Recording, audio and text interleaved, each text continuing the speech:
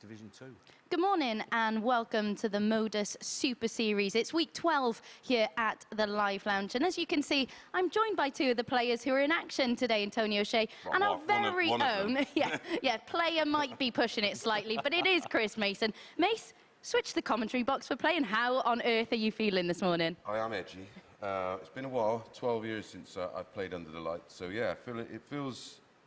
The lads have made it comfortable because we all know each other and we all sort of played against each other back in the day. So, yeah, I'm feeling as well as I can feel right now. Tony, have you been winding him up this morning at all? Well, there's 6 or 8 of us in there having a giggle. It is like the old days. We always used to have banter. That was part of the love of the game, and yeah, we've already had a great morning. No matter what happens with the darts, we've had a great day already. Has he been reminding you of the World Masters quarter-final yet? Has he brought that one up? To be honest, no, he hasn't.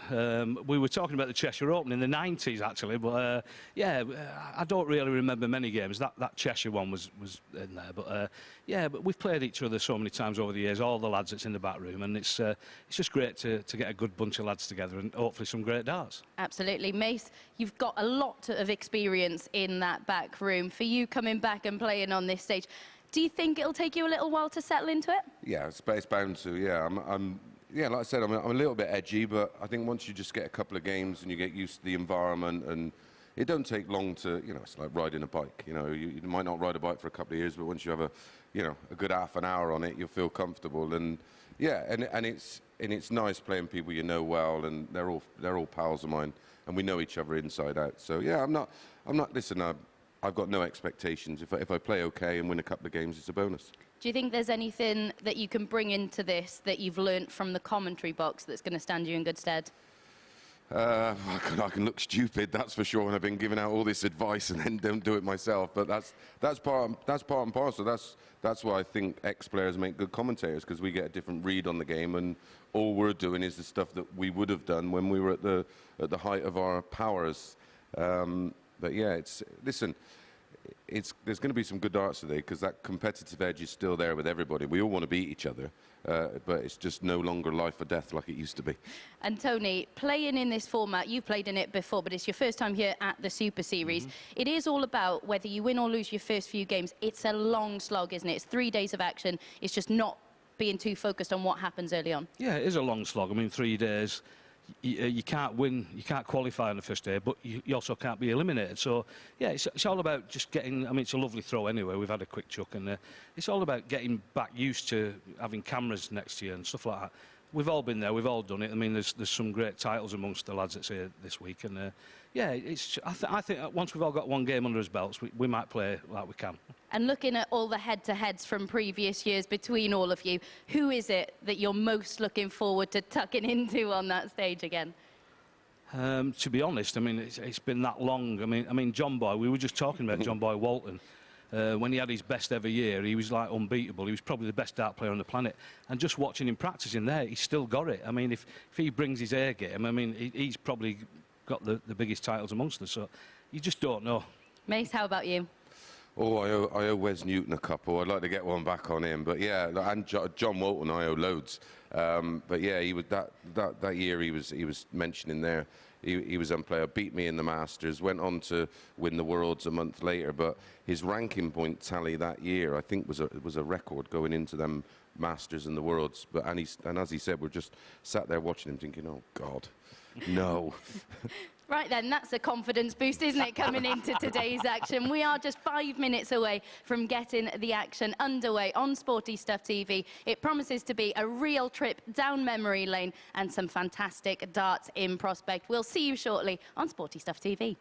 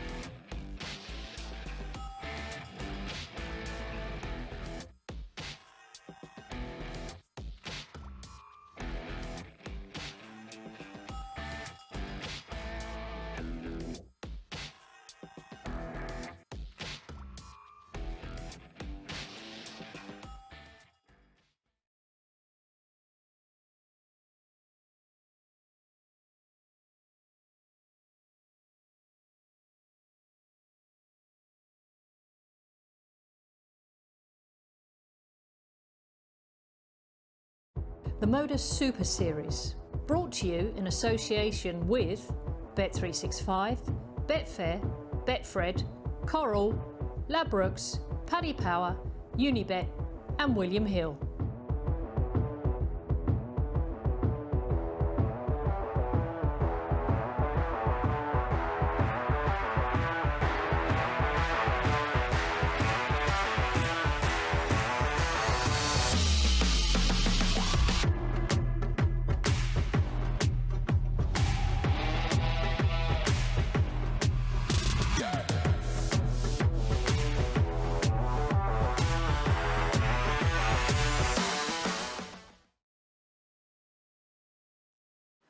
Good morning and welcome to the MODUS Super Series. It's week 12 here at the Live Lounge, and we've got a bit of a Premier feel and commentary theme to our lineup today. And no, that doesn't mean that you're going to be subjected to darts from Henry Deacon and Chris Murphy this morning. We do have, though, our very own Chris Mason and Paul Nicholson both in action this week. But before we get into today's action, let's take a little reminder at just how the Super Series format works. Introducing the MODUS Super Series, an exciting new weekly darts competition featuring top international players competing for more than £1 million in prize money. There is a new MODUS Super Series champion every 13 game weeks. The winner of MODUS Super Series 1 will be crowned on Saturday the 22nd of October 2022. So how does it work? 12 players compete every game week with live footage of every match broadcast 6 days per week on Sporty Stuff TV. Group matches take place Monday to Friday in morning and evening slots as players compete in a series of eliminators. The 6 qualifying players contest the finals every Saturday evening. Round-robin group matches are followed by semi-finals and the final, producing a new winner each week. Every 13th week, the winners from the previous 12 weeks contest the MODUS Super Series Champions Week. The winner takes home the MODUS Super Series title and earns a place on the honours board. After Champions Week, the action starts again for week 1 of the next series. Expertly explained once again by Chris Murphy there. I'm delighted to be joined by the star of Edgar TV this morning. Matt, how you doing? Brilliant, actually. Yeah, I'm really looking forward to this. People have grown up watching, actually, so it's going to be weird sitting down and commentating on those games. Yeah, absolutely. And we were discussing off-air that we did a little preview show with Chris Mason and Tony O'Shea earlier.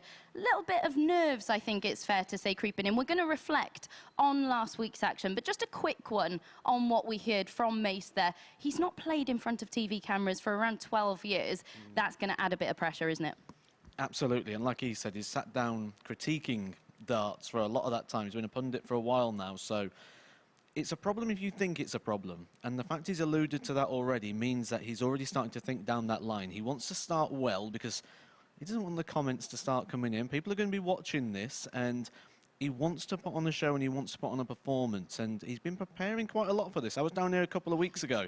He was coming in the afternoon and practicing on that stage. He's put some hours in, so we'll see if that comes out today. We will indeed. And of course, all 12 players in action this week are looking to make it through to finals night and then, of course, Champions Week. Peter Jakes on Saturday night became the 11th player through to Champions Night. Here's Chris Murphy to guide you through the highlights from week 11. Peter Jakes' first victory of finals night, sealed with this 100 checkout, saw Rob Collins eliminated after 2-4-3 defeats in the group stages.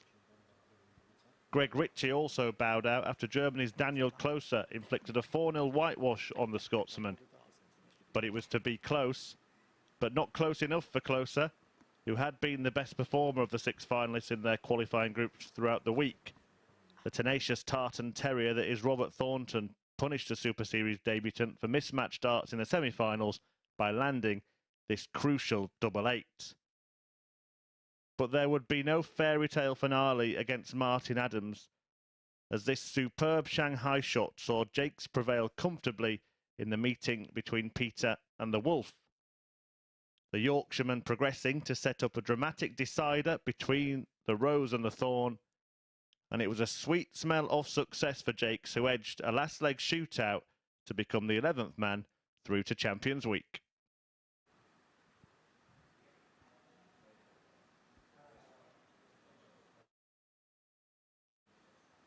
Thank you very much, Chris. Matt, Robert Thornton losing out in that final, but he is in superb form at the moment, isn't he, the World Seniors champion? And the Seniors Match Play champion as well. That was another title he's picked up very recently. He's been doing very well on the Challenge Tour as well. So it's coming into a good bit of time, really, for Robert.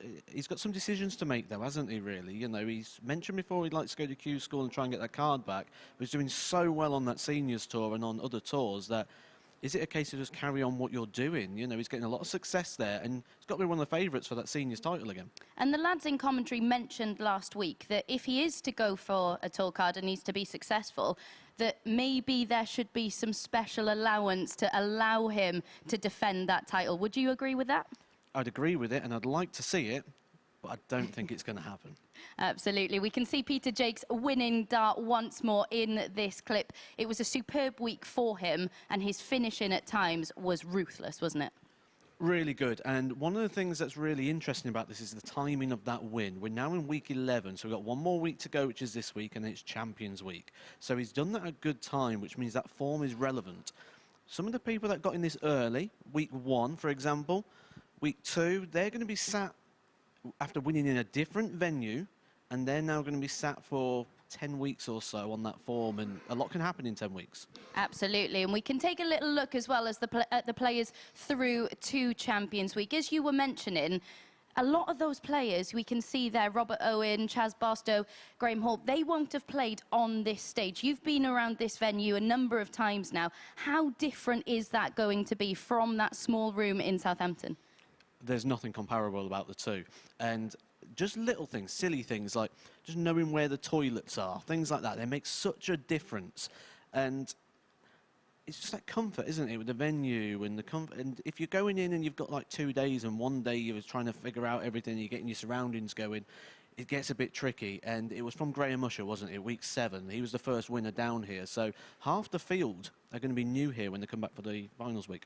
And Scott Williams is, of course, a name that jumps off that page, isn't it, because of what he's achieved. But there's so much talent in there. Of the players already through, who are you most looking forward to seeing? I think Graham Hall is going on such an upwards trajectory at the moment that he draws the eye because you want to see where he's going to go and what he's going to do. He's winning titles left, right and centre, and he's making it look quite easy at the moment. So it'll be interesting to see what he can do, and he could be a very big danger for that £20,000. He certainly could, and one more space to be filled for that Champions Week. We move on to week 12. Of course, we've mentioned Chris Mason making his debut here this week. There we can see a full list of the players involved. Paul Nicholson to come in Group B as well. But of Group A, who is it? Because we have so many titles between them. We've got a world champion in there. Who do you think is going to be the standout player in that group? Of course, it's difficult because a lot of them we've not seen in action for a while. But who do you think is going to be the one to make their mark? Well, if you ask the bookies have made it Tony O'Shea. But like you say, we've got no real relevant form to go on. There's a lot of head-to-heads, a lot of titles between them, but some of these go back 20 years. Some of these head-to-head clashes, we can just scrub a line through them and say they're irrelevant. I was listening to the interview at the start, because sometimes if you've got a certain amount of wins over a player, like if one player's beat one 7 times over the years, 7-0, that can come back, and we heard Chris Mason mention that about Wes Newton, so that'll be interesting. There's memories there, but other than that, there's a lot of exchanges of wins, so there's not really any sort of edge going into that on the head-to-head stats. Absolutely. It is going to be an incredibly intriguing day of action here. Let's get into our first match then. It is, of course, Chris Murphy who's going to guide you through with this man who's going to hot-foot it down to the commentary box. Yeah, thanks, Abby. Really looking forward to this weekend's action. It is like an old school reunion, isn't it? 6-year-old John Walton, who won the Lakeside World Championship back at the turn of the millennium in 2001, going up against Flash Mark Dudbridge, a former World Championship finalist himself, of course. And we do have a new referee overseeing proceedings today, Marco Meyer, the Dutchman, very experienced operator. And he'll be looking forward to casting his eye over a group of players that he will know very well. As Matthew Edgar said to Abby upstairs, it's a group of players that a lot of us have grown up watching. Players perhaps thought of as past stars of the sport, but here they are in the present, strutting their stuff at the MODUS Super Series. And Matt has made his way down to join me. It should be good fun, this. Yeah, fun is definitely the word here that I'm 59 going to use for this one. In terms of form line and things, like I said upstairs, we don't really have much to go on, really, do we, in terms of relevant form? I've been digging around and seeing what I can find. A few of these are still playing sort of like local events and definitely on the exhibition circuit. I mean, John Walton, County, Yorkshire, well, he's been playing for about 72 years, hasn't he? I don't think you're actually far off there. Well, the look at the county stats, he's actually joint most capped player for Yorkshire over the years. 243 caps. Shares that with 45. Tony Hull, which when we look at that amount of games and relate that to the fact that a county season only has 9 games at a maximum, if he played every single game, he'd have been playing county darts for 27 years. Remarkable. And of course, it was a Yorkshireman who took victory here on Saturday night in Peter Jakes, another man donning that white rose on his shirt. 100. Very pleased to get through, Peter. Had a real run towards the back end of the week. Won his last 9 matches. 100. And 13 of his last 14, despite saying that he wasn't really happy with how he played. Have you ever come across a happy dart player yet? No, never come across a happy Yorkshireman, to be honest. 41. Normally, it's when money's around, isn't it? So I'm surprised that wasn't a happy moment for Peter Jakes there after scooping £5,000. He's not got the cheque yet. 136. Well, we need to see the novelty check return, isn't it? Yeah, we'll work on that. But Mark Dudbridge is working on this first leg very well. Double top to break the throw. 81. Tom Walton taking a little bit of time to settle. 40. Yeah, that's game short in the first leg. That's a good leg of darts, tidy leg of darts. 16 darts to break a throw. Mark is someone who has also been playing a bit recently. He's been doing Second a lot on leg, the it's Mark to throw ADC first. tour. Game Got on. 2 titles actually on that in the more regional stuff. Yeah, and like Peter Jakes, he will hit seniors age next year, Mark 80. Dudbridge, and he's already been confirmed as a participant in the World Championship at the Circus Tavern. His birthday's in January, isn't it? So he'll make it in by a month. 99. John Walton was there last year, of course. A month, it'll be more like a couple of days or a couple of weeks. Be like me at school, really. I'm a late August baby, so 38. just squeezed into my year. Yeah, I'm similar. Early August for me. Means you never have to have your birthday at school, doesn't it? And you can always rely on a bouncy castle in the back garden. 40. I think it's a while since a few of these players were on bouncy castles.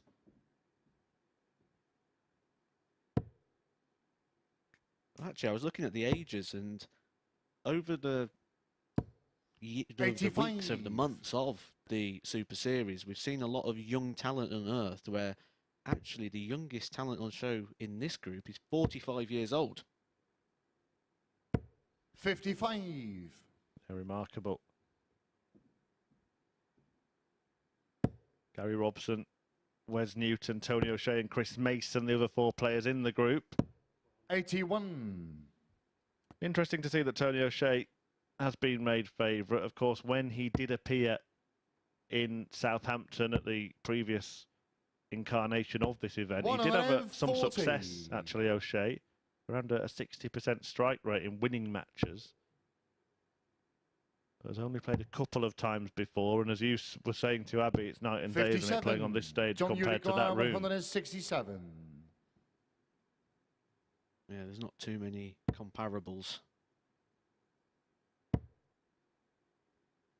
Other than the fact the board is round. 43. Mark, you require 160. Oh, that's a perfect dart. When he follows it for a firework finish from Flash straight away. Wonderful stuff from Dudbridge. Takes out the 160 to double his lead.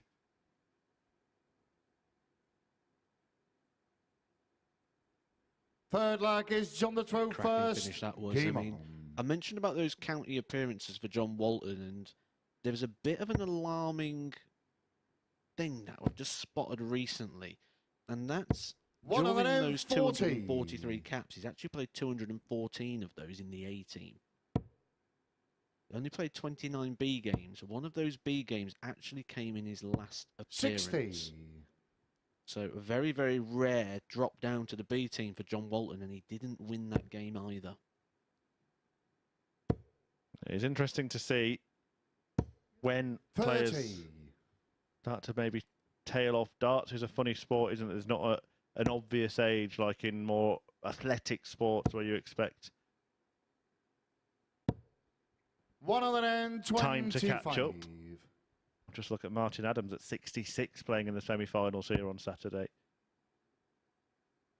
One of the beauties of the game, though, isn't it? Age is no barrier. 60. We'll see people like Josh Rock at the moment pounding in 100-plus averages every single week.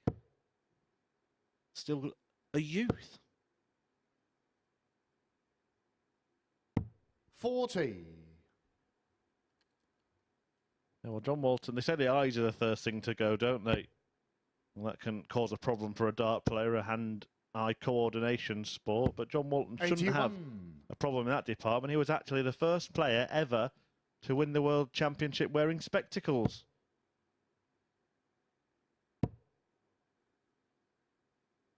Don't waste 45. my Sundays. Yeah, 21 years ago he won the Lakeside, followed by the aforementioned Adams and friend of the Super Series Mark Webster 45. a few years later. That was the year, if you watched the preview show, Tony O'Shea said that John Walton almost became unbeatable for a period of time. He won the World Masters and the World Championships in 45. that period. John, you And require there's 145. some serious going to win those two, especially in that era of 2001.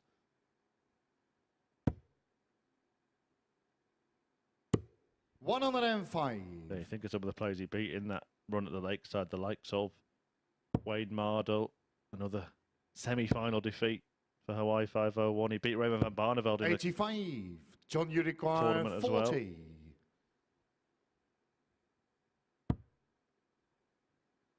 double 10 to get a first leg on the board here. Double 5. 30. Mark, you The require way his darts are 101. going and the amount of wrist in the throw, he's not going to enjoy throwing at these higher targets like the tops and the fives. He hasn't looked 41. particularly settled, has he? John, you Dudbridge, require I think it's 10. fair to say, and the scoreline reflects it, has settled better of the two. So Walton might be quite happy if he can get away with 2-1 after 3 legs here. Yeah, that's And he game has done shot in that. the third leg. John Walton. And sort of evidence there that he's feeling the same as I was there, that top end of the board's not going to be too profitable for him, and switches that up. Forward leg, it's Mark the throw Switches first. it up well. Game on.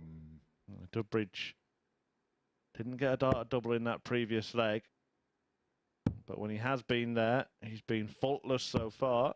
69.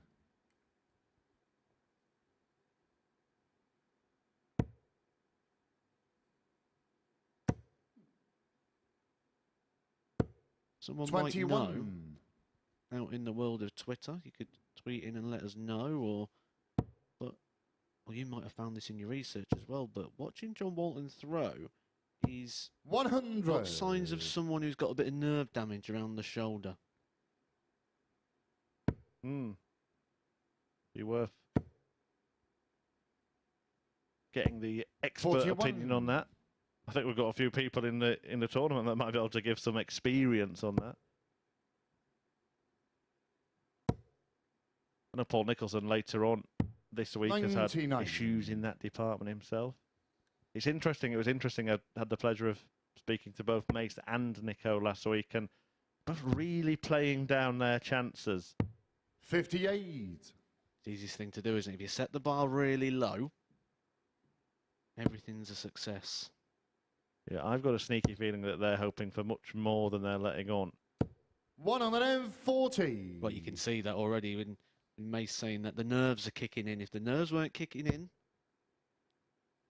it's a sign that you care, isn't it? When you get that nerves, you get that adrenaline. 66. Mark, you require He's not playing 93. in front of the cameras for some time. He's going to be under the microscope today. Jury's on the other foot. The first dart a double that Yeah, Mark that's Dudbridge game has short missed, of but the it doesn't forward carry line. on for Mark long. Dudbridge. Very good on the outer ring here, Mark Dudbridge. That's 3 out of 4. He's 1 leg away from his first 2 points of the day. 5th leg is John the throw first. Game on. Yeah, and the miss hasn't mattered. Still went out. Suddenly, John Walton wakes up. 180.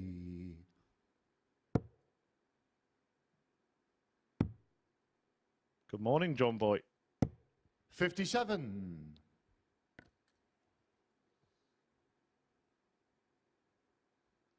What do you sort of envisage is going to be what's needed to win this group? I think if you can sort of be consistently in that mid to high 45. 80s, I think that could be what is going to take to win Group A here.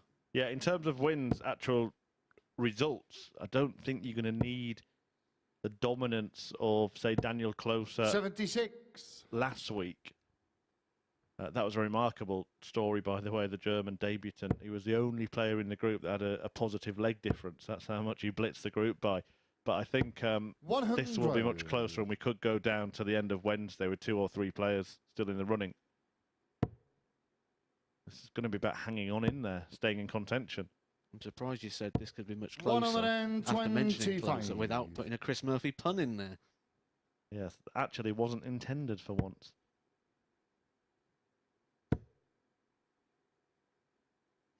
$95. Well, Walton is still scrapping here. Peter Jakes mentioned in his interview at the end of Saturday night Yorkshire grit, and that's maybe what we're seeing a little bit of here.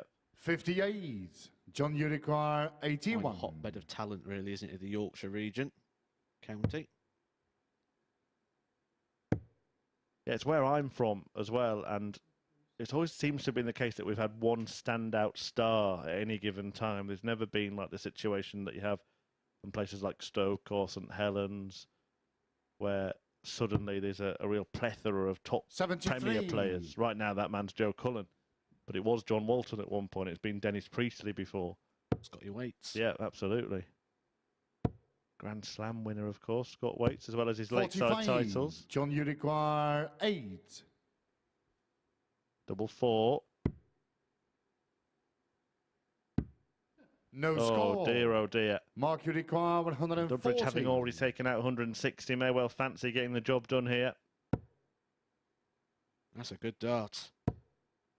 Won't get a dart of the double this time. 100. Hits the 100. John, you require 8. Well, now he's got to sit back and hope that John Walton doesn't take out the double 4. Yeah, The that's double he game short hit in to the get his 5th leg on the leg. board, John and he hits it Walton. again to get his 2nd leg on the board.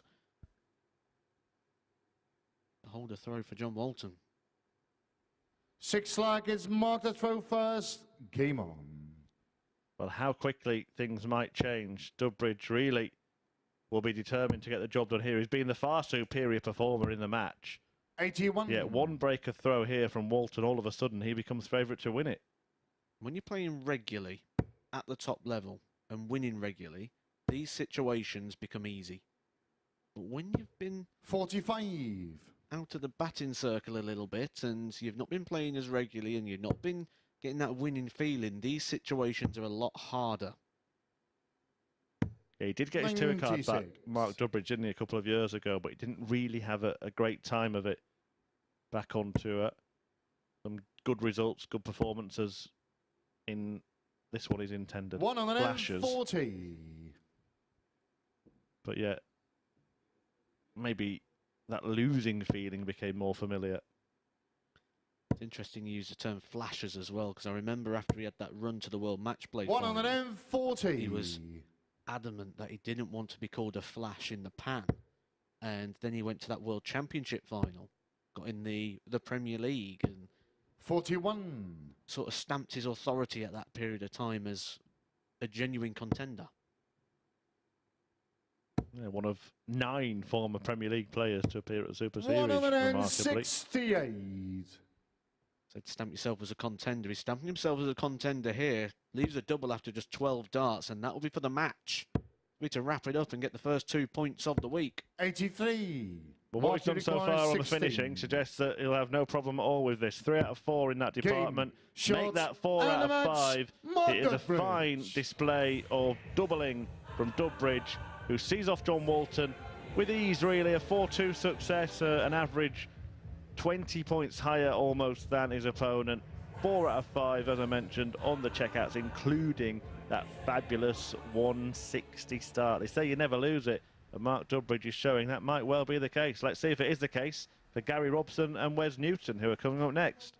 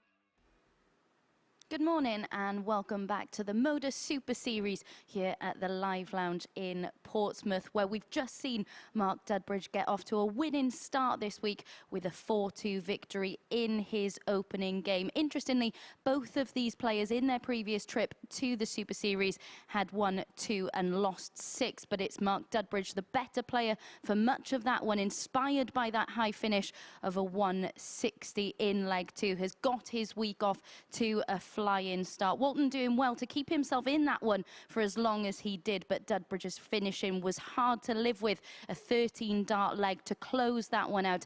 As you can see, 4 out of 5 on the outer ring. And interestingly, Matt Edgar said in commentary that what's probably going to be required this week is an 85 to 90 average in order to progress through, and that's what Dudbridge has done there with an 86 average in his opening match to get off to a winning start in Group A. Next up, we've got Gary Robson against Wes Newton. These two actually featured in the earlier stage of this competition when it was the Remote Darts League. It was Robson who came through that one 2 years ago. Wes Newton, of course, the UK Open runner-up in 2011 against the 2005 World Trophy winner. So who will come through in this one and triumph and get their first 2 points on the board in week 12? Let's find out in the company of Murph and Matt Edgar.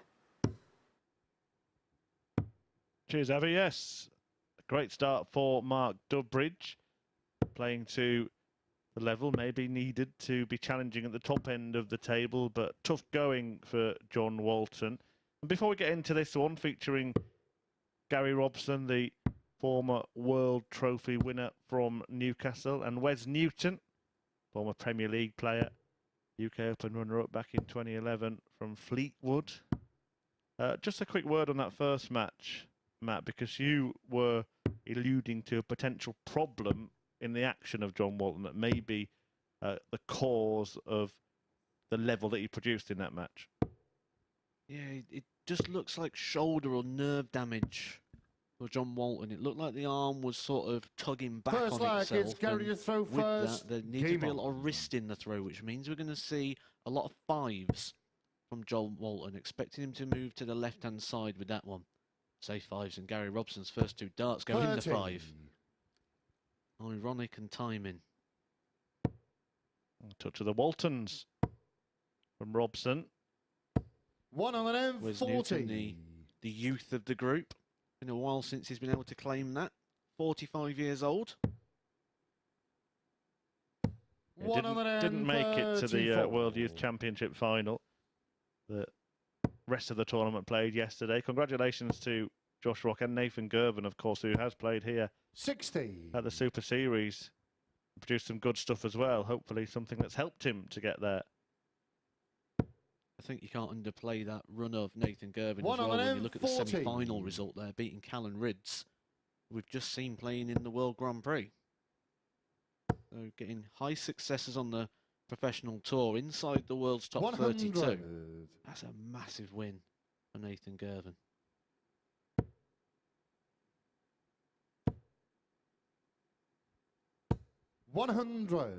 Both these players still quite active at the moment. They do a couple of the WDF tour. Wes Newton got to a final not too long ago in Wales. Puts him at number 53 in the WDF rankings. So he's in the running for one of those lakeside positions, but he's going to have to do some miles. Bit of travelling to get to some tournaments.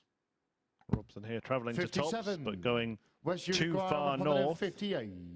allowing Newton a chance at 158, which he may well take out. Brilliant stuff this. We saw a 160 from Dudbridge to get his win started. Have we just seen the spark for Newton for a victory charge for him?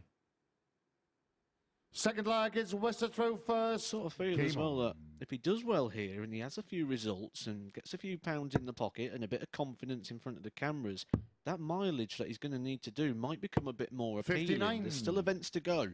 Ireland, the Viking Cup, which is sort of a memorial to the late Andy Fordham, Hungary, Latvia, Malta, Italy, and the 28. Irish. So there is a lot of miles to be done, but there's reward there because he is on the borderline of that WDF World Championship.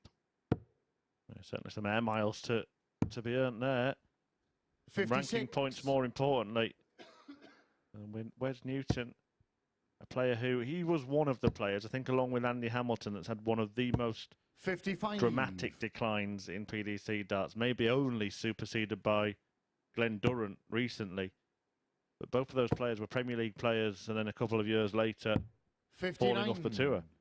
You tend to find this, though, with darts. It's one of those weird sports, isn't it? When people make a rapid incline, and it's not like an increase that's built up over time. It just 60. goes from being sort of mid-rank to all of a sudden contending. They tend to fall back just as fast. Yeah, it's the brutality of the ranking system as well that comes into play. 2-year 95. order of merit. If you win £100,000, for example, on the 10th of October 2022, you wake up on the same date in 2024, £100,000 worse off. And that could be an awful lot of places. You know, we've seen some drops recently, haven't we? Dirk van Dijvenbode. We look at Jose de Souza, who's about to defend his Grand Slam money from 2 years ago. And that's where you want like a consistent spread. Someone such as Ryan Searle sat in 17th place. He's defended nothing, for example, on the European Tour next year. So, and he's going to be in all of those as a seeded player as things stand. And this opportunity to climb. Is he even going to get the chance to defend his Grand Slam money? He has to go to the qualifier, doesn't he? Yeah, I don't believe he's in as it stands.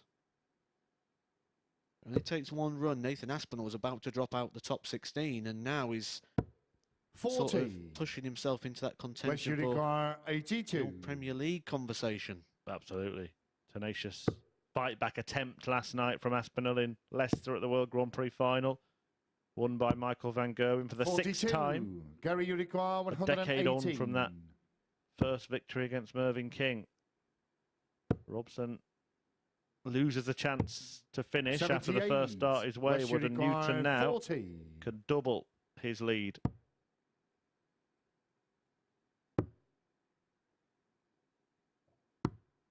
$35. Gary, you require 40. Robson can get his throw back here by pinging tops.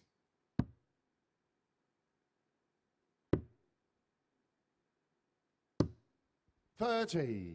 Wes, you require trouble 5. on the outer ring in this leg. No score. A little bit of trouble on the big numbers. Gary, you require 10. Yeah, lots of tension. Suddenly, Newton was probably going to be cruising had he managed to get over the line in this leg. But even if he wins it now, you get the sense that he won't be feeling too comfortable. Wes, you require 5. We've also got to remember that this is quite early in the morning, and when you're looking at that board mastery, chasing things around the board, this time of morning you're going to see a little bit of leg. Wes Newton. nerves, a little bit of lack of feeling, despite the fact that these guys have played for about Third leg, 40 years each apiece. first. Game on. Granted, that means Wes Newton started playing when he was 5, but I won't put it past him. How old were you when you started? 100. 7. And it wasn't a proper dartboard, it was a sticky dartboard. I got it from Blackpool. You got to lick the end of it. And Oh, throw it. okay. I had the little Velcro one with the fat sort of, well, you can't call them a 45. point, can you? But you know what I mean. You managed to hit a treble 20, you had no chance of getting another one anywhere near it. 70. I think my sticky dartboard, if I got a treble 20, I also blocked the 1 and the 5. But I really took to it, really enjoyed it. 140.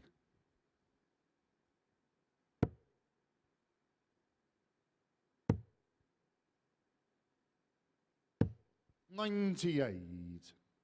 We have seen Wes play before in the older version of these Super Series events. He was running in those at about an 83 average.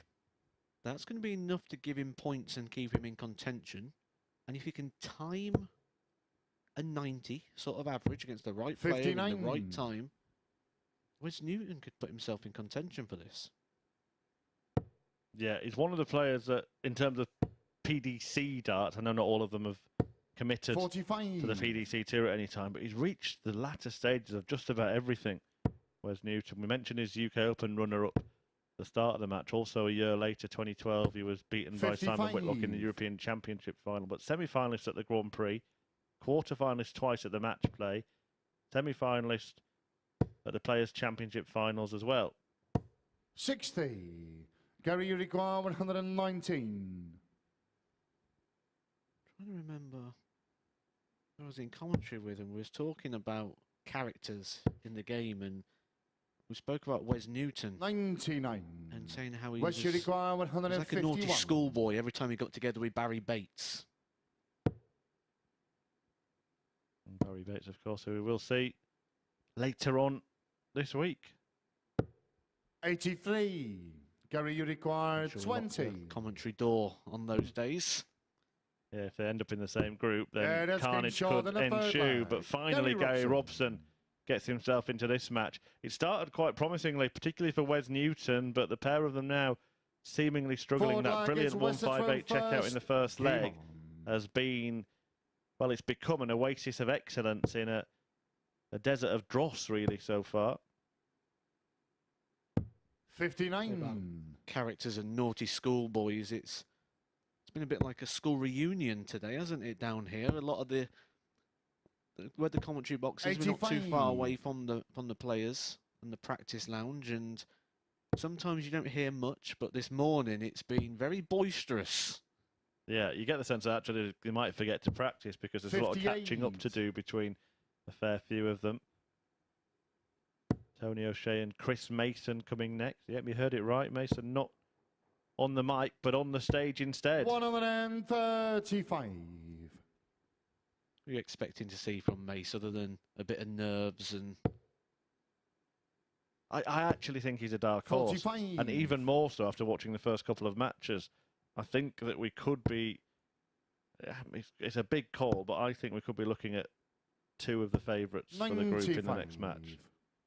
Absolutely. One of the things Mason's done is he's not come into this unprepared or cold. He's not just picked his darts up out of his case and gone, oh, let's go and go. I was here a couple of weeks ago on commentary with Mason. He was staying back to practice on the stage. Put the hours in. We did see him in some of those World 58. Seniors qualifiers earlier this year play at high standards sometimes. I think, you know, he expects to have the odd game where he's completely off it. But if he has the odd game where he's completely on it, then you're talking big numbers. Well, he's averaged over 100 many times this year, hasn't he, on that Seniors tour?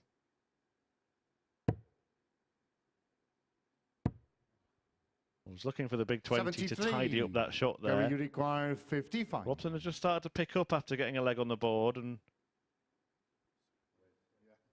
Wes, you require 142. almost got a little bit lucky there, Wes Newton. 142 required. He was offered Gary Robson's 55. Take it. 100. Gary, you require 55. Can Robson take it? Well, this will be a change of route now because that's an inadvertent double. Double 8. 39. They do things their own Wes, way you in Newcastle, require don't they? 42. Double 15, 9. Double 8 isn't the preferred route, but this is the preferred route for 42. Yeah, that's 10 for game double short in the 16, and he forward finds line. it. Wes Newton. He finds a 3-1 lead. One leg away from his first couple of points of the week. And Fifth Wes Newton, leg, it's actually, when Gary to throw was first. casting my eye over Game to what the on. bookies think, and they've actually got him down as the second favourite for this. I'm guessing that's on the back of that Welsh Open final. Obviously, the Welsh Open, 100. these sort of open events that we're talking about are attended by 400-500 players. Yeah, I would disagree with that personally. 85. I think it's hard to pick between them, but I think you could pick one of probably 4 to top the group. He's amongst it, 45. but I wouldn't make him the second most likely to do so. I think from what we've seen so far, John Walton is going to struggle, particularly if he is playing through the pain barrier a little bit. It's interested. Murphy's tips there. Mason's a dark horse. He actually beats outsider, 100. according to the odds compilers, offering him up at 16 to 1. However, I quite agree. He's a dark horse here. Yeah, I think it suits him to be 60. the outsider as well. He's trying everything not to put pressure on himself. Chris Mason, it will be interesting to see. It's a tough opening match against Tony O'Shea. 140. Tony Shea has been one of the more active players, but more active players at a higher level. When we looked at that Seniors game, the one that really stands out for me as one of the best 100. games of that Gary, Seniors you World require Championship was the game 116. Kevin Painter and Tony O'Shea. Yeah, double 18 here for Robson. 98. Good friend of O'Shea's, Wes, but the you require 116 can't go. The 161 is on offer to win the match for Wes Newton.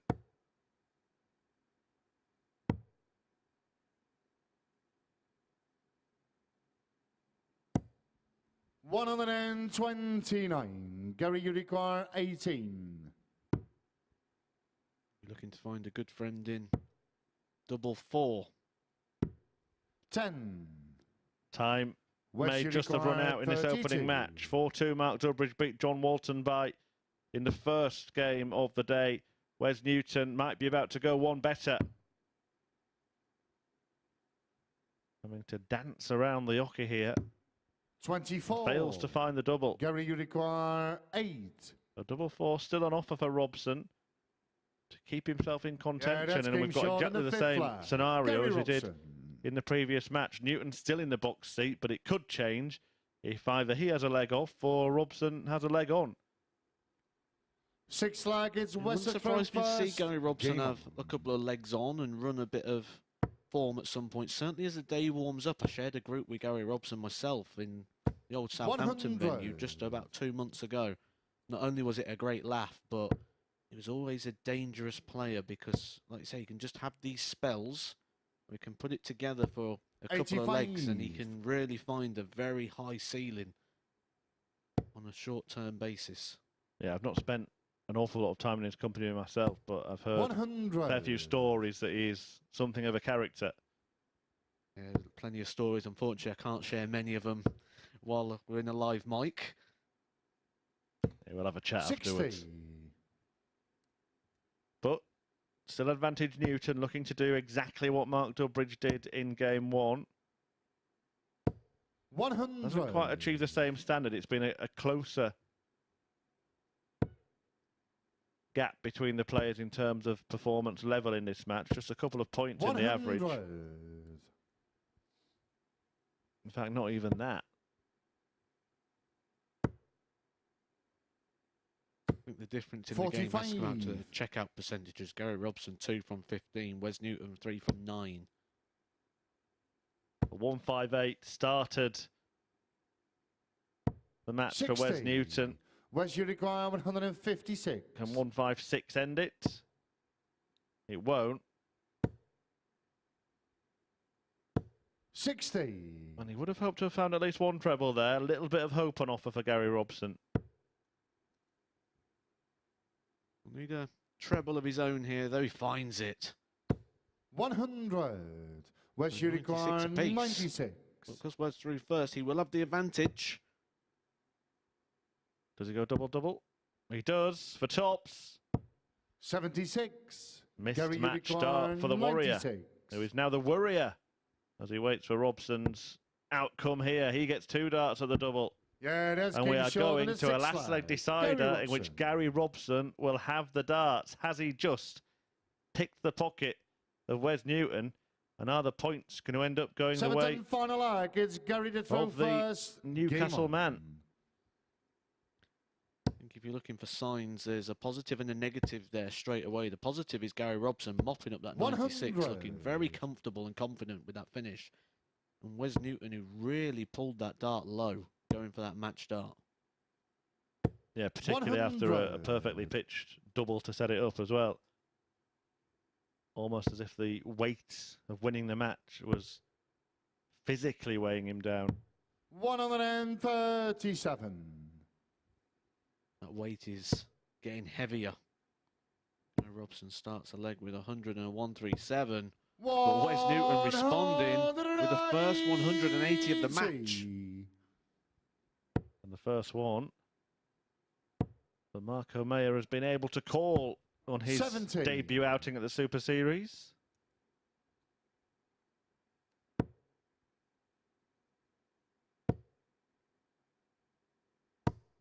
$66. I'm sure you'll become well tuned to that maximum call. All the referees have a different one. I think feel sorry for any up-and-coming referees at running out of 58. styles to Wes, call you the require maximums, aren't they? 155.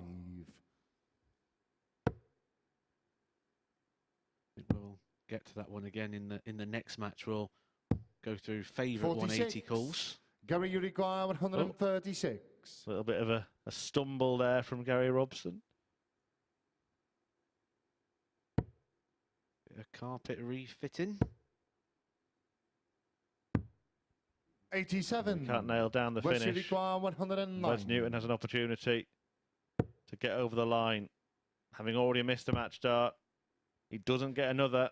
If that's to happen, 49. he will have to rely Gary, on you Robson require 49. letting him return. Not the first time we've seen that from Robson. 15 remaining. Choices 3, 7. Up to the former to Game, leave that double shot, six, and a match. which is nailed by Gary Robson. Robson, and Wes Newton will be left licking his wounds there. He missed a match dart, a double top, dragged it down low, and Gary Robson managed to stay in the match by returning the 96 finish that Newton had just missed. Wes had taken out a 158 in the first leg of the match, and that first 180 of the day in the final leg proved to be in vain, as Gary Robson picks up the points from match 2, and match 3 will see the favourite to win the group, Tony O'Shea, take on the outsider, Chris Mason. We're all looking forward to that here at the Super Series.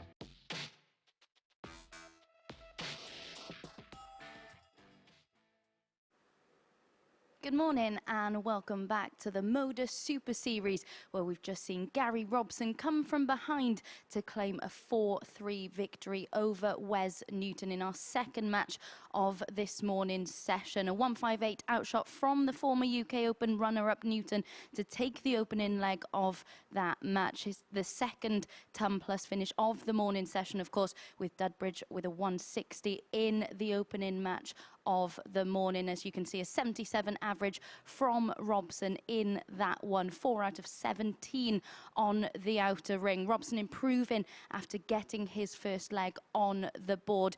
3 match starts missed from Newton in leg 5 of that one. Another match start missed in the following leg, and it was Robson who took out 96 to force a last leg decider. He then pinned double 6 to get over the winning line. An important 2 points on the board early on in the morning for him. Next up then, we have Tony O'Shea against our very own Chris Mason. And as Chris Murphy alluded to in the commentary box, these two could very well be favourites to qualify through from Group A come Wednesday. We shall wait and see if that turns out to be the case. Of course, Chris Mason has said himself that he's playing down his chances of getting through, having not played in front of TV cameras for a number of years now. He said it might take a couple of games to settle into this, and I spoke to him last night and he was saying he may well lose his first match or two because he is feeling the nerves slightly out there. I think he's just playing down his chances slightly. Of course, he was the winner when these two played in the Masters in the quarter-final of the tournament. That was, of course, 22 years ago. But two players who get on very well away from the Oki. Let's see who comes out on top in this one in the company of the lads in the commentary box. Thank you, Abby. Yes, it is a bit like a 2000 World Masters reunion, isn't it? Because this pair met in the quarterfinals, Mason winning that one, as you mentioned, and then he went on to lose to John Boy Walton, who went on to win the tournament. Well, I am not having any of it from Chris Mason, that he is destined the failure in this group. It is a tough opening match, and I can see why Tony O'Shea has been made the favourite, the 3-time World Championship runner-up, going up against Macy Ace, who is much more comfortable these days with a microphone in his hand and sat in the commentary box analysing the action than he is on the hockey. But as Matt Edgar was saying in the previous match, he has been putting the work in, and I actually expect it to bear fruit. What say you, Matt Edgar? Absolutely. He's been in here in the afternoons practicing on that stage, and there's an event that happens not too far from here that is attended by all the top players, including Simon Whitlock. First leg, Goes it's to this Tony to event throw on a first. weekly basis, Game on. and he's been attending that when he's been down here on duties as well. So he's been getting the hours in there. He's been playing on the seniors tour. He's not coming into this 60. as cold as he's making out. Well, there will be no bias from the commentary box, but get in there, Mace. 95. They will be happy, I think, with that way that first start went. Tony O'Shea's first was a real flyer. He's a real field player, isn't he, O'Shea? That 81. action has been the same for all of the years he's been flinging the arrows. And you have to be on field, really, when you've got an action like O'Shea, because as he pulls it back, the wrist will turn, pointing the point of the dart away from the board. So there's a lot of action and a lot of movement that needs to come in, a lot of timing. Which, 60. at this time in the morning, might not come through as well as he would hope. Mason's someone who very keen on preparation. He's advising people on preparation.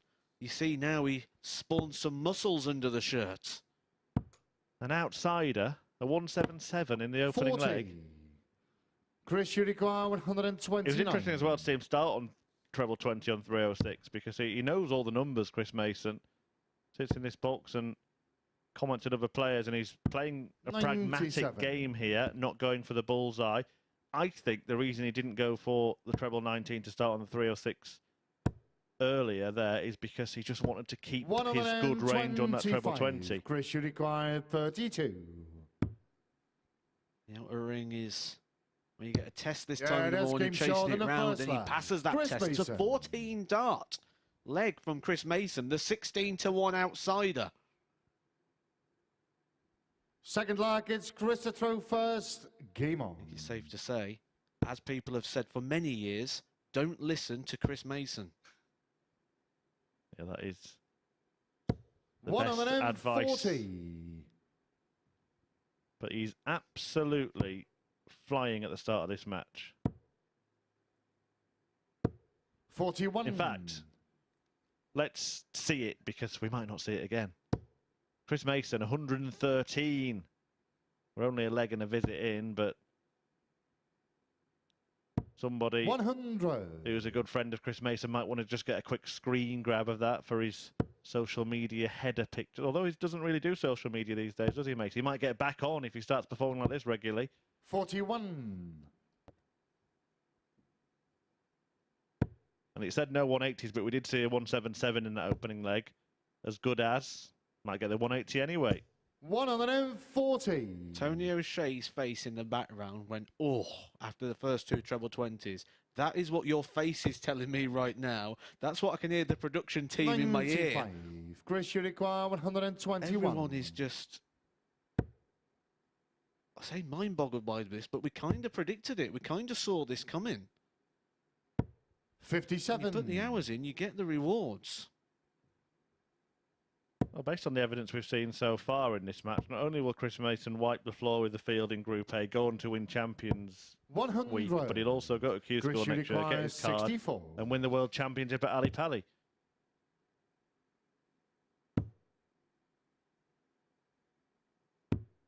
$32. Sort of feel the longer this goes on, the more them shoulders are going to come back, the chest is going to come up. Confidence is going to grow. It's all right putting the hours in, but you want to see it come through. And when it starts coming through, that gives you confidence. 32.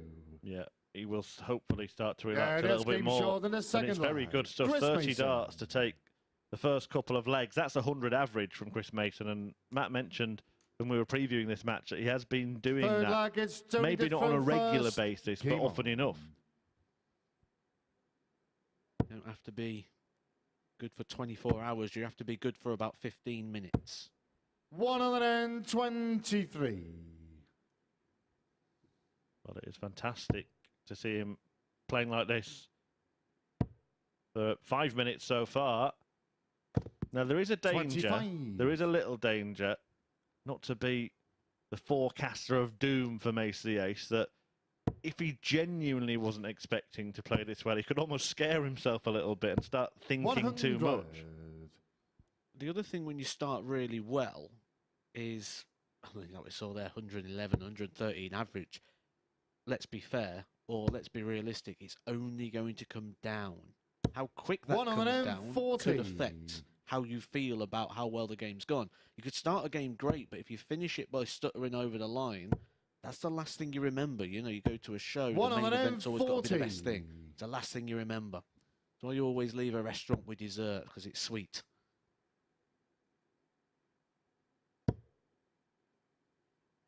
Another thing that I think it works in his favour is he's a man in his 50s, but he really does look after himself, Chris Mason, and these days are a lot about stamina. Absolutely. I mentioned that a few times with players such as we've seen in the past, Josh Payne, Lucas Vennig, people who do look after themselves, and they're going to be playing for 3 days over long hours, unsociable hours.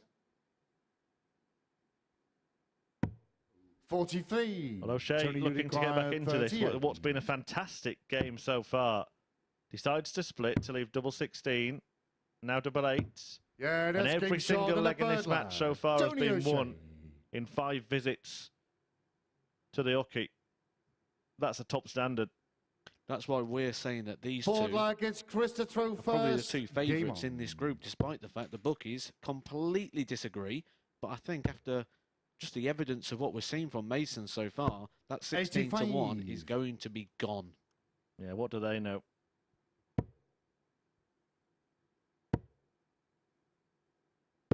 Well, quite a lot, actually. If I knew more than them, I'd be living in a much nicer abode, driving a much nicer car right now.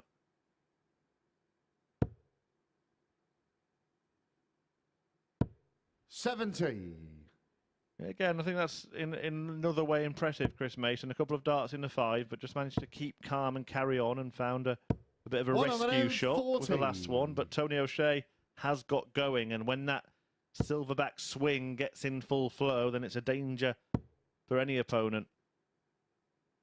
Yeah, 60 full swings a good way of putting it. Like I say, there's a lot of movement in the dart and the point and the angles of it, so it does take him a little bit just to find the range, and he's finding that range now. He's the most likely player to be hitting 180s in this whole field as well. Seen him in this sort of format before, and he's given us an average return on the 180s of 0.21 a leg, so it's about 180 per 5 legs. 89. Well, we're on course to get another leg one within 15 darts. And it will be if O'Shea can complete the finish when he returns. 120. Tony, you require 32. Mason on his shoulder.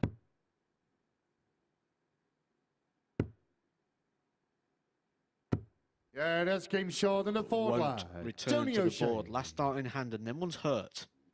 When you think you're coming back, when you think you're about to take a 3-1 lead, it was an awkward lie as well. One dart standing up, one dart laying across slightly. He had to squeeze that through and did it well.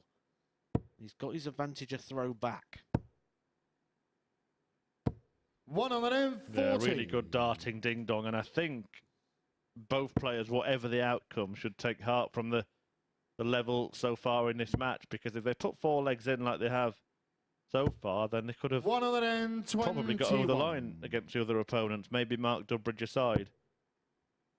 I think the fairest way to summarise this game so far is they are setting the bar. And there is that bar. Both players averaging north of 90 after more than 4 legs, and that might not seem like a lot, but it could 60. Be the end of a match at some point today. Said we expect the group winner to be between the 85 and 90, sort of that high 80s. And Tony here, Shea, says warming to the task. This leg, 140, 140, 140, 81 after 9. 40. Tony, you require 81. Was the lead about to slip? Well, the lead has already slipped, but is O'Shea going to get that lead? Once again, he leaves 32. And once again, we're on course for a 5-visit leg. Hello. 180. First 180. Tony, you require of 32. the match. Leaves him 100. If he's going to get a shot at that, he needs Tony O'Shea to miss this double 16. Took the last one, last start in 16. hand. Doesn't do it Chris, this you time and require offers Chris 100. Mason the opportunity to wrap this up and get the advantage back. Tops. Tens. 80. Chance. Tony, you require 16. Well, here's the first time we've gone over that 5-visit tally. And maybe the That's game short in the closeness fifth of the leg is a reason Tony for that. We O'Shea. only go over it by 1 dart. But both players had the opportunity to lead 3-2. It is O'Shea that gets his nose in front for the first time. Six And Chris flag is Mason will now be Christopher looking first. Game to produce a last couple of legs akin to the first couple of legs.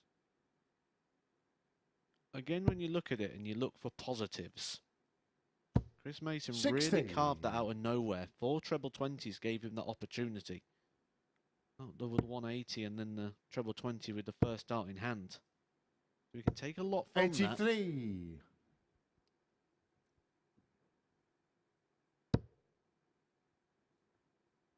It's an interesting story, isn't he, Chris Mason? He was a player who was something of a prodigy, really. 45. Burst on the scene as a young player and then ended up putting the darts back in the case relatively early for a darts career. Just didn't fancy it anymore 134. when he couldn't produce the levels that he was used to. It's a very hard game on the noggin, darts.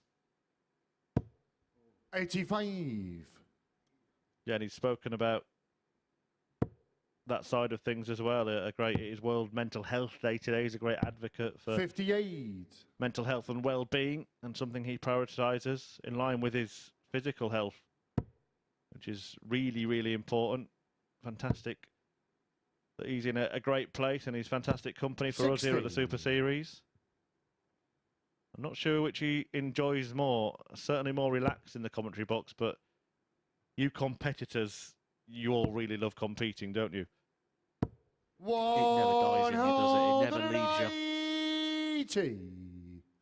And it's an itch that always needs scratching somewhere.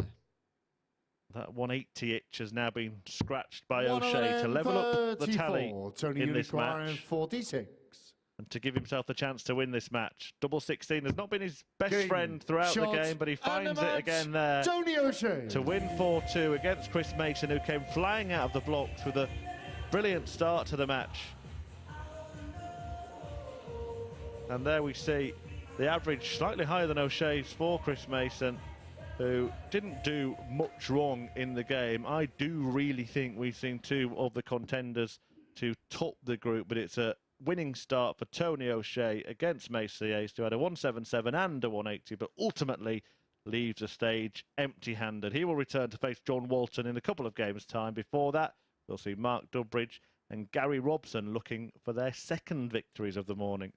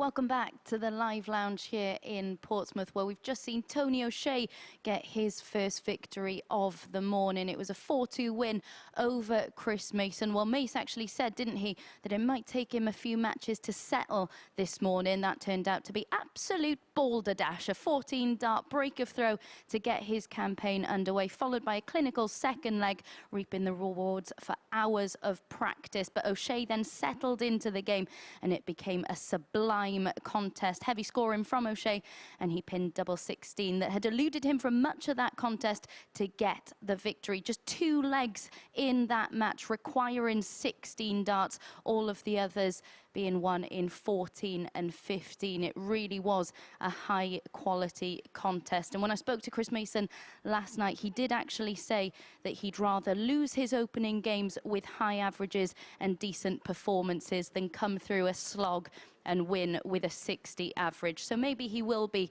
quite pleased with how his morning has got underway. Next up, we have Dudbridge against Robson, 2 players, of course, who won their opening matches of the morning. Dudbridge, of course, with a 160 checkout in that opening victory, the highest outshot we've seen so far this morning. As for Robson, well, his finishing is something that he's going to want to improve in this match. He missed 13 darts at the outer ring in his opener, so that's certainly something he'll want to address and need to address if he's to get his second victory of the day. So then, who will come out on top in this match? It's our 4th of the morning session. Let's find out with our commentary team.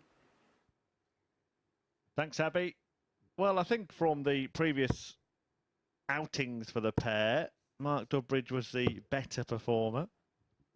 Gary Robson took his opportunity against Wes Newton, having been outplayed for much of the match. But Flash, who will turn 50 in January, as we mentioned, and will appear at the Circus Tavern for the World Seniors Championship, takes on a man who won the World Trophy 17 years ago. A 4-2 win for Dudbridge over John Walton, a 4-3 success for Gary Robson over Wes Newton, and then that 4-2 victory for Tony O'Shea against Chris Mason.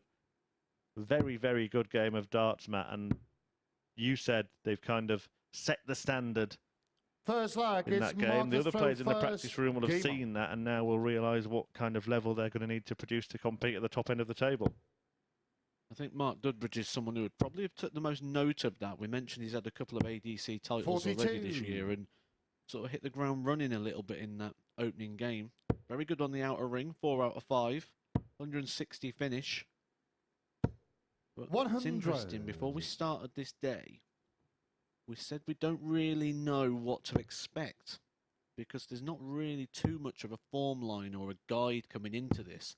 96. We have now seen every player we're going to see in Group A once. Now the 6 players you have seen are going to battle it out over the next 3 days, ending on Wednesday with a group winner. 100. Second and third will take place in Group B, which is Thursday and Friday evening, and the rest will drop into Group C. Obviously, the winner of the group 59. goes direct through to finals night.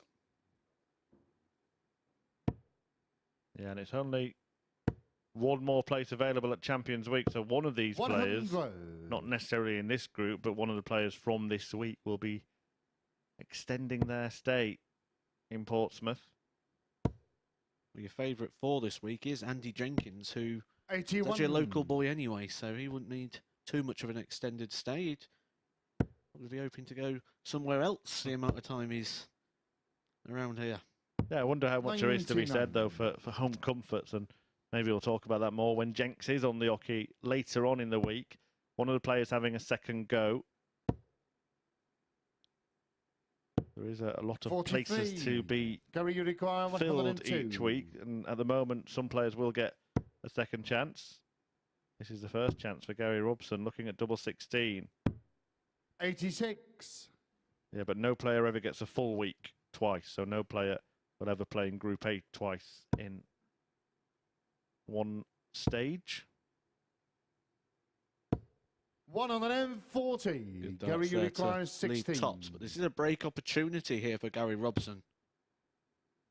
Wasn't clinical on his doubles in the Yeah, opening that's game. game short than the first That's leg. much better. Gary Gets it with the Robson. second dart and breaks the opening leg there. Gets the throw.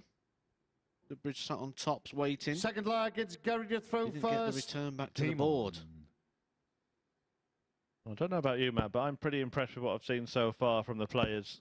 I think there was always going to be a danger that this week, with all due respect to those still in the 40s, that this week would have a feeling of a kind of seniors tour event, and that we might not get 39. the standard that we've become used to here at the Super Series with some of the players that have got aspirations for the future, but they're all producing at a very decent standard, and there are signs like that one, but they might well get better as the day goes on. When you've got something in the locker, you've got something to call on, something 140. positive vibes, talent. Never know when it's going to come out. As we just saw with Mason, was it 12 years since we've seen him play a game in front of cameras, and 60. at one point of that game was running at 113. I know it was early, but we're claiming it. Well, it happened, didn't it? The stats don't lie. And he ended with an average of more than 90. 42. Which is more than competitive at this standard.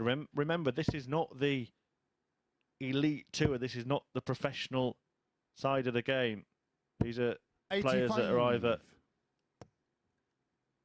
coming towards the end of their career, or players that have fallen off the tour, or players that are trying to make a name for themselves in the sport at the start of their journey. 140. You will see the odd game with massive averages, but an average of 90 usually is more than good enough to win a group. Absolutely. I normally say 91 is 60. Mark, you you'd be declare competitive for the week, not just the 140. group. You'd be likely to win the week. We're 91 weekly average. Robson is looking to double up here when he returns to lead Mark Dudbridge 100. by a couple of legs. Gary, you require 56. He was missing those big numbers in the last game. That's a nice line on the tops. 16. Just sort of hit the flight Mark, there. you require He's checking the 40. first dart. Was nodding Gary. Yeah, That that's game is- short than the second line. he levels it Mark up. Dudbridge. One leg apiece. Mark Dudbridge has the throw back. We've already had some fantastic Third leg, moments, it's haven't Mark we? to throw first. Game on. Today, the 158 from Wes Newton, the 160 from Mark Dudbridge, 180s for 5 of the players now. 100. Only Mark Dudbridge not recorded a 180 yet. He is on the hockey at the moment. 85. Big significant meeting between this pair in the past came in 2007, 15 years ago at the International Darts League. 140. Won by Dudbridge 7-6.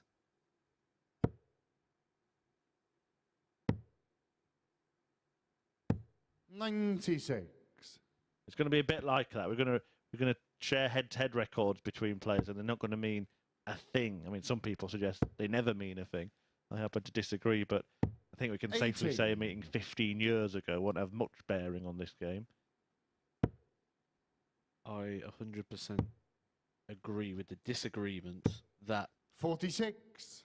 head-to-head does matter. Of course it matters. So if you've got a good record against somebody, and I was doing this last week when I was previewing the games at the Grand 45. Prix. Now, if you beat someone once out of 10, it's almost a dismissible factor. Yeah, you beat them once, but it's when games are like head-to-head stats of 6-4, things that 59. there's a little Mark, bit of an you advantage require one way, but 136. you beat them enough that is not an advantage in that sort of stat. But we saw one game last week where it's like 10-0 on the head-to-head stats, and that matters. When you know you've never beat them on any stage in the world, and you've got to try and beat them on a major TV ranking tournament, it's a very valid talking point. But well, you would imagine that when a draw comes out, as 180. Robson weighs in with his second Mark, you max, require 90. that if you get one of those players, there is a bit of a, oh, not again, a little bit of a sigh in that way, and you're already on the back foot. 65. Gary, you Dudbridge require may be on the back 35. foot again after missing that dart at Bull to take the lead.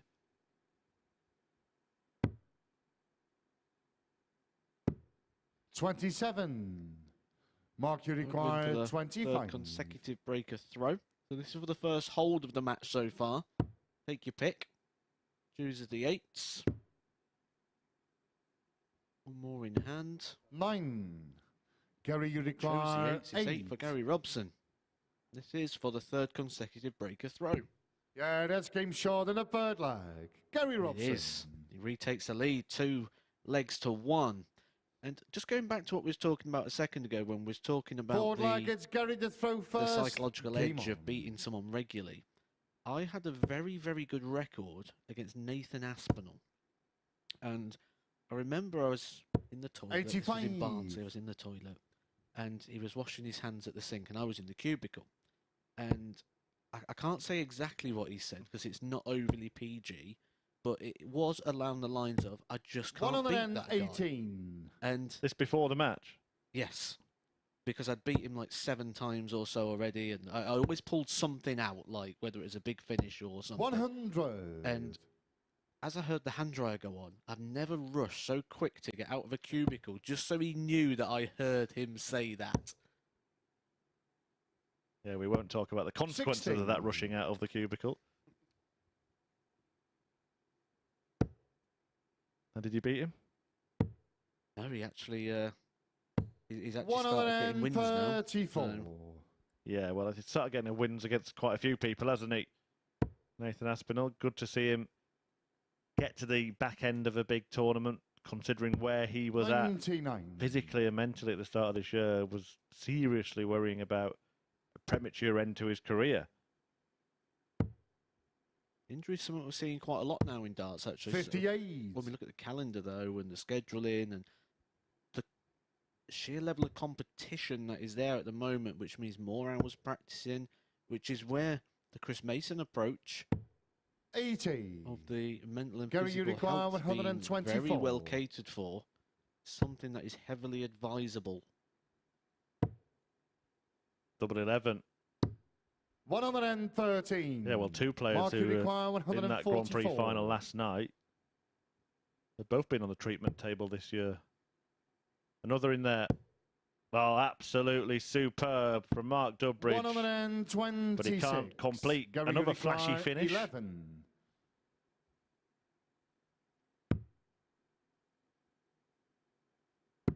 Yeah, that's game short in the fourth line. Never seen a player leave double four so much in a game, but it's working for Gary Robson. So what we're talking about the Grand Prix. If Dudbridge ends up facing the aforementioned Andy Jenkins later in the week, then we'll be able to relive that famous leg of darts that he played against Jenks when he couldn't get in. Jenks couldn't lose, but did lose.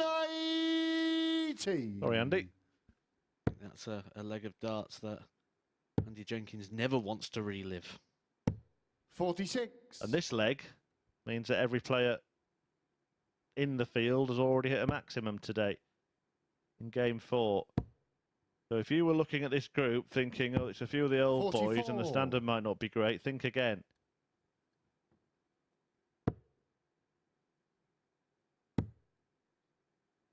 Well, Dudbridge has some 58. business away from the hockey now, doesn't he? He's got Bar 501. It was originally Cafe 501 in Bristol. Runs that with Steve Brown. Somewhere I've been myself. Quite a good night down there. There's always 97. some competition on or some darts to be played down there. Plenty of boards. Nice little setup.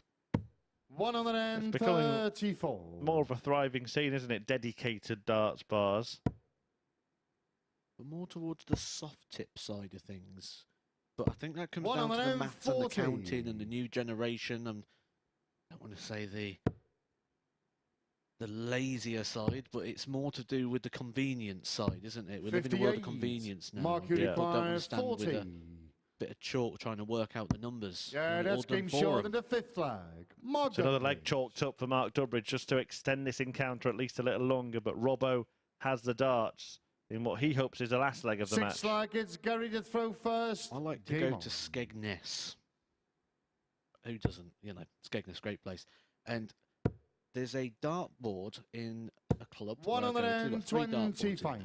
there. And over the road, literally just over the road from there's an arcade that has dartboards in, but you've got to pay £15 an hour, but it does all the numbers for you. I can go and get my 80. darts out and practice over the road in a steel tip bar, undisturbed. All the boards are empty. You go to your £15 an hour, and there's people queuing to get onto those dartboards in that. 58. They're remarkable. Could actually just say hire, I don't know, someone like Owen Binks, upcoming PDT referee. He'd do it for £15 an hour, wouldn't he? Call out the scores for you. Probably get some change, wouldn't you, for Owen Binks, £15 an hour? No, I meant he'd pay you £15 an hour. Probably bring you a packed lunch as well, wouldn't they? 125. Robson closing in here. And it's been a kind of quiet 135. maximum point start this for Gary Robson if he does get over the line, because Wes Newton would be feeding like he should have probably beaten him. 96. It hasn't been spectacular in this one either, but it's been effective. That's all you need, isn't it? Points on the board. It doesn't matter how you get them. Be happy to win with a 65 average or 100 average. It doesn't matter. 58. The only thing that Gary matters is the Unicorn, points. 97. Well, 2 players who have points on the board already. One of them might be about to double their tally. This man on tops. Game. Brilliant Shot, finish. And a match. A 97 checkout to seal the deal for Gary Robson. He finishes it on tops, and he will be on top of the early league table after taking maximum points from his first 2 matches. There you see, just shy of Mark Dudbridge's 87 average, but getting the 4 legs to Dudbridge's 2 and moving clear at the top of the table in its early stages. That was a match between 2 players who had won their first game. The next is a game between 2 who lost their opener, albeit in very different circumstances. John Walton against Chris Mason coming up in game 5.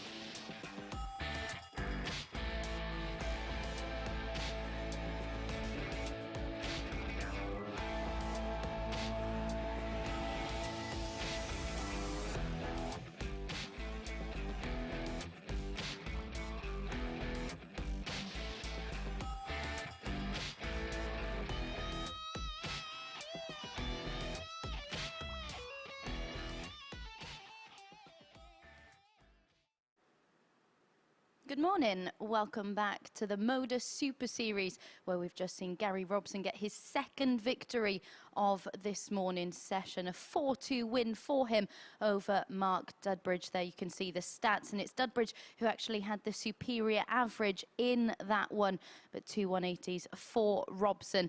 And well, the old boys have certainly still got it, haven't they? 4 out of 11 on the outer ring. It was a slight improvement from Robson on the outer ring in that one. We said he needed to finish better, having missed 13 darts at the outer ring in his opening match.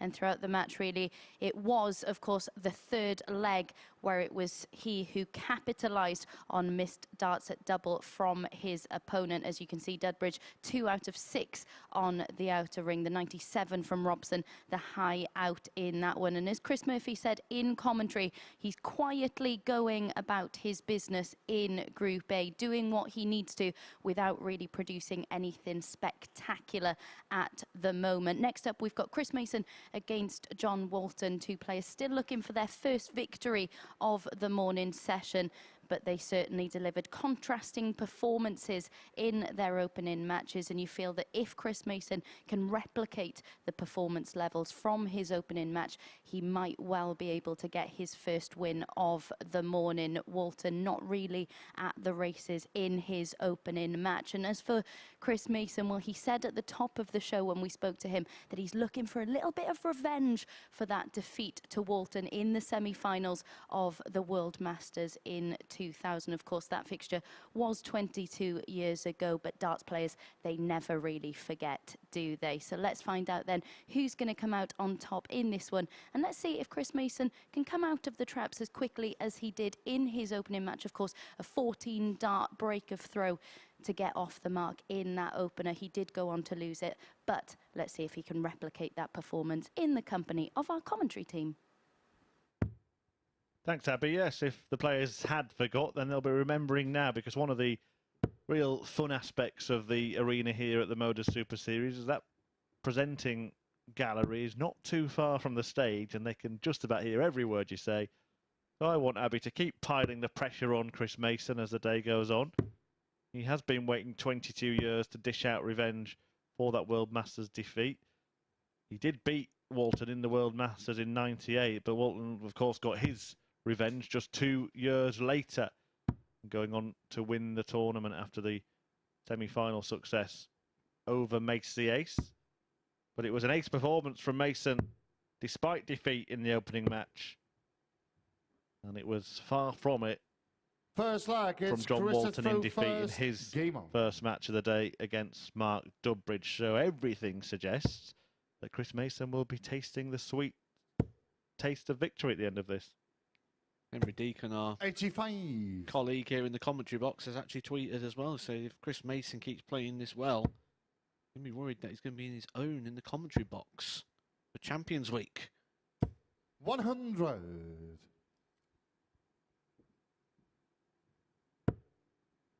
Yeah, nobody wants that.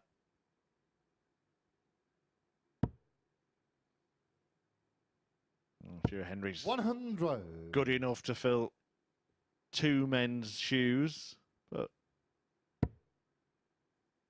we'll draft someone in, maybe. 41. Maybe even you yourself, or are you busy that week? Never too busy to sit and watch some darts. Well, I'll tell you what, he makes a point, because Mason produced an 81. average north of 90 in that opening match. He had a 180 and a 177. He led 2-0 and only lost because Tony O'Shea finally got in the swing of things.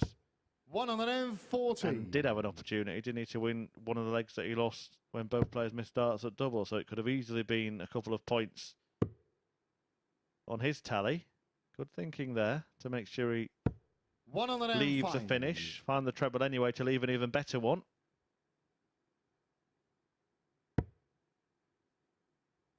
Already this is better from John Walton. 125. But there we did see that, 130. that shoulder in the throw that Matt was talking about earlier. Right then, how about it? How about this, Chris?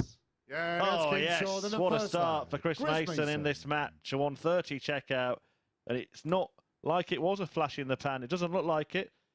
Once again, after the Second first leg leg, is John the throw Chris first. Mason averaging Game in on. 3 figures. Should we put it up again so we can say he did it twice? No, definitely not. 80. But we are reliably informed that Chris Mason actually has averaged in 3 figures more than anybody else in those World Seniors Tour events. 41. John Walton seems completely different rhythm in this one, doesn't he? That first dart, he takes a little bit more 17. time over. Certainly making sure of his grip.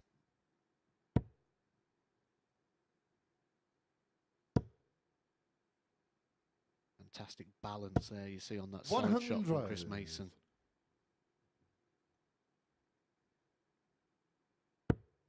You just see that lift in the shoulder.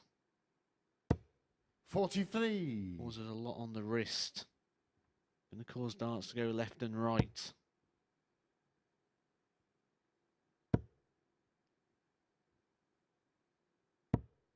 $55. So, like you've been involved in maybe even before the time that you launched your popular YouTube channel. You are allowed to give it a plug here. Baker TV, 100. a student of the game, a student of players' throws. Chris Mason, as a commentator himself, of course, has been that for many years. Does it change your approach to your own routine, your own action? 81. It should do, but you tend to find it doesn't. But it really should do. One of the things that is quite hard, though, is it's easier when you can sit and watch other people. And especially with my background 92. in coaching and teaching and education, that it makes it easier for me to understand how other people learn. I tend to just make the same mistakes over and over again. Even though I'd advise other people to do totally the opposite. John, still you require persist with- 116. I think I'm just too stubborn. Well, no mistake at all there from Chris Mason, but John Walton will get a go at double 18. 98. Doesn't get it, the Chris, you 180. require 44. Giving Mace the chance to double his lead and get himself in the very same position Yeah, that that's he, game that short he of the had in the second first leg. match. Well, that Chris was Mason. not the intended route, but it was a desired outcome.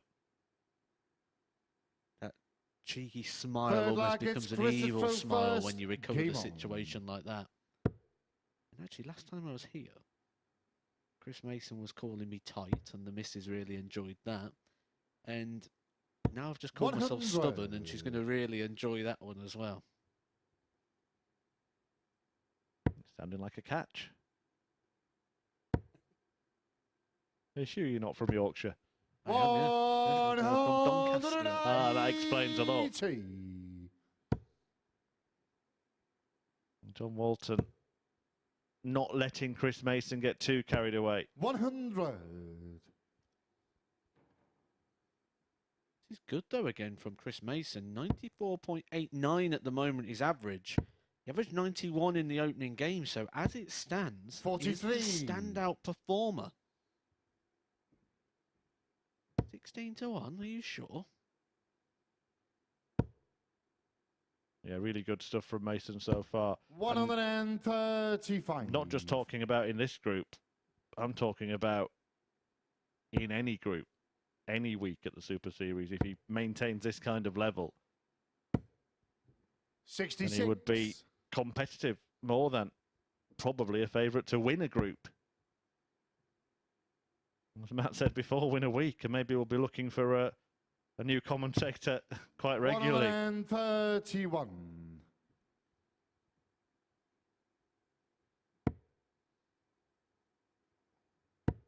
Will return for the 35. Nothing John Walton can do here from 212. Hit and hope. 55. Chris, you require 35. Hope is going to be the word. Mason's going to get 2 darts at this. He's only had 2 darts in the match so far and hit them both. 3. That's just hit John, the you barrel require and gone wide. 157. We'll be expecting to return with Walton back on 157. He's going to have to be perfect. Would have been 2 trebles to the double. Chris Mason is enjoying this 59. revenge mission here. 32. He's been waiting more than a couple of decades to Yeah, that's dish it King Saul out in to the John third Walton. leg. Chris Mason. And he might be smiling, looking him in the eyes, shaking his hand and saying good night, John boy, in around 3 or 4 minutes' time. Forward leg is John the I know it's throw early. first. Game on. And the points are going to go different directions throughout the day. They're all going to beat each other. I think that's one thing we can safely say. No one's going to run away with this group. But with that in mind, 80. that means that leg difference is going to come into play. And when we look at the results so far, 4-2, 4-3, 4-2, 4-2, there's not really been a big result in there. And if you can get a 4-0 or back it up 60. with a 4-1 nice and early, you're going to strengthen that point tally. It's going to be like a bonus point, isn't it? Yeah, absolutely. And we do see it come into play time and time again here at the Super 100. Series. One of the rare round-robin formats that exists in darts at the moment. Of course, the only other regular one seen on TV is at the Grand Slam. 140. Short group format,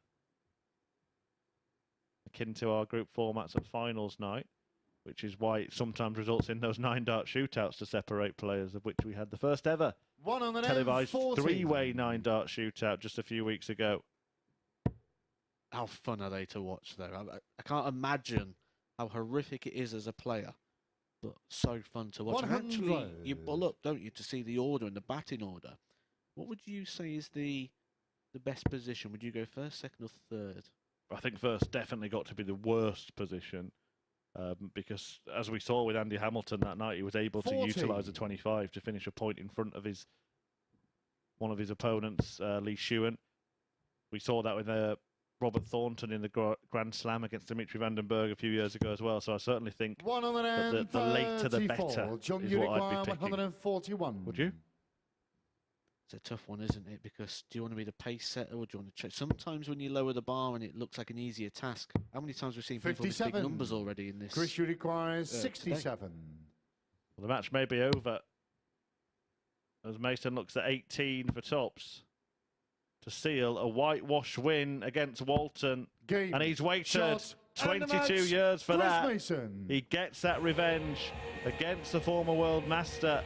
A 95.43 average for Chris Mason, the highest we've seen today. He started off well and he is carrying on. He looks settled, he looks good, and he's in good shape after picking up his first 2 points of the day in emphatic style as well. What a win against Walton for Chris Mason. A real ace performance from Mace, who will be back in a few games' time to face Mark Dudbridge. But before that, it will be Wes Newton against Tony O'Shea.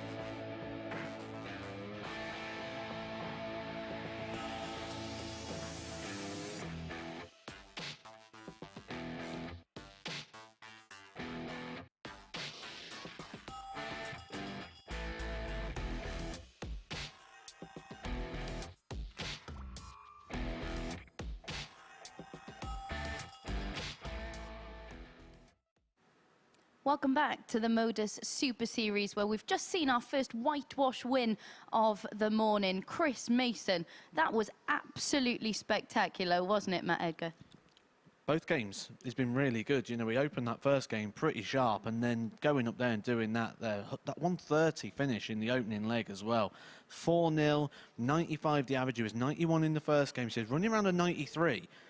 We was here a few weeks ago talking about Lucas Venig, about how he was flying through this group with those sort of stats. Chris Mason could compete with any group with these stats, never mind this one.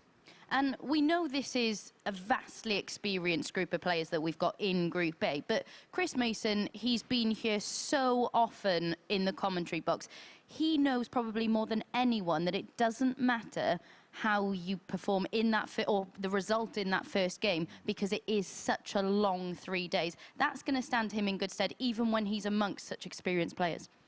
Oh, definitely. And like you say, he's played his chances down, but he knows this better than anybody. We're not letting him get away with that. We're not letting him play his chances down. We're going to big up the chances that he's got, because he's put the time in and he's getting the rewards. And you said at the top of the show that it was probably him and Tony O'Shea who were the two favourites. Would you still stand by that? Because Tony looked impressive in that opener as well. Absolutely. We're talking about how great Chris Mason's playing, but Tony resisted that and got the result. It was a slower start for Tony, which, like I said, we expect to see that from Tony because of the action and how it is and the different directions of the point and everything that's going on. And then as the game goes on, he warms into that, and he really did warm to task. That leg with the 3-140s just opened the gap, and then he just kicked on with that. So Mason's done well, but Tony resisted that, and he's rightly the favourite. And Wes Newton up next, who disappointing really to lose that one in a last leg decider in his opening match of the morning. But he's not going to be fazed by that, is he? You got to look for clues, and there was enough clues in there for him. That 158 finish in the opening leg. So there's signs in there that he can pull it out. He's just got to put it together for 4 legs, and yeah, he definitely could win this game. And of course, they faced each other just 2 years ago. These are two of the players who actually have a bit of recent history. But you feel that in this format, are you really thinking about that meeting at all? Because there were 10 points difference in the averages when they met 2 years ago. Are you really thinking about that here? The only thing you think about at this point is making sure you're in contention after day one. Because after day one, we'll start to scrub people out as being in contention to win this group. And you don't want to be in that category of people that we're going to put the marker pen through. Absolutely. Maybe they are thinking about it a little bit more because I'm speaking about it. They can probably hear me. So let's get into the action. Murphy, over to you. Thanks, Abby. Yes, and I think Matt is spot on, and that disappearance from contention could apply to Wes Newton pretty quickly if Tony O'Shea gets the better of him here. Of course, it would be too early to rule anybody and anything out, but Wes Newton, having lost his first match from a winning position against Gary Robson, he's up against it, against the favourite to top the group, although people might be changing their minds about that, having seen what Chris Mason has been doing, although O'Shea did get the better, of course, of Mason in his opening match. The Silverback looking to go back-to-back with victories at the Super Series in Group A, whereas Newton hoping to avoid a second successive defeat and being in danger of being one of those players that myself and Matt Edgar are crossing off our list at the end of First today's leg action. is West's throw first. Game on. I tend to like to do things in different coloured pens. When we get to that point where we start to say this player's not involved no more, I like to use a marker pen. 140. No one's had to deal with that yet. I also like to write important things down in red. And I think it's getting to that point soon where we're going to have to start getting the red pen out because performances are starting to 60. take note. Form lines are starting to show. Chris Mason is certainly starring this show at the moment. 140. Just peering over at Matt's notes right now. A few things in red there. Milk, loo roll. What's that all about? It's actually interesting just 59. coming through the players' practice room as well. That today's a day that you'd like to sit in there. The stories that are going to be shared and the conversations. 23. I don't always think these are darts or sensible related conversations. The one I've just walked through and overheard there was Gary Robson talking about how much he's had to buy new clothes because he's lost a bit of timber and he's had to spend out quite a bit on clothes, and that's just typical of someone from the north there, isn't it, where you lose all that weight and you find the 44. negative that I've got to spend money on clothes now. Yeah, it is a downside, but one I know nothing about.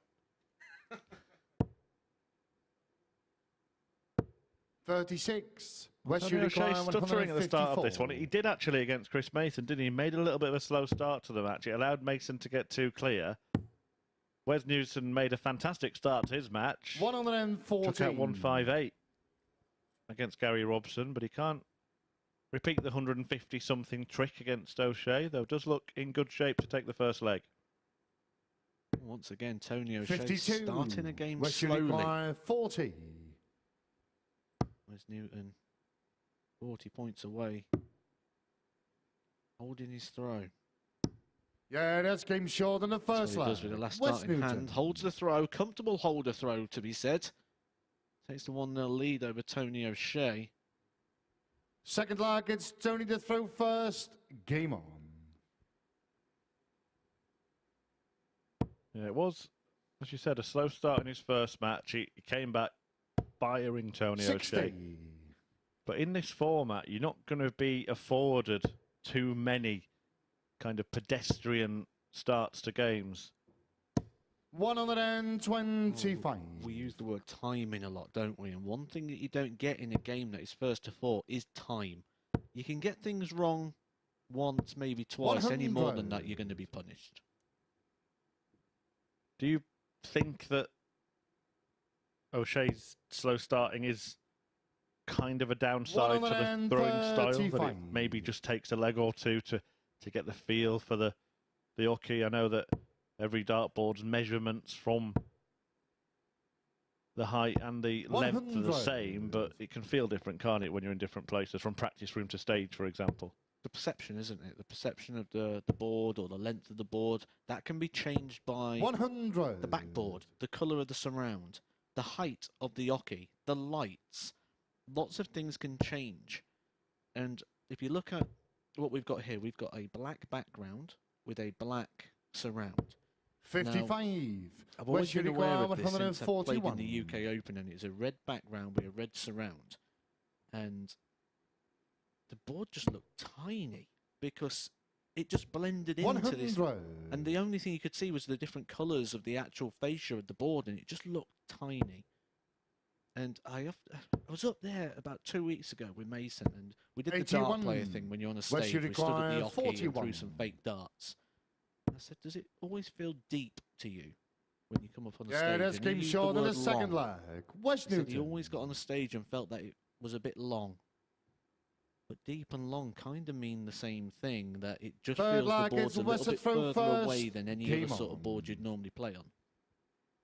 Well, this particular game might not be going deep or long because Wes Newton has just reeled off a 14 darter there. And he's averaging 23 points more than Tony O'Shea. In fact, 24.5 now after that opening ton. But it took O'Shea 2 legs to get going against Chris Mason, as we mentioned, and the early signs in leg 3 here are much better for the Silverback. His first 2-treble turn of the match. This is what we expect to be the theme and the story of Group A. So, Wes Newton, averaged 75 in defeat to Gary Robson. He's now averaging in the mid-90s. Tony O'Shea had a great game with Chris Mason, winning that in the 90s. He's now running at the low 70s. Inconsistency, highs and lows. This is going to be a roller coaster of a group rather than a smooth sail. And if anybody can manage to be consistent over a day, maybe a couple of days, then you would expect them to be right at the peak of the pile. So far, Chris Mason has posted 2 averages in the 90s. 100. Although one of them was a defeat to Tony O'Shea, who he wishes had played at this level for the entire match against him. 99. 2 more northern stars of the sport on the hockey. Wes Newton from Fleetwood. Same place as Jordan Brooks, who was in action last week, and Lee Shewan, of course, who was involved 59. In that 9-dart shootout West that we mentioned. 167. Tony O'Shea from a real hotbed, isn't he? We spoke about hotbeds before. Stockport kind of always has been Nathan Aspinall, the latest star from that part of the world. 125. Tony, you require 160. Was Stuart Kellett that way as well? Certainly from Cheshire. 85. West, you require 42. 42 the target. 10 and double 16. Just in the 10. Having to adjust here. 10. Well, do you know what? I don't think Tony O'Shea fancied him having seen that dart because he was very eager to look at his score there.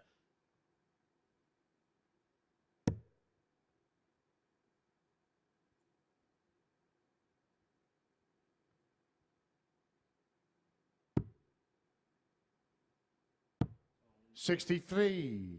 Long way West, off you of both of require those. 32. See it on his face. Yeah, something that's about getting him has short just in the looked a little bit third unsettled line. during Wes this Newton. match, and I'm not sure what it is because he looked pretty comfortable once he got into the swing of things against Chris Mason. But a couple of times, he's almost looked down Four to check targets, Tony to throw that the hockey's first. actually Game there. on. I'm not sure what it is. He's trying to make sure he's in the perfect position to throw his darts.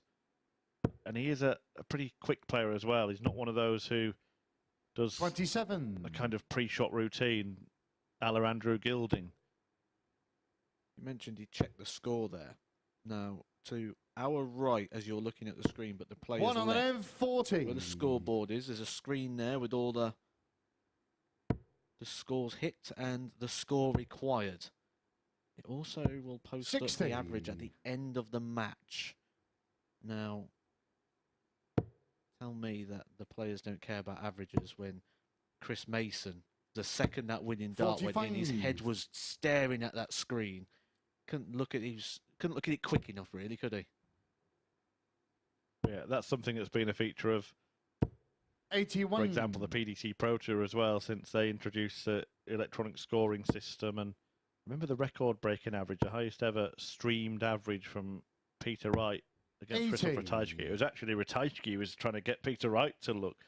He must have known that it was something special. For Peter, it was all in a day's work. And that's what you sort of feel there from Mason 95. last game. He knew he played well. And he wanted that confirmation of just how well it came across in terms of the numbers. We see Michael van Gerwen, don't we? The first place he looks is that little tablet to the side to see what it was. 80. And Wes Newton somewhere near that screen retrieving that dart. Look, he knows not to step in front of the camera as well. There's a man who's been on TV stages before. Remember the opening night of this? 125. West, you require 156. Burton who dropped a Yeah, he was. dart in the smoke machine. Yeah, he played last week and got it back. 116. Well, 113 to stay in it for Tony O'Shea.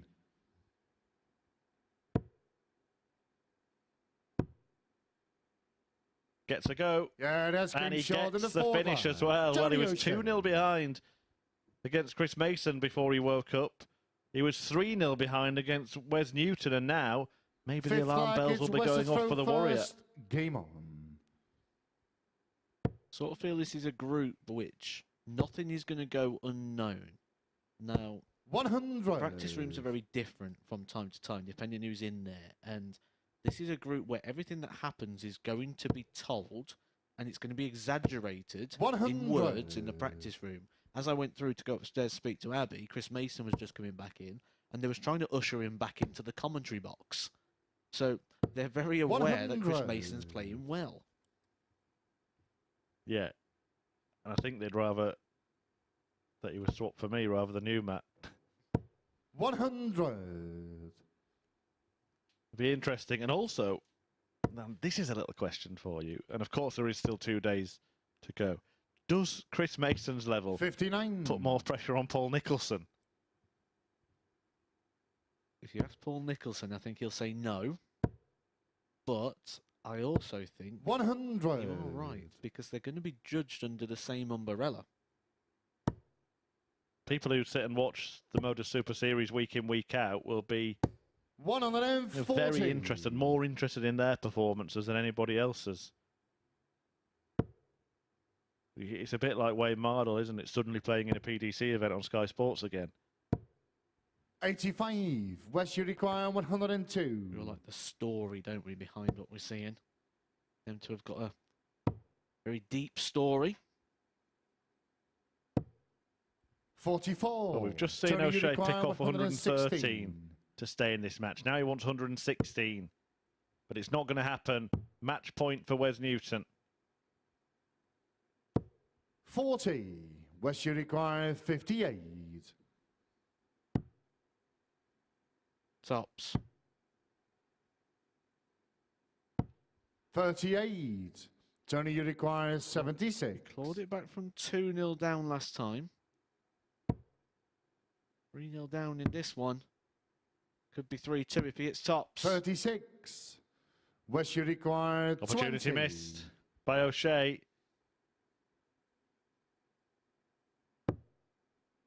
Double 5. Served him well in leg Game, 1. Shot. And it serves and him the well match, to get the Wes match won. Newton. And applause from Tony O'Shea. Good respect between the pair on the hockey. But Newton, good value for that victory. Hit a third of his double attempts. Averaged 86, just shy of that. In fact, Tony O'Shea almost 10 points worse off than Wes Newton in the average. Not able to live up to the level that he produced against Chris Mason to win his first match. And that means that things are pretty bunched up in Group A. 2 points on the board for both Newton and O'Shea after a defeat and a win for each of them. And it is the same scenario for Mark Dudbridge and Chris Mason, who meet next.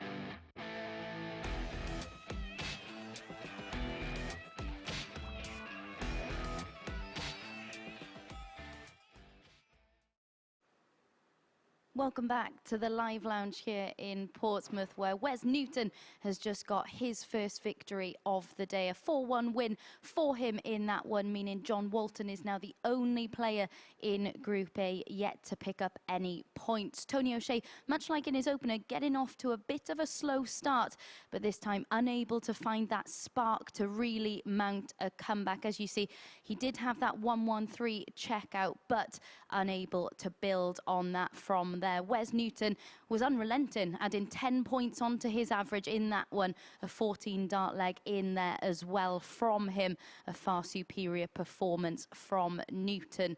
4 out of 12 on the outer ring, though that is certainly something he will need to address. But 4 visits of 140 plus in that one. As you can see, 41 was his highest checkout in that match. So then, as I mentioned, John Walton is the only player left now in Group A yet to claim a victory. Next up, we have 2 players looking to get onto 4 points for their second victory in Dudbridge, and Chris Mason. We've spoken a lot, haven't we, already this morning about Chris Mason and how he switched the commentary box for the Oki once more, but he's probably been the most consistent performer in his opening 2 matches. Some really, really strong performances from him so far. Both of them, of course, treating us to high checkouts already this morning. A 160 from Dudbridge in his opening match of the day, and a 130 from Chris Mason in his victory, a whitewash victory in his last match. So then, who's going to come out on top in this one, lads? Murph, I'm going to start with you. Who's coming out on top? Well, it's a tough question, Abby, and one that I can only answer based on what I've seen so far. And what I've seen so far is excellent darts from Chris Mason and decent darts from Mark Dudbridge. So therefore, to give you a precise answer, Chris Mason 4, Mark Dudbridge 3. Matt? I was going to go 2. And purely on the fact of, I think the difference between the 2 players so far in performance is consistency. Chris Mason has been consistent and consistently good. Mark Dudbridge has wavered a little bit at times, and we've not seen that yet from Mason in 2 games. First There's been no leg, evidence it's of Mark to that. throw first. Game on. And that has had a reaction as well in terms of the odds. The start of the day, Mark Dudbridge was 1 to 2 favourite. Now 5 to 6 60. apiece. Take your pick. Says either the bookies have got worried or people have started to back Chris Mason. 93. Yeah, the only reason I went 4-3 is because Dudbridge has a throw. Thought I'd play it a little bit safe with that. But both players have shown signs of being competitive at the 60. top end of the group. Dudbridge winning the opening match of the morning 4-2 against John Walton. Mason was actually beaten by Tony O'Shea in his opener, but produced an average of more than 90, and then it was 95 and change in his whitewash win against Walton. And he's showing no signs of a decline, is he? Well, the reason I went 4-2 is because with that breaker throw, that would just suggest an early breaker throw, where 4-3 would probably suggest more of a later break. Yeah. And it looks like you're going to be right. In fact, it might be that we're both wrong and he wins 4-0 at this rate. But at least we both said he'd win. And that's not something he was saying much over the course of the last few weeks since he knew that he'd be playing this week. So to Abby, we're not going to let him get away with that. He can play his chances down and say he's not going to win, but when you put the amount of work in that he is doing, he's throwing 11, 12 will do. 74. Mark, you require 151. No guarantee that he'll even win the leg. Dudbridge looking at 151. It won't go. Good attempt, but Mason on an awkward double. Does he think about splitting here? 6 and 10 segment or straight for it? 14. Yeah, that's game short in the For it first is leg. the answer. Chris Mason. I'd do that as well. I think it's the right choice. I think when you look at those sort of shots, when you split it, yes, you're going for a more preferable Second double. leg, it's But you're Chris going to to get throw 2 first. darts at the double. Game on.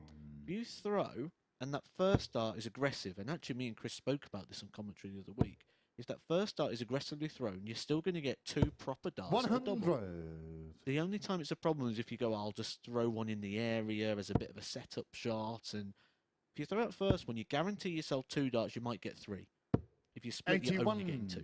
I think actually to even enhance that point a little further, one of the underutilised plays is actually splitting with the second dart. If you have thrown a dart like 7-7 and happen to block it, 125. because players now think, oh, I'm going to get 3 darts at double, they'll persevere, when actually splitting with the second dart might be a good option. You're still getting 2 darts out of the 3. 2 darts at clear targets. 139.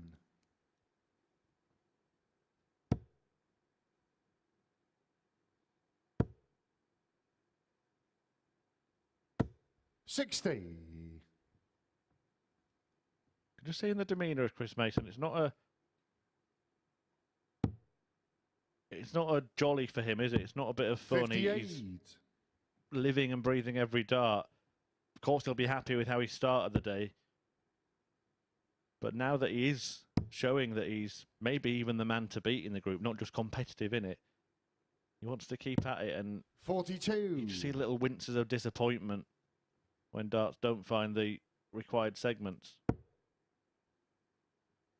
So it makes you think, doesn't it? We are coming into the back end of this 55. year. February is going to come around pretty quick. That is when the Seniors World Championship is on. And with the numbers we're seeing from Chris Mason at the moment, he could actually lift the title. Well, it's interesting. He's opted for the 55. qualification route, hasn't he? He said that he'd decline an invite, but playing in events like this and playing well in them, the organisers will be keeping an eye on what players do, and maybe 60. another invite might Chris require be on its way. 119. Well, I'd say another invite. Don't know if he got an invite in the first place because he'd already said he'd decline it, but I wonder if he might change his mind on that. Bullseye here for 2-0. 94. Mark, you So that require prize fund's gone up 108. to £40,000 now to the winner, so it's not something you're going to decline too lightly. Oh, great dart. 88. Nice Chris, one you come back this require time. 25. Trying to mop up 25. 5 for double 4. 21. Mark, you require 20. Didn't get the 2 darts at double that he should have. And that means Mark Dudbridge gets 3 at 10s. Yeah, that's game short in the Always second going to be leg. with that first Mark dart, wasn't it? Dudbridge. Nicely sat on the wire, and Mark has these quite thicker barrels. Very borderline bomber Third barrels. leg is Mark to throw Which means first. when you get one on the Game wire like that, it almost just builds a wall. Just makes the target bigger. Very small shake of the head there from Chris Mason in the background. He knows that he should be 2-0 up in this 60. match. The stats will say that he missed a couple of darts at double in that last leg. One of them being at the bull, but he should have had at least one more after missing the big 140. number. This is something we're seeing today from Chris Mason that we didn't see towards the back end of his career. When the negativity started, he was not able to recover from that. And that just shows the work that he has put in, both mentally and physically, and the changes he's made in his life to make it much more positive, and he's able to deal with negativity now. 134. Yeah, of course, we've got more insight into the background and current circumstances of Chris Mason than the other players, just because we spend so much more time with him. But 78. certainly very happy in life, his personal life, and that all helps, doesn't it? To go up on a stage when it's kind of a lonely place, all eyes on you. 134.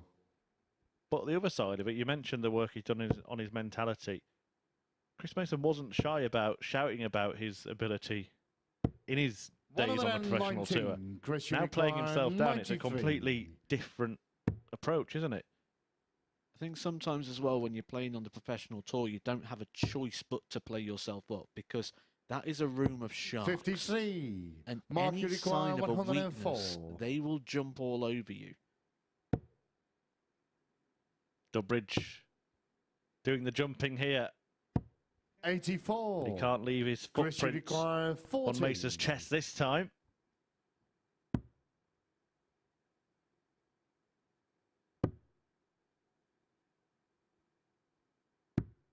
You more missed doubles from Mark, you Mason. require 20. See the frustration there. This was a good leg.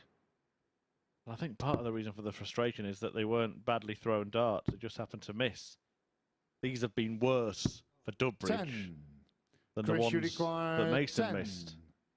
And he does come back to try and put it right. Yeah, that's Third game short breaker in the throw in third this leg. match. Chris Mason. Chris Mason regains the lead in it. It was a good leg. 140, 134, Forward 134 leg, in it's the Chris's scoring throw phase. Goes out first. in Game 16 on. darts in the end. Re-breaks the throw. All legs gone against the throw so far. So that advantage of throw that we spoke about at the very start 60. apparently means nothing. Well, both of us picked the player throwing second, didn't we, to win the game?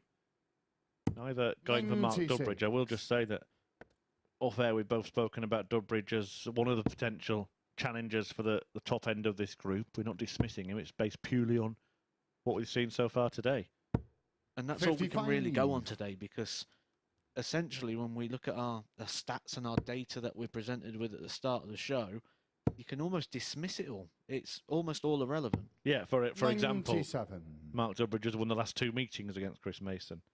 They were in 2008 and 2009.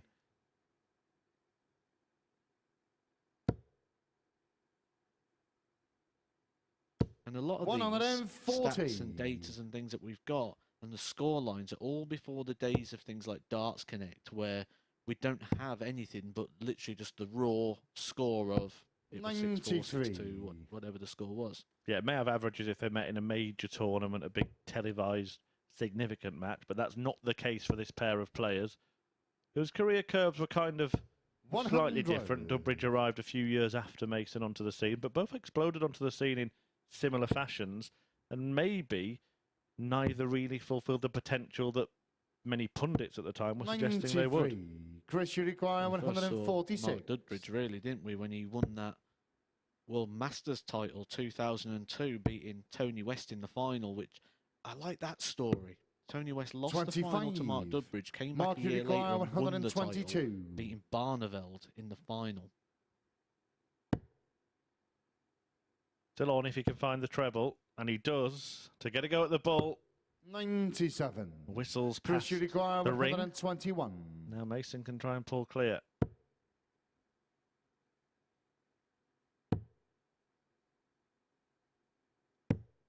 Mark Dudbridge has had 9 darts in double at this game so far and only hit 1. He's got 2 in his hand here. With those stats, Mason might be fancying a return to the 17. board. He will get a Chris, return to the board. 36. It's 36 points. It's double 18. Over to the 9s. 18. That is a long way off. Mark, you require 8. Yeah, both players have now missed 10 darts at double each. Yeah, that's game shot in the Dudbridge fourth gets line. it right, puts Mark it right, Dudbridge. gets the game back on throw, but the game has been one which has seen every throw broken. Fifth flag gets marked as throw first. Like that. Game on. Dudbridge came back. Mason was head down trying to recompose himself there, and Dudbridge walked back and was looking straight at him, trying to get a bit of a read here. 97. You see those averages there. They don't really tell the story of the performance from the players in this game because they have missed those 20 darts at double between them. 60. We have seen Chris Mason hit 9 scores of more than 100 in this match, including 3 140s and a 180. I think that is 48. the story of the game, really, isn't it, so far? One player could have ran away with this, like Chris did in his last game. He won 4-0 against John Walton. But I suppose he's got the legs on the board now. Now he needs some points. So he won't mind how this happens. 45. We are approaching the halfway stage of the day. It's been a marvellous morning's viewing from where I'm staying. I hope you're enjoying it just as much. It's flown by so far. 45.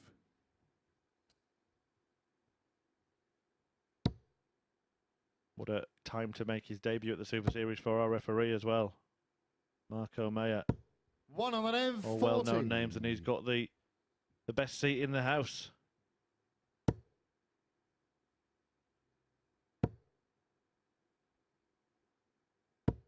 $135. I often think we're a referee. You need to have some good calf muscles, don't you? You're sort of stood in that position for a long period of time. You can't move or sway because you're obviously in the player's eye line.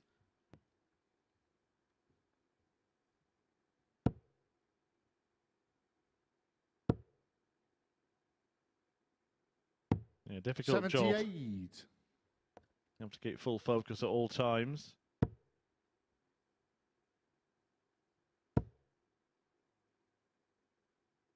The thing that could split these two players was the consistency of Mason. They both lost that, so it's going to have to come down to a different C word, which will be class.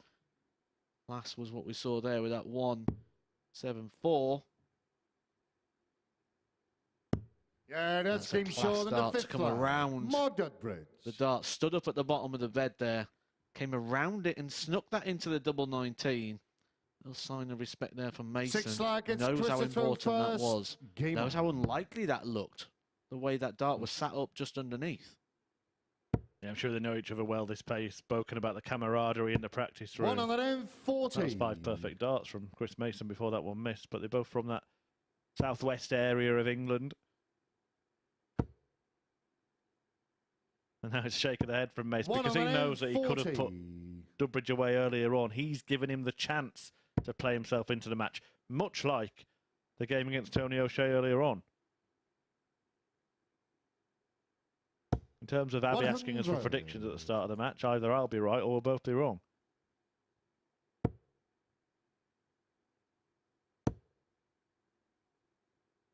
And maybe it's looking like the latter. 180.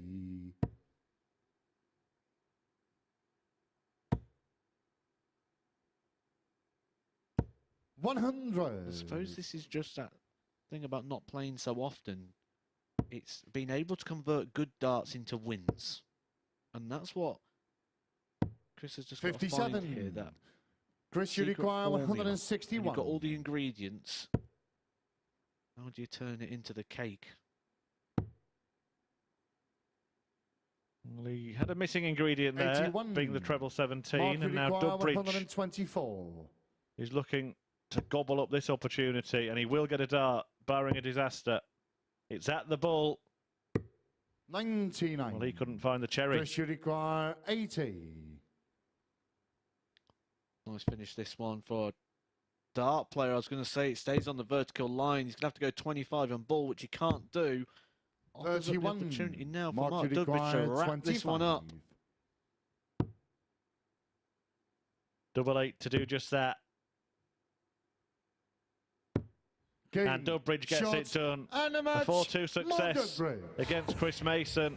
It's a second win of the day for Dudbridge, having won by that margin in his first match against John Walton. Lost to Gary Robson by the same scoreline, but it is another win for Dudbridge. Mason might be kicking himself a little bit in the early part of that match. He really could have pulled away from Dudbridge, missed opportunities to get to 3 legs, and Dudbridge got to 4 in the end. Coming up next, it is the aforementioned Gary Robson, who has won both of his matches so far today. He takes on his good friend Tony O'Shea after this.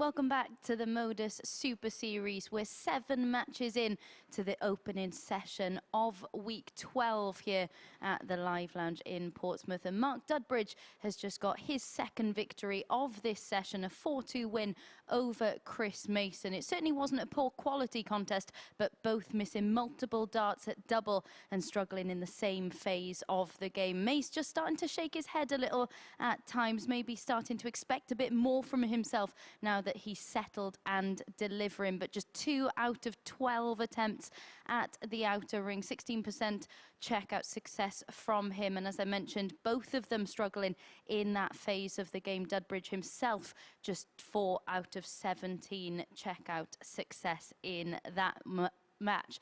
Maybe as well for Chris Mason, as I mentioned, now that he's settled, now that he's starting to perform, he's just applying a little bit more pressure on himself. And as Murph mentioned in commentary, he might be kicking himself slightly, having had multiple opportunities early on in that one to race away and put that match to bed. But he'll be returning shortly to certainly return to winning ways. Next up, we've got Robson against O'Shea. 2 pals off the oche and 2 players who certainly know a lot about each other's games on it.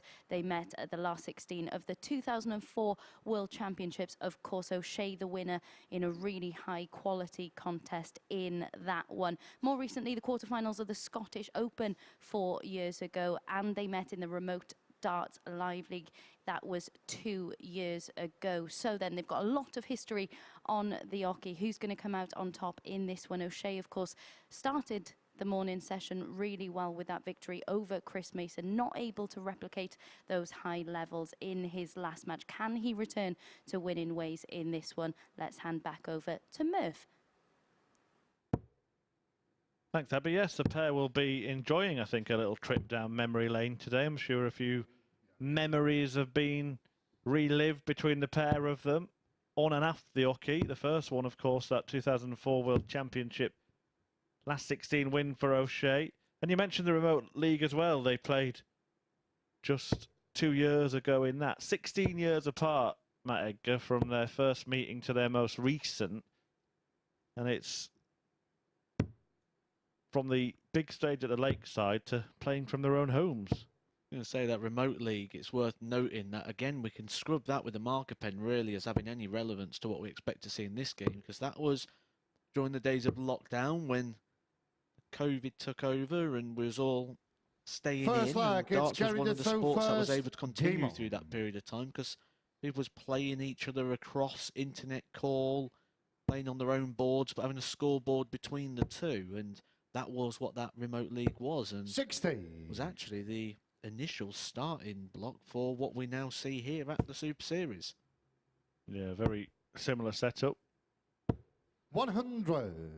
And they were playing from home. And actually, when they first started playing what we called the Live League back then in Southampton, the players still shouted out their own scores at first because there were still strict rules about 60. how many people you could have in a small space and social distancing and everything like that. They did meet a couple of times in the Southampton venue as well, this pair. Tony O'Shea 100. getting the better of Robson on both occasions. In fact, interesting to look at Tony O'Shea's head-to-head most recently against the opponents. He's won all of the 45. matches. He's played Gary Robson twice, John Walton twice, and Mark Dudbridge twice in this event when it was in Southampton. And he's won both meetings against 59. all 3 players.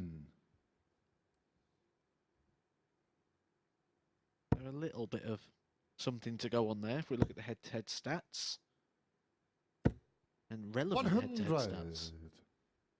Relevant for today, perhaps, that performance that he managed to produce against Chris Mason in coming back from 2 behind to win 83. with a high average. But then we did see what you said we would see, inconsistency in the next display, losing 4-1 to Wes Newton. For the second time today, Tony O'Shea 45. hasn't thought about the numbers. He switched to the 19 earlier to leave the 165. And he stayed on the 20s to leave the 159. That is a non-finish. 95. This goes to show that 61 years of age. He's been playing darts for 65 of them. Hasn't 24. helped him out on the math side of things. Tony, you require Can't 64. teach an old dog new tricks, you might say. And he might say that it was an 83 that left him there, but the treble one was a second dart, so it was rescuable. Double top. Yeah, that's game short than the first. Hasn't harmed him, Tony but O'Shea. that's largely because Gary Robson has been a mere passenger in that opening leg. Second leg, it's Tony to throw first. Game on. So you can't teach an old dog new tricks, but he's been learning some new tricks. Gary Robson, been out looking after 100. himself, dropping some timber. I was hearing as I came through, was complaining that it's cost him a bit of money to buy some new clothes because it was a bit big for him. 60. Should have gone down the sponsorship route, shouldn't he? 60. I normally have the exact same problem. I need to buy larger clothes all the time. 50.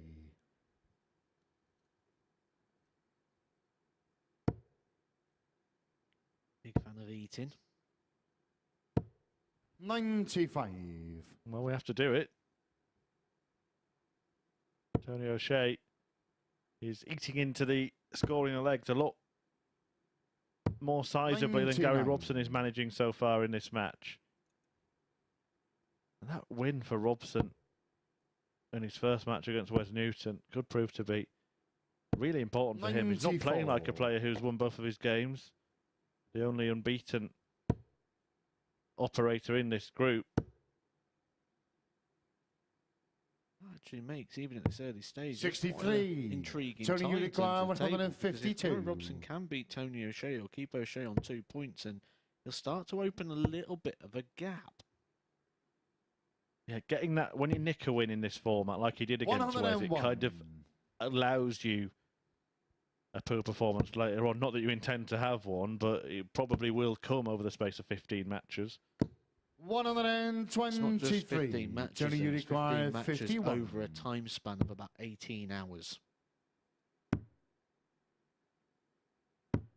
43. Humans aren't built Gary Uniclar, to be concentrated 106. for that period of time. Sorry, what did you say?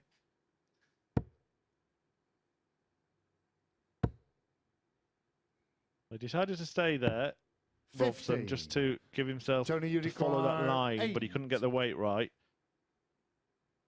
Now he has to wait and see if O'Shea can give him another chance. Yeah, that's game short in the second leg. But Tony O'Shea. he'll have to fight back. Antonio Shea, for the first time today, has won the first, well, won the first leg of a match and then won the first 2 legs of a Gary to match. throw first. Game on.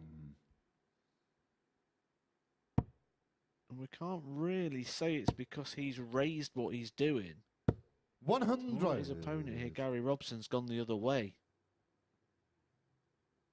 Gary Robson's 77 average in his victory over Wes Newton. Followed that up with a mid-80s, 85 against Mark 59. Dudbridge, 2 180s. 85 to 90s where I've predicted you need to be if you want to be winning this group. Currently in the 60s. 22. Do you know where I predict you need to be to win this group? Top of the table. Correct.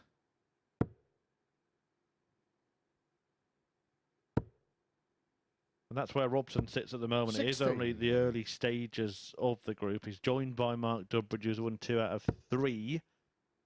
And Wes Newton will be looking to do the same. 60. You might be getting your marker pen out to strike through the name of John Walton, if that's the case.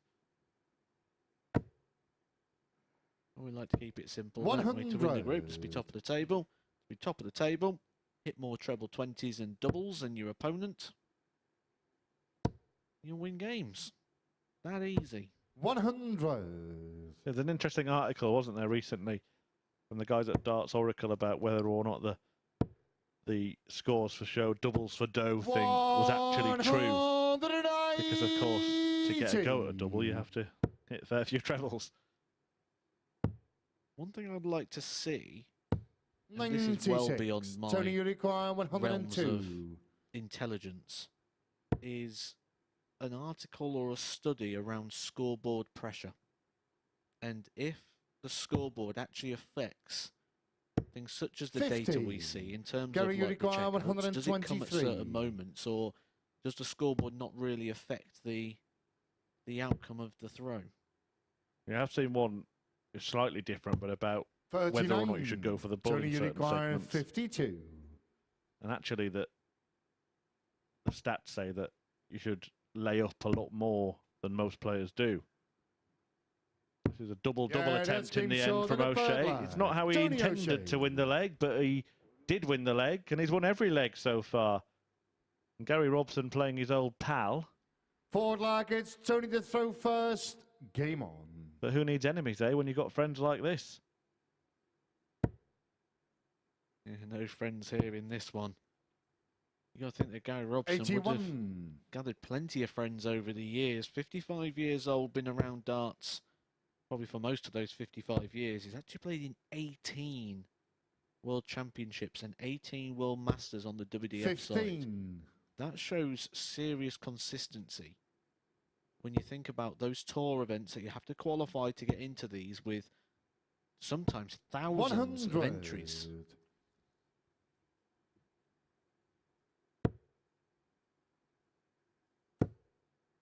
It hasn't gone for him in this match at all. 70.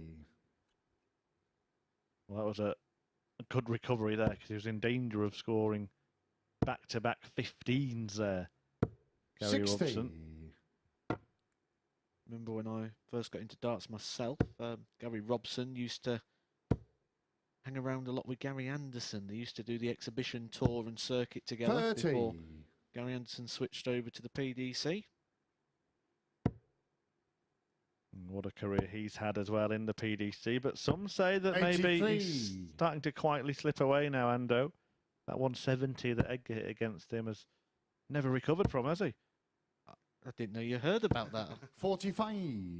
Just sort of get in there before you did.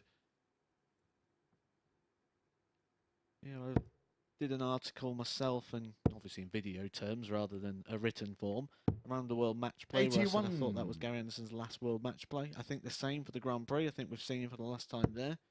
We'll see him a few more times. I think we'll see him maybe 2 more World Championships. But I think 96. the time is to Tony, enjoy you Gary require Anderson. 96. I don't think we've got too long left. Well, our door is always open at the MODUS Super Series. Not sure he's the kind of Game, player that would go down shots, that route. and a But match. that route Tony for Tony O'Shea. O'Shea is the way to a 4-0 victory against Gary Robson. A 96 checkout to seal the deal for the Silverback, who averaged 20 points more than his opponent in that, who did not get a single 140 or a single dart at double in the entire match. No 140s for O'Shea either, but a 180 in there, hitting half of his double attempts, and that 96 to seal the deal that sees him go level on points with Dudbridge and Robson, but top of the table on leg difference. Coming next, John Walton looking for his first win, and Wes Newton looking to join the 3 players on 4 points.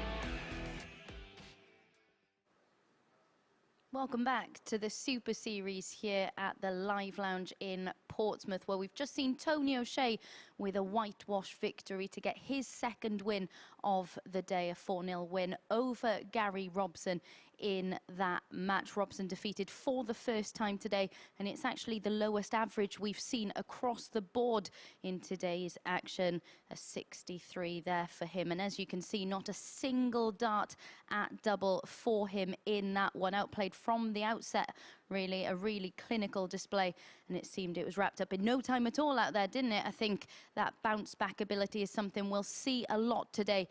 An 83.5 average there from O'Shea. As I was saying, I think the ability for players to bounce back and respond to poor performances and a lack of clinical edge on the outer ring is something we'll see a lot today, just because of the vast experience we've got in today's field. Very experienced. They're not going to let defeats get in the way of responding strongly. Next up then, we've got someone who certainly needs to respond strongly. John Walton, the only player left yet to pick up a point in Group A so far this morning. He's up against Wes Newton. Very little separated these two when they played in the Remote Darts League 2 years ago. A 6-all draw and very little in the averages either. Walton, as I mentioned, the only player yet to pick up a point. He hasn't been at his clinical best in this one against Newton, who was unrelenting, wasn't he, in that 4-1 victory over Tony O'Shea in his last match. Can he pick up from where he left off in that one?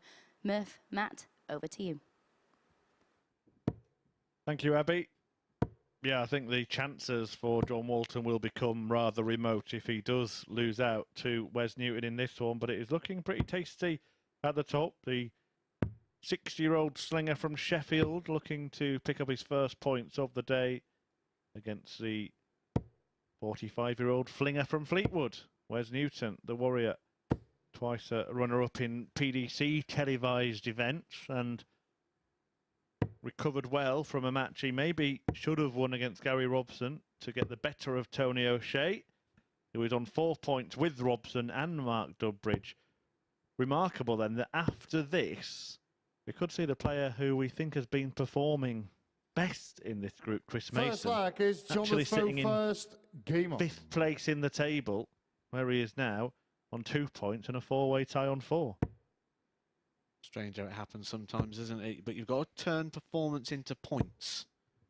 45. We saw interesting there, John Walton from Sheffield. We was just having a chat before we came on, and you were saying you were a Sheffield Wednesday fan.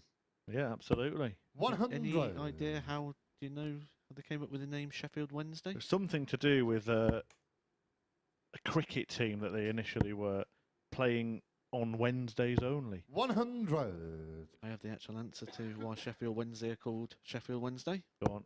Because they're from Sheffield. Good work. 83. I'm not sure which side of the city John Walton cheers for, if at all. 24. Most people in Sheffield do have one side or the other. Well, judging by his shirt, he either doesn't care 100. or is the Wednesday side, because I can't imagine anyone from the red side having any blue on the dart shirt. Yeah, but it's almost a, dare I say it, it's almost a Leeds look, isn't it? I thought Leeds, shirt. Yeah. 41. Has been known to get himself down to Fleetwood from time to time. Blackpool was a bit of a local event for him, wasn't it, when he played at the match play? Actually hit a 9-dart finish there as well. 100. That one very well, actually, with Justin Pipe.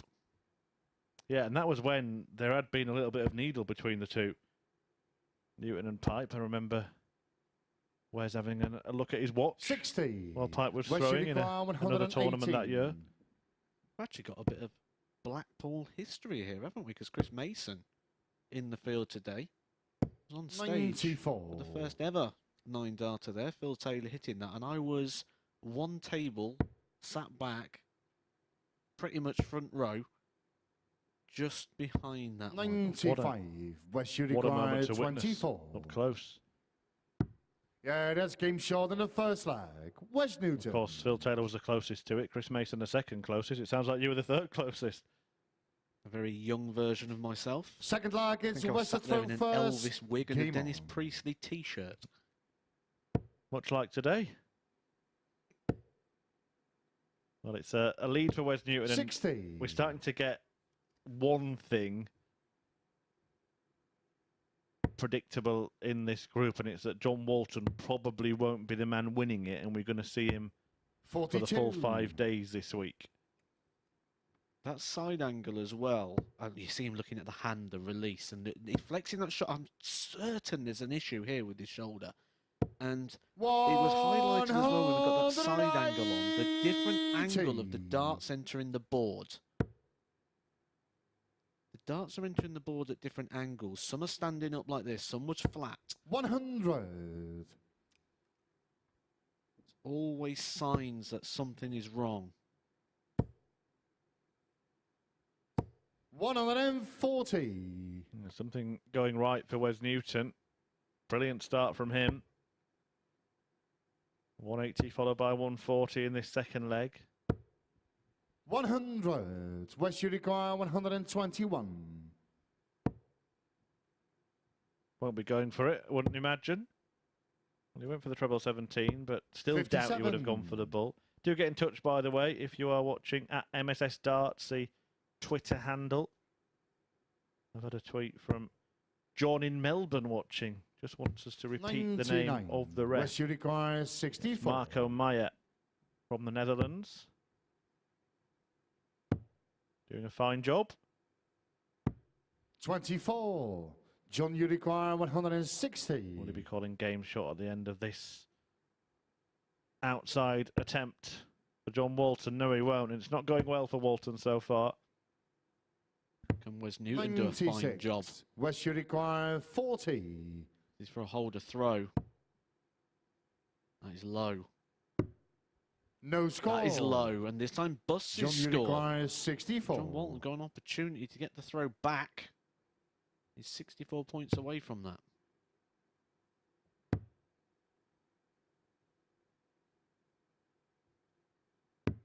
$32. Look at the angle West of you entry on those require darts. One was 40. down, one, it's like a Taylor through one. One was through by Dowell Gurney. The other one was just aggressively upright. Yeah, the two in the double 16. Yeah, in the that's single game short in the 16 could have second been leg. thrown by Taylor Wes and Gurney. Newton. The one at the double could have been thrown by Matt Edgar because it missed. But it's 2-0 Newton.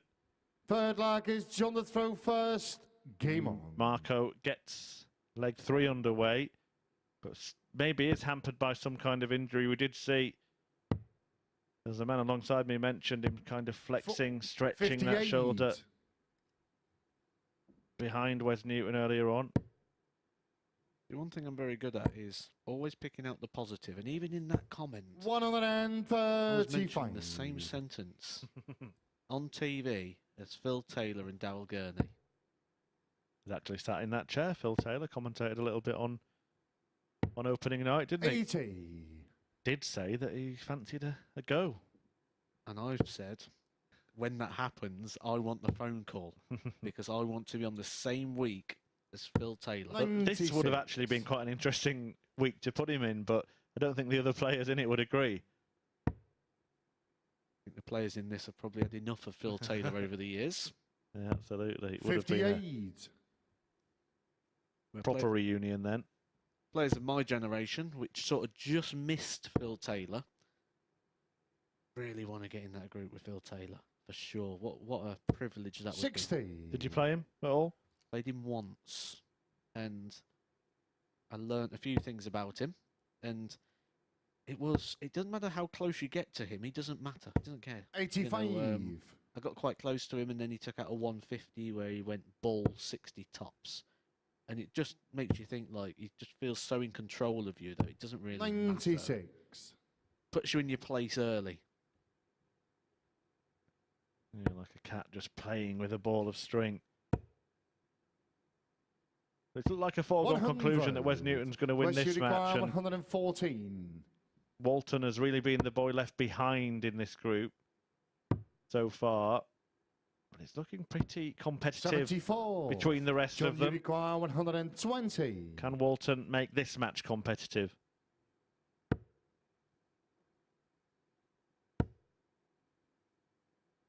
Tops. 80. That was a Wes, good you effort. require That 40. was a well-thrown dart. Just puts it on the top wire.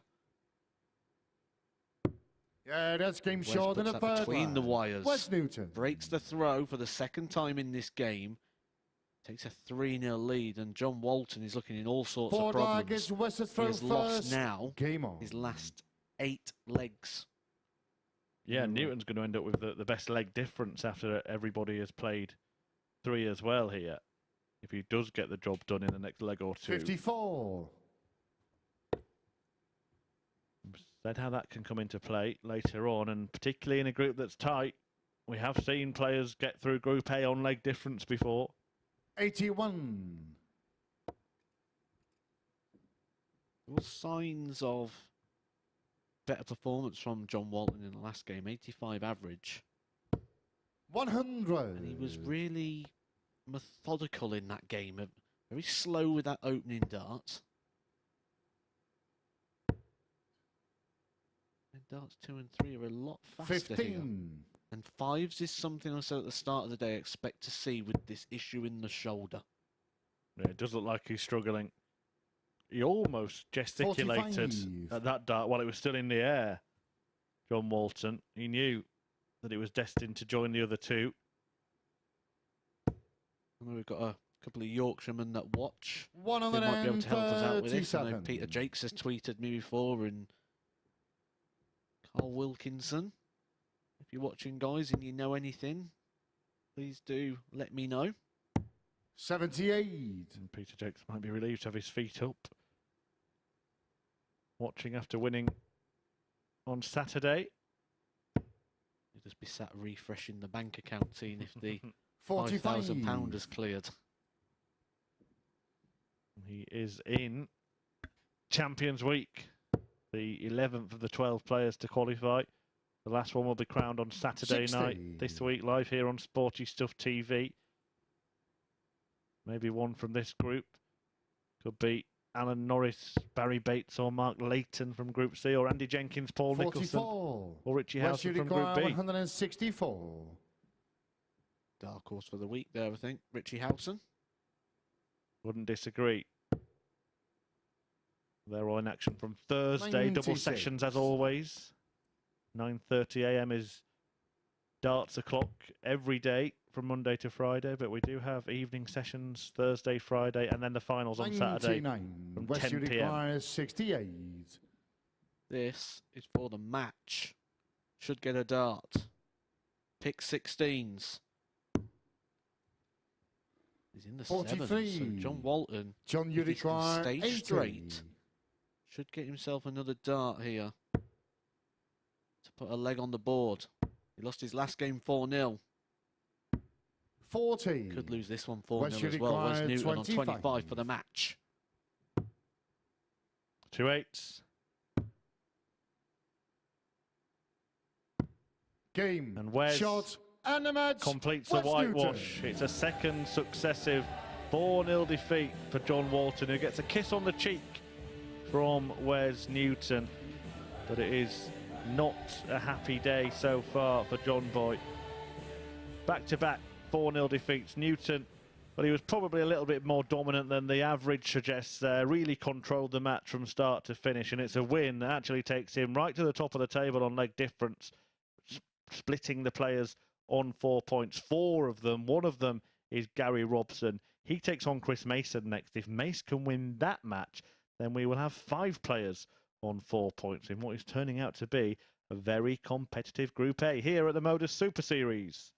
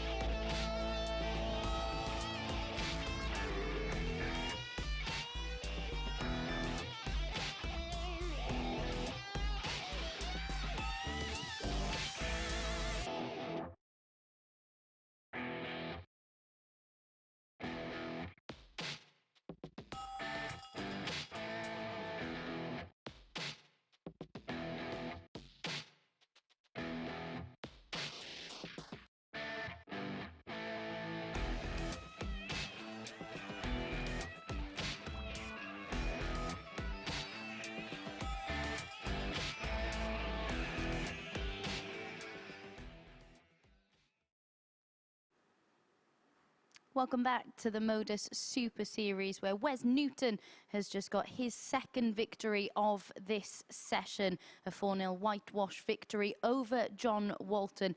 And it really is worrying times for Walton at the moment. Just 2 legs from his 3 matches played so far, and as Matt Edgar mentioned, it looks like he's an issue with his shoulder.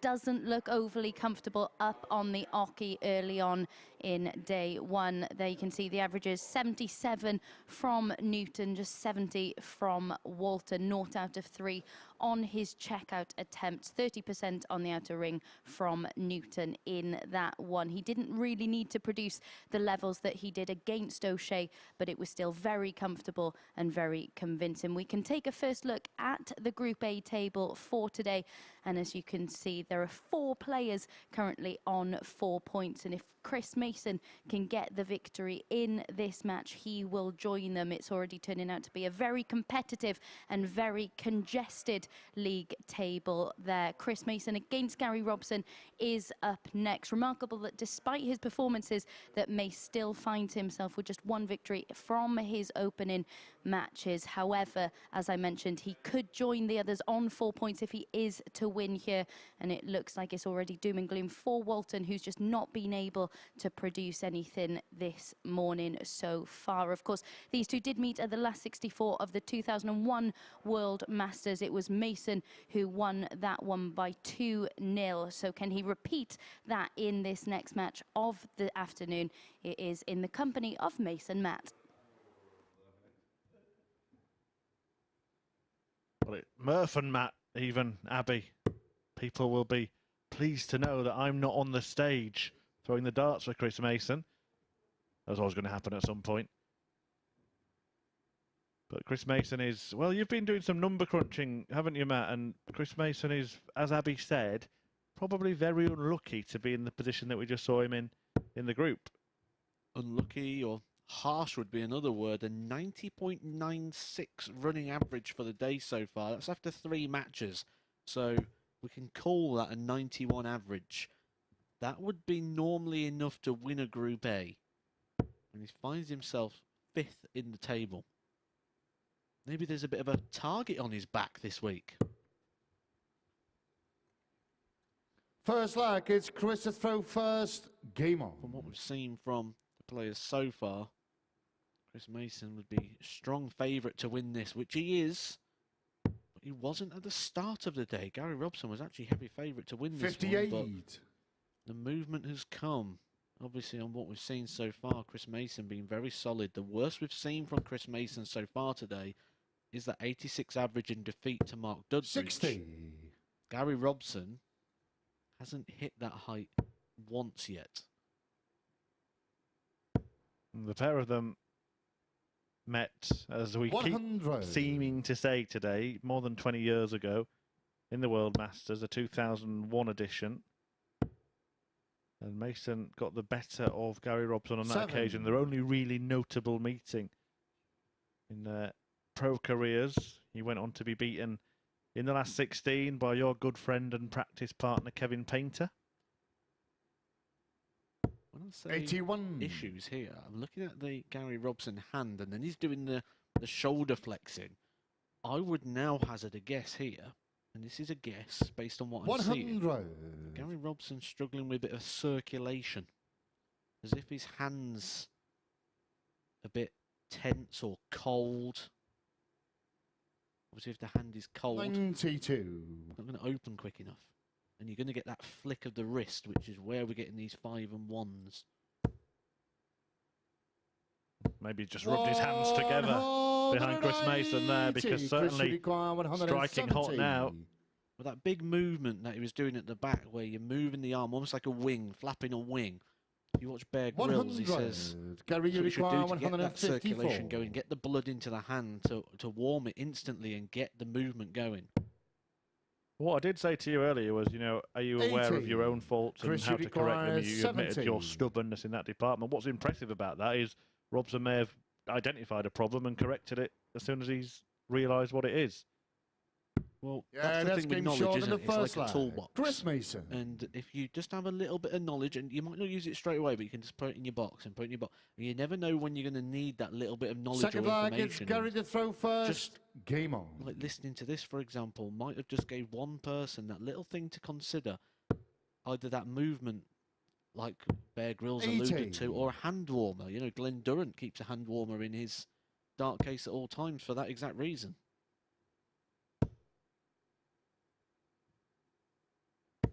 Oh, absolutely brilliant. Chris Mason has been red hot today. You mentioned running at an average of more than 90 going into this. It's a 180. He's third of the day.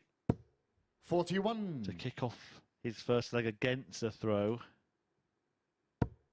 And Gary Robson may have needed to get a little bit warmer. Well, Chris Mason has obliged and turned up the heat. 83. He thought about it, didn't he? He got the 180, he got the treble 20, he sat lovely in the top of the bed, and then you saw the smile on the face. 59. I don't think that sometimes Chris Mason necessarily gets enough credit for how good a player he was. He has just become known as this 100. commentator and pundit for, you know, a good 15 years or so now.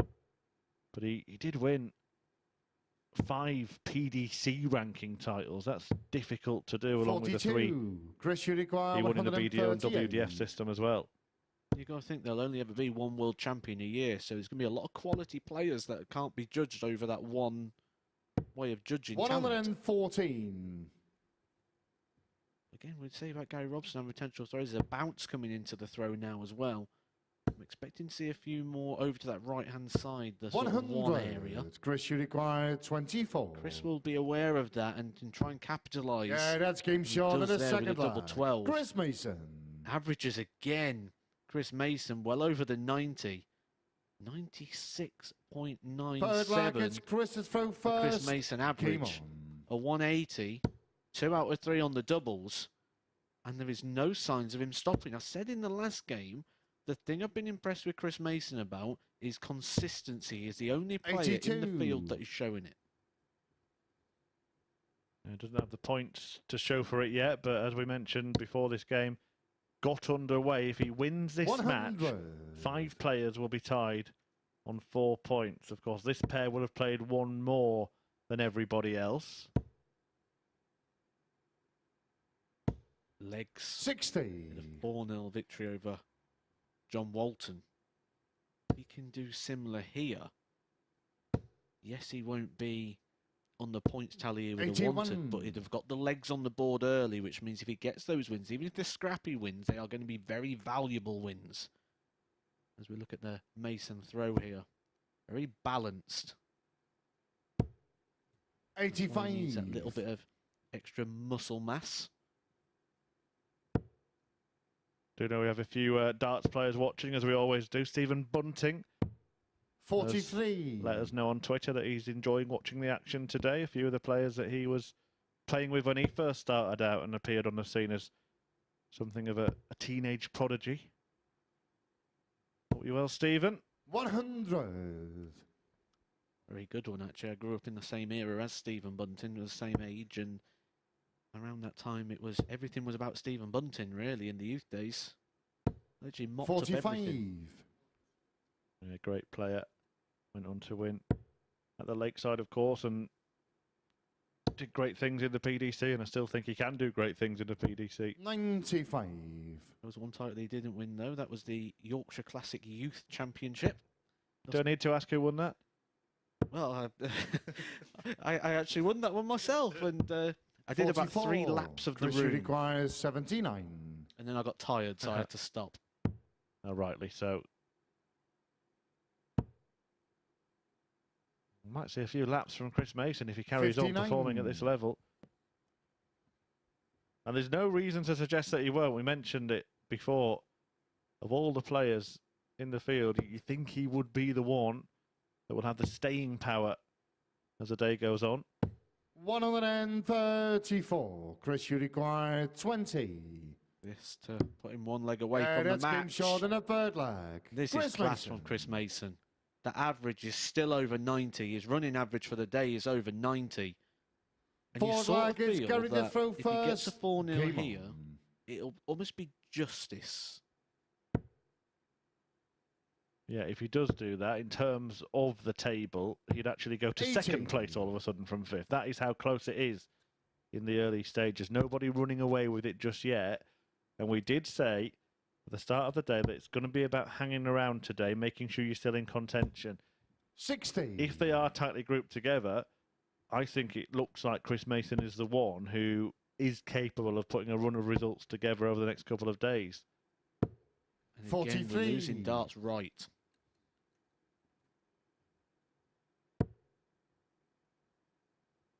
In a strange way, Gary Robson probably has to be the happiest with his haul from his first 2 matches, 96. from his first 3 matches, sorry, because he has been one of the poorer performers of the group, yet has a couple of points, a couple of wins to his name. 41.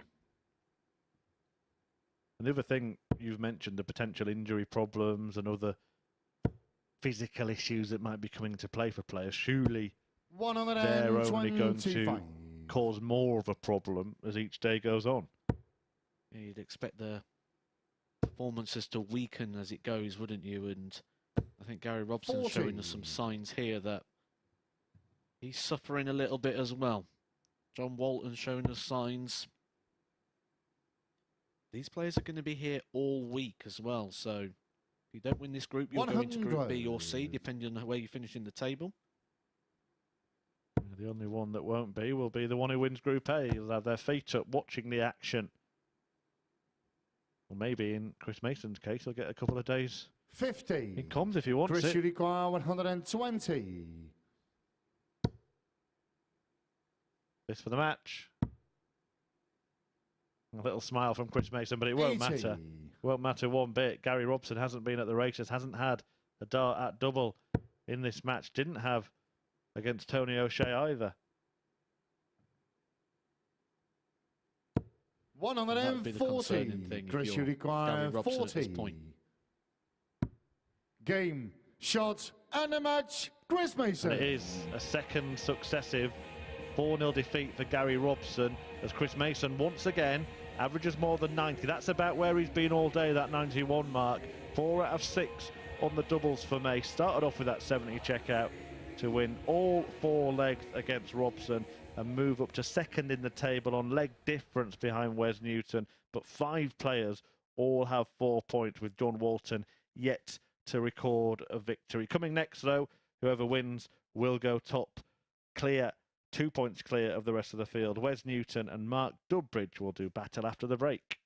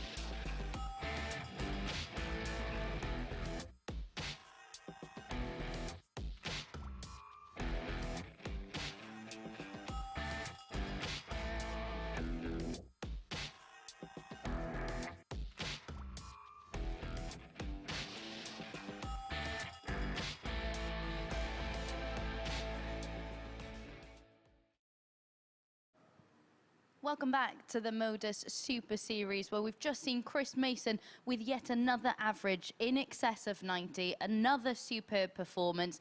Do you think he's starting to put a little bit of pressure on himself now at this stage? No, he looks as relaxed as ever when I just walked through there, but he also looks really confident now, and he should be. You know, he's throwing some darts that would win most Group A's. He's now at a 91 average for the day. That's over 4 games. Consistent darts, and 2 wins of 4-0 is going to give him a good leg difference as well. So if he can start putting some points on the board, he's going to be clear favourite to win this, which will be a complete flip around from where the bookies expected him to be. And that's the case, isn't it? Because he has been the most consistent performer of this session so far. He might be looking at the table and thinking, how have I only got 4 points? How am I only level with the other players in the field? If it wasn't Chris Mason, I'd agree.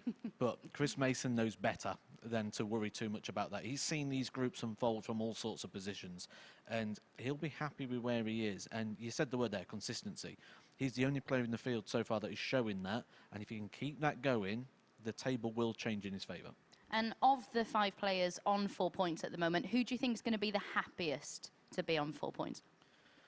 I mean, Gary Robson should be quite happy on 4 points so far, because realistically we've not seen anything like his best, and it looks like he's struggling as well. The release is all off and he's not able to adjust, and there's potential issues there in terms of an injury as well. So he's got to be delighted to be on 4 points, because he's certainly not played at a level that would suggest he should be on 4 points. And we've mentioned that Chris Mason is probably the most consistent at the moment. Nobody is running away with this group. If it wasn't to be Chris Mason, who do you think could maybe join him at that level? Tony O'Shea's shown us some really good bits, but everyone's shown us bits in parts, haven't they? And that's why we're talking about Chris so much, because he's shown that consistency. Everyone's shown us that they've got enough in there, and you don't have to be great for 3-4 hours. You've just got to be good for 10-15 minutes in this, and you can start racking up some points. And just a quick word on John Walton, because you noticed a bit of a shoulder injury potentially. How are you feeling now to be the only player yet to pick up any points? That's starting to hurt a little bit more, isn't it? If you don't trust it and you don't rely on it, you don't know when you're going to turn it round. He'll be looking around the room now thinking, where are my points going to come from? He might look over at Gary Robson and think, well, maybe that's my opportunity there. But that's the last game of this session. And when you get to there, and if you've lost 4 already, it gets harder and harder as it goes. Right then, we have 5 more matches to bring you of this opening session of week 12. Let's get into it. It's Dudbridge against Newton. Over to you, Murph.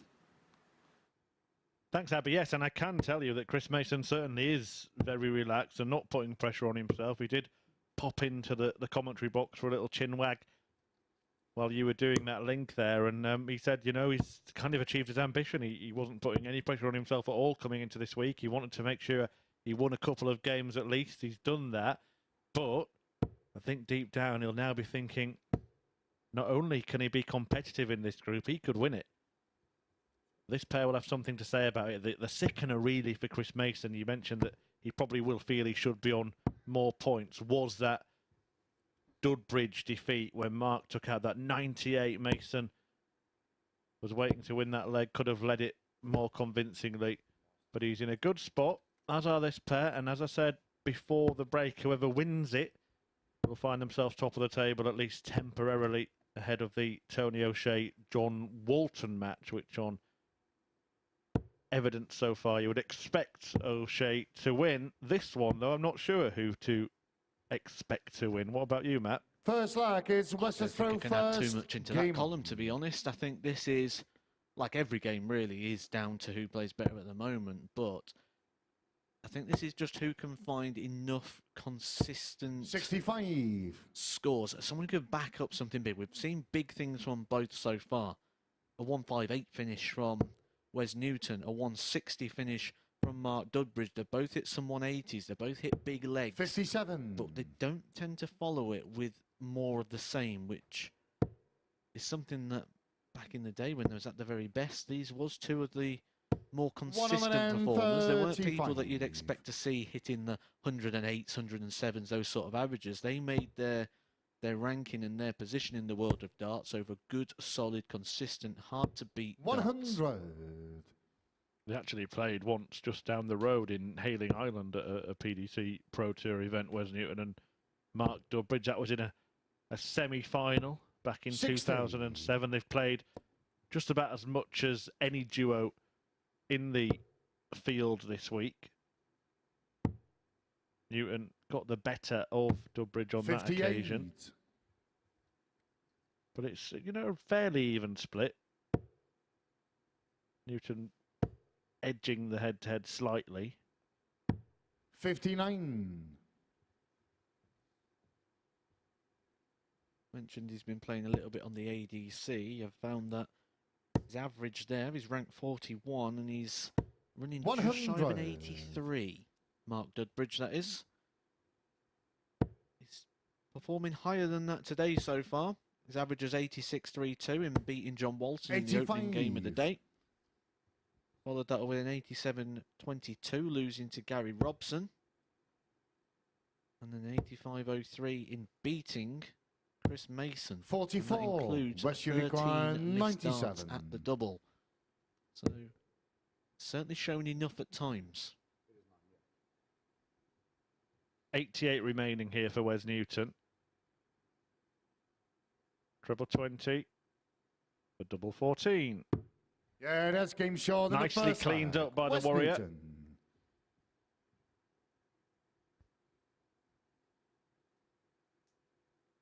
There's 4 matches left to come after this one. As I mentioned, O'Shea against Walton.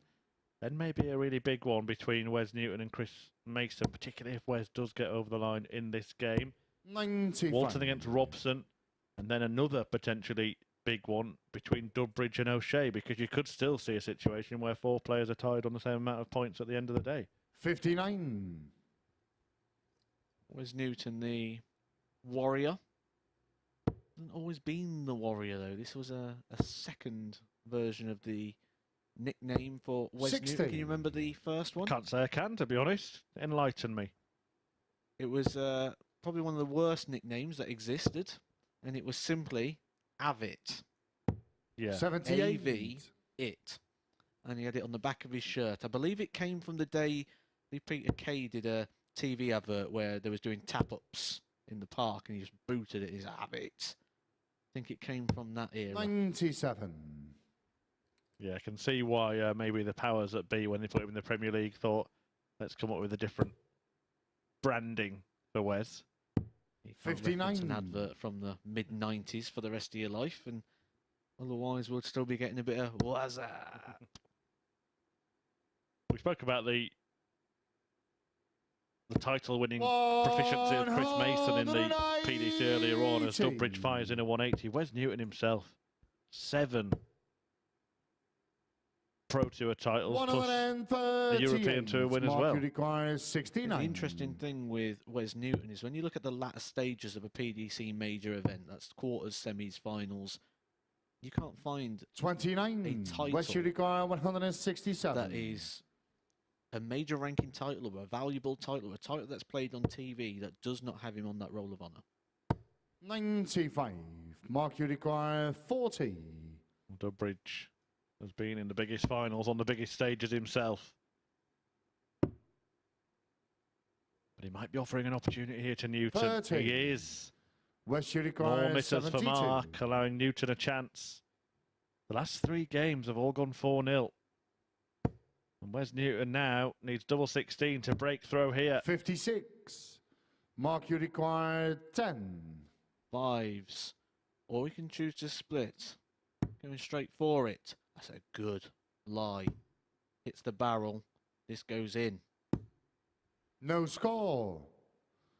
West And again. requires 60. Yeah, well, it did hit the barrel, but he couldn't believe it, that it didn't manage to find its way, and you could not have fitted a piece of paper between that dart and the double. And Wes Newton's got a similar problem here. Now, it's not a good lie for him because his darts lean over, don't they, from that side, 8. and make it very difficult Mark, to see much of the target. 10. Yeah, we had to go to the old venue in Southampton to throw that one. Yeah, that's game short in the second That's line. better. We won't be getting a Dudbridge. 4th straight whitewash of the day, though we weren't expecting that. That was for sure. Yeah, this is where we can get a little bit of Third leg is Matthew West Edgar's throw first. Game on. coaching analysis. What is it that causes Wes Newton's darts to lean across? We don't really see it from that camera angle as much as 100. It actually is, but it's been the case for him for as long as I can remember that his darts will lean from left to right. There's a couple of issues there, really. So one of it comes, whatever we do in the body will tend to 59. come out on the other side, because if that's the process, it's got to be the outcome. And you'll see there's a bit of a lean over to the side, over to the right. It sort of sinks into the throw, arches the 82. back, and sort of creates that bit of an arch. The other thing is the angle of the dart in the hand on that drawback goes violently up in the hand, so the point sticks up quite high.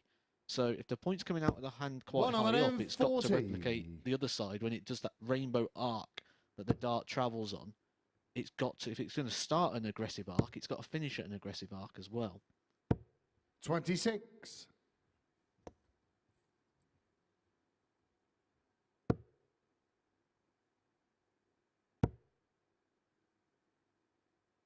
We just got a little glimpse of it with the first couple of darts that he threw there.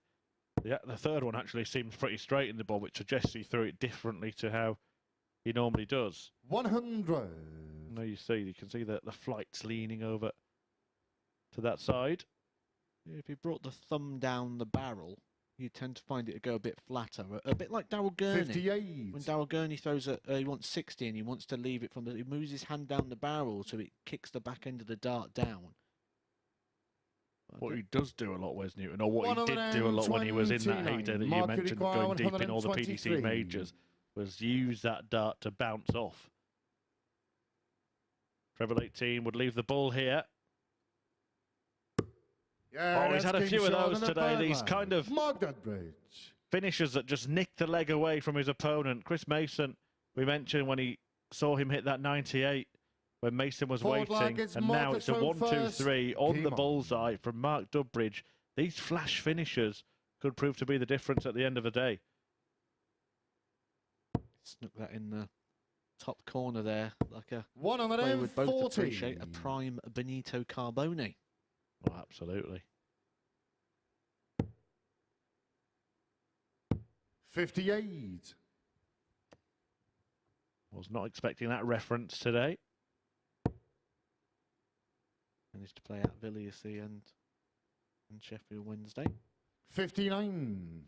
He actually had his own song at Aston Villa. He done a little CD. It cost £3.99.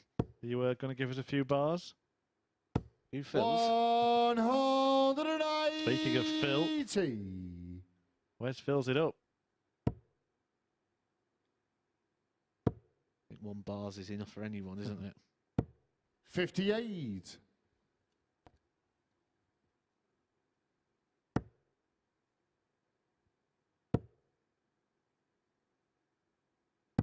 99. But it's good rallying this from Wes Newton.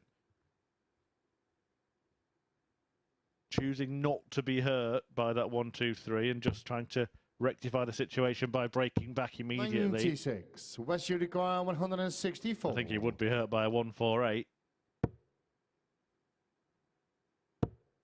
Out of the reach of Dudbridge. We've seen him do a 160 in his opening game. 100. 4-2 victory over John Walton. Mark you require 148. Same thing here. He needs 2 treble 20s for a poke at the double.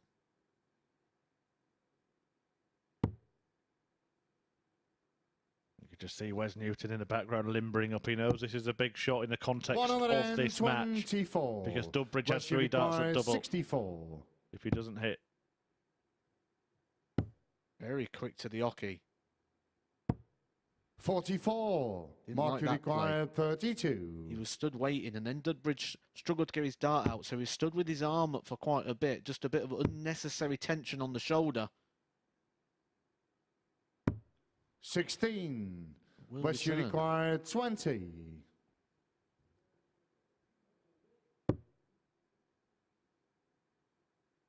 Yeah, that's game short in the 4th. There we go. Wes Newton. Newton levels up, and he does have the throw in 2 of the last 3 legs. 5th flag is West to throw first. Game on.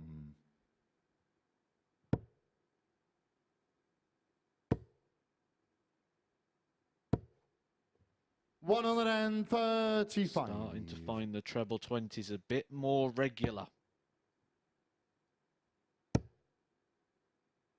Wes Newton's average is 85. slowly creeping up.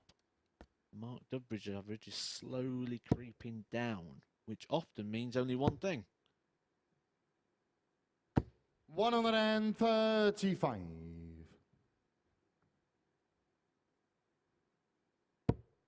We're coming to the point where the next few games will be the last for many of the players. O'Shea and Walton aside, they have 2 left, but just give us your thoughts on what you've learned today.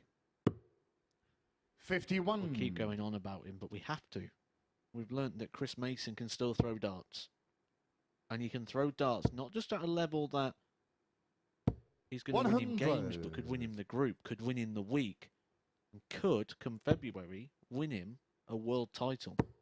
You go that far to say that that standard is 41. good enough for him to go and not just compete at the seniors, but maybe take the world title? Well, if we look at a 91 running average for the day, 140. Wes Newton, 139. 95 is enough that if you time that right against the right opponent and get those seeds out the way, you could certainly lift the title. And he, by winning this week, could be at Champions Week, where the current holder, Robert Thornton, won't be, having lost in the final on Saturday night. 103. Mark requires 76. Right, 76 for Dudbridge to break again. Gets 2 darts. Help or hindrance. Didn't 60. go near it. Wes Newton 2 darts 36. on the wire allows Wes Newton to edge ahead. Yeah, And that's he game short in the edged 5th ahead. flag. Wes Newton leads 3-2. You see what it means to him there, growling at the board. 6 flag, it's Mark to throw James first. Richardson-esque from the young man of the group. It's been a close contest, this one. 92. Those averages are going to be competitive in most matches, but as you said, it's still some 8 or 9 points off that the pace setter in terms of standard is producing in this group. 57. Whoever wins this match will be the pace setter in terms of points, and that's more important. 100. In nowhere in darts do you ever get paid for an average. Get paid for wins. 60. Actually, that's quite an interesting point, because you do have had in the past prize funds for 9 dart finishes. We'll have one, in fact, next week here at the Super Series. But 82. what do you think about having a prize fund for breaking the record of the average, the highest average? Because that's likely to roll on for longer. The highest average on TV is 123.4, set by Michael van Gerwen in the Premier League about 4 or 5 years ago now. I remember on the Pro Tour, they used to have a rolling fund, didn't they? I think it was like £250 for a 9 dart, and if it didn't hit, they just added £250 Mark to it. require And I believe it 152. went up to something like 15,000 or 16,000.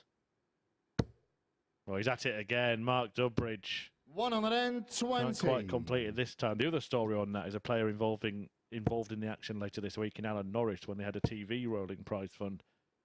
And he went on and on and on, £5,000 added throughout the year for every event. 32. And he goes and hits one on board 2 at Minehead and seals a £35,000, taking away the fund before the World Championship. Yeah, that's game short in the 6th flag. Well, that story about that rolling prize fund on the Pro Tour, I believe it went to something like 15, 16. It went up quite a bit. And there was a player who was sliding down. It wasn't a well-known player. I think, digging into my memory, I think it was Dave Askew. Who holds the record for the highest average here at the Super Series. That was Jason Askew, sorry. Yeah. So it was Dave Askew, his dad. And I think he did the 9 darter. And there was like, oh, it's big money for me, you know, in the situation he was in and everything. And then I think that same weekend, Colin Lloyd hit one. Then Terry Jenkins hit one. And he had to split it 3 ways. Wow. 41. Pretty sure that's if the story didn't go like it was very close to that. But yeah, he thought he was in for the big payday. 180. What timing that is from Mark Dudbridge. What a response it could be from Wes Newton. 140. Two players that are chasing the big payday this week, £5,000 for the winner. And one of them is about to put themselves in pole position to win this group. 65. Very early days, of course. 3 days of action in Group A, but you'd rather be at the top being chased than being behind chasing. And Mark Dudbridge has had a penchant for taking out 3-figure combinations so far, including one in this match, that brilliant bullseye finish for 1, 2, 3.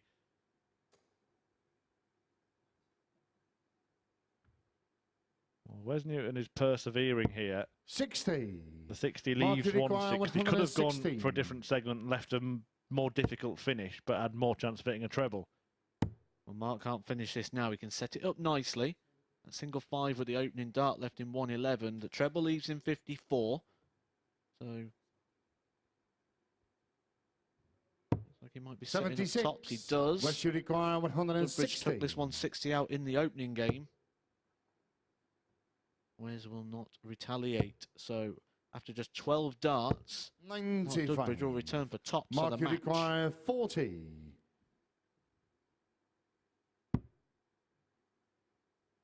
So often this game is about timing, and his has been spot on throughout Game, the day. shot, And once and a again, match. he Mark strikes Dudbridge. at the right time and gets over the line against Wes Newton, pinning tops to move to the top of the Group A table. A mid-80s average there for Mark Dudbridge. The pivotal point in the match, really, that 1, 2, 3 check out. A brilliant bullseye finish from him, and then going on to win in 15 darts to get his 3rd win from his 4 matches today and pull clear at the top of the table. Tony O'Shea will be looking to join him if he can get the better of the so far pointless John Walton after the break.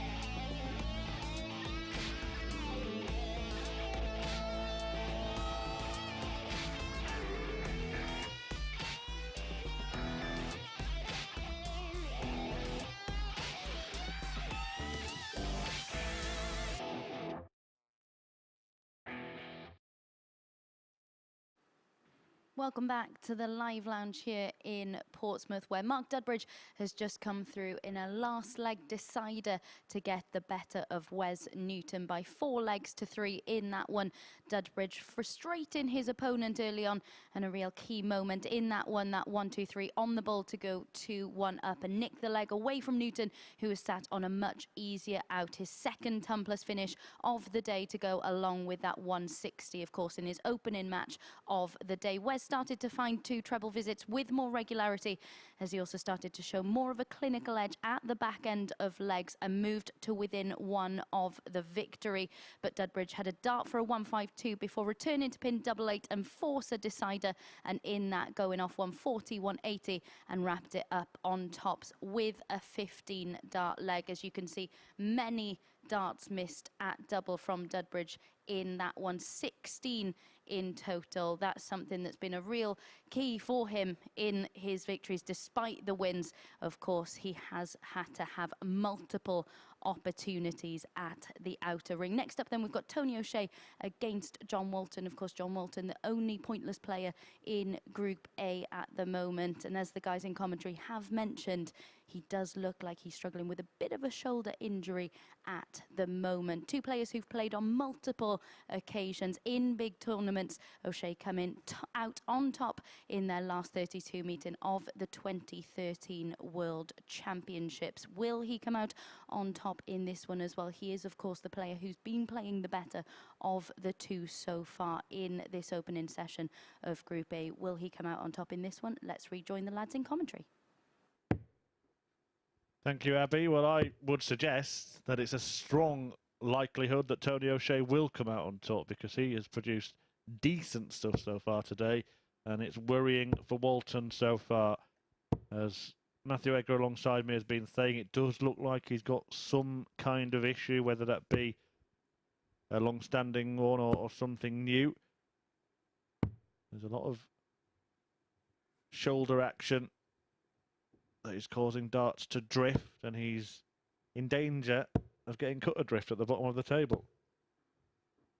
Tony O'Shea in his last game, 4-0 victory over Gary Robson, someone else who started struggling as well. So there's certainly going to be no friendships or allegiance here. Tony O'Shea will be looking to blow this one out 4-0 the same and get the points on the board and get that leg difference in his column, because Chris Mason's breathing down his neck on that one after Chris Mason's done the 4-0 over Robson and Walton himself. 100. We mentioned that meeting at the 2013 World Championship at the Lakeside, where Tony went on to reach the final for the 3rd time. Lost out to Scott Waite, another great Yorkshireman 97. on that occasion. It's interesting when you talk to Tony O'Shea about being the eternal darting bridesmaid, really. He says that he looks at it a slightly different way to how most pundits and commentators would talk about it, in that they would say, you know, he always seemed to fall short in the final. He said, well, hang on a minute. Getting to the final is 66. an achievement in itself that not many people ever experience. Exactly that. We all look at... It's easier when you evaluate someone else's career to almost look at it through a negative, or 100. to look at what they could have done or should have done and all these coulda, woulda, shouldas. But actually, a lot of the time, when you look back at your own career and take stock of what you've done and the achievements you've got, 92. sometimes you don't know what that player would envision is an achievement. For some people, you look at, oh, well, you had a tour card, you lost it after 2 years. Well, actually, to some people, 60. that's the pinnacle for them. That's their achievement. I got a tour card. I was on the professional tour for 2 years, or whatever that might be. You look at probably the biggest example, Dieter Hedman, who's won 57. more titles than anybody, barring Phil Taylor, but not the big one at the Lakeside. We look at John Walton. We spoke already about his county days. 243 caps. That casts over a minimum 27 years. It's likely to be more, because that would mean you'd have to have played every single game for 27 years. It's likely to be more like 32, 33 years. That's some serious commitment to a series of events that don't really have any sort of prize money, so it's financial and time commitments. 127. Tony, you require the love of the 90. game. Not sure how much he'll be loving the game so far today, but he's put himself in a position to punish if O'Shea can't 43. bed the ball, which he can't. John, you require 62. He hasn't had many darts at a double recently, but should get one here. Gets his choice. Picks the 16s. I'm not surprised. Yeah, that's He getting hits the short in 16s with the first dart John in Walton. hand. Gets a leg on the board. Lost his last game 4-0 against Wes Newton. The game before that, he lost 4-0 Second against leg Chris is John the Mason. throw first. He's now got Game a leg on the board. He hadn't won any legs since the very first game of the day. So we're talking 41. probably like 3.5 hours ago.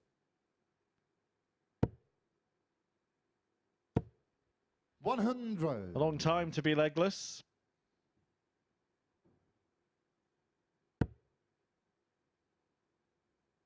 Just gets harder and harder, doesn't it, when the negative's in there. Just grows and grows, like planting a seed in the brain. 100. Started this one well, 41-43. So he surrendered that advantage he's just earned himself. Taking out that 62. 140.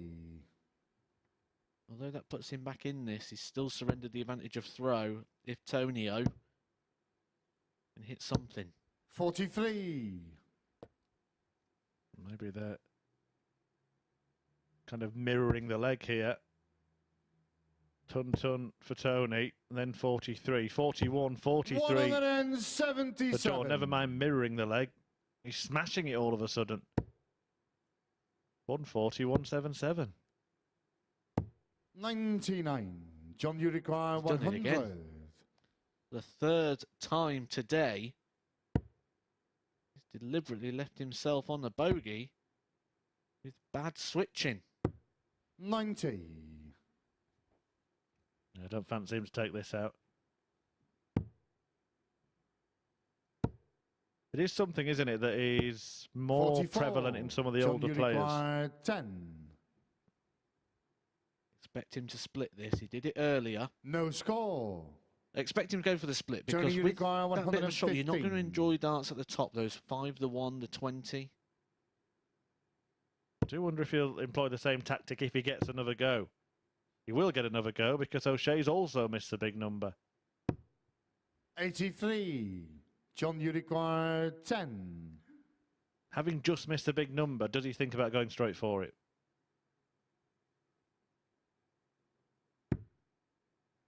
Well, there's the answer. 6. That's why he'd Tony, you avoided it require before. 32. Because you're likely to go low. Tony O'Shea is likely to go level. 24. But he hasn't managed it. John, you require 4. Bit of a miss-a-thon at the end of this leg. Big numbers and the doubles. No score. And that's another in the wrong bed. Tony, you require To level 8. it up. Get us back where we started. Tony O'Shea throwing first. Well, it would then go down to a best of 5 rather than That's best of game short 7. in the second leg. And he gets Tony over the O'Shea. line in the end with 22 darts. But all things are back level. We're just a little bit closer to the finishing line. Third leg, it's Tony to throw first. Game on. Finishing line is very close to fishing line, which is where Richie Howson is at the moment. He's just tweeted in to let us know he's actually having a bit of fishing and watching the darts. We'll be seeing him later on in the week. He'll be joining us. 40. Ah, I get it now. I saw him tweet watching from the bank. I wondered what he was doing in HSBC. That might be where Peter Jakes is watching from. 140. He doesn't strike me as someone who's got online internet banking as of yet. Been there hassling the manager. Has it landed yet? Got me money. 95. Might be plenty more to land as well. £20,000 on offer next week. Don't forget the first ever Champions Week at the new look MODUS Super Series. A record prize fund attached to it as well. 95. One of the players involved this week will join the lineup. I know that you were chatting to Abby about the field at the start of the show, and you said that you felt Graham Hall was a bit of a dark horse. 41. He's interesting, isn't he? Because he's winning a lot, and when you're winning, winning's easy. It's not tiresome going to darts when you're winning all the time. You enjoy going. When you're 80. up against it and someone's hitting you, you almost relish the battle of it rather than hoping they'll miss or looking for an opportunity because you just know it's going to come. I wanted you just to listen to this list quickly. Dave Pallett, Mike Warburton, 65. Jan Van Veen, Josh Payne, Neil Duff, Stephen Burton, David Pallett again, Ryan Finesse, Aaron Monk, Josh Payne again, and Robert Thornton. They're the runners-up of each week of this stage. 130. Just Tony shows Uruguay 160. Tungsten talent showcased here at the Super Series. 60. John Uruguay 56. This for 2-1 to Walton. Well, that is a wild one, and you made the point from the first match, to be fair, about that drift to the left, and it's happened at a very crucial moment there, which is probably when it's most likely to happen. The shot before, he went for the 10s, and I didn't like that play. I would have gone on the bull if I was him. The 25 would have given him the shot, the 41, the 9 for the double 16. The bull would have left him on the 8s. I think he'd be better off suited to this side of the board, the 60. lower section. John Uruguay 32. Well, now he is on that section. And that's a decent dart. Yeah, that's game He's short. used it perfectly. John Walton. Edgar's expert advice proving to be on the money. Very, very good at Forward talking leg the game is John of the darts. throw first. Game on. Well, it was interesting actually watching Nathan Aspinall at the World Grand Prix last night, because he was having a torrid time at times on double top, and he made the decision to switch to double 16 in that final. 26. A lot of players wouldn't do that, they'd just persevere. Stubbornness, isn't it? Dart player stubbornness. Terrible for it. And we all think we know 100. better. A lot of the time we won't listen to reason. Would prefer to do it on feel. Well, after this match, every player will have played 4 games. They'll have 1 each left to play today. If John Walton manages to win it, it means that Mark Dudbridge will be clear at the top of the table. 140. If Tony O'Shea turns it around, he will be top of the table on leg difference with 6 points, along with Mark Dudbridge. Wes Newton, Chris Mason and Gary Robson all have 4. 41.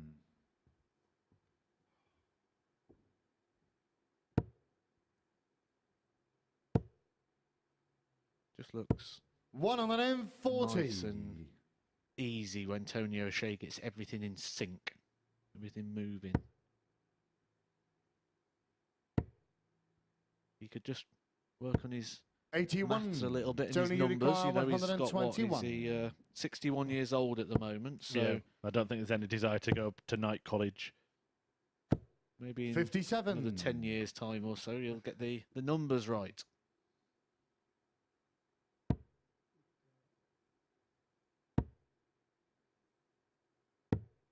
$44. Tony What Uruguay if he'll still be playing then? Looking at the Beatles shot here, when I'm 64, Tony O'Shea. 48. Sure, he will still be playing then. I think that's one of the things that the seniors tour's done, hasn't it? Is give people an opportunity to extend their careers now, because there's plenty of other opportunities now to play darts Tony rather than just Uruguay chasing down 16. the professional ranks. An interesting lack of arithmetic there from his opponent that time. No score. Second dart should have been going to the 18 segment.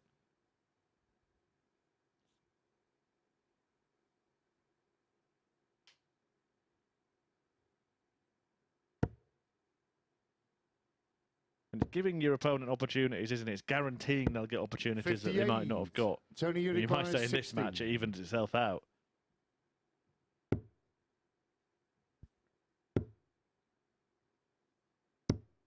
No score. No, I never felt like that was John likely. Uruguay 110.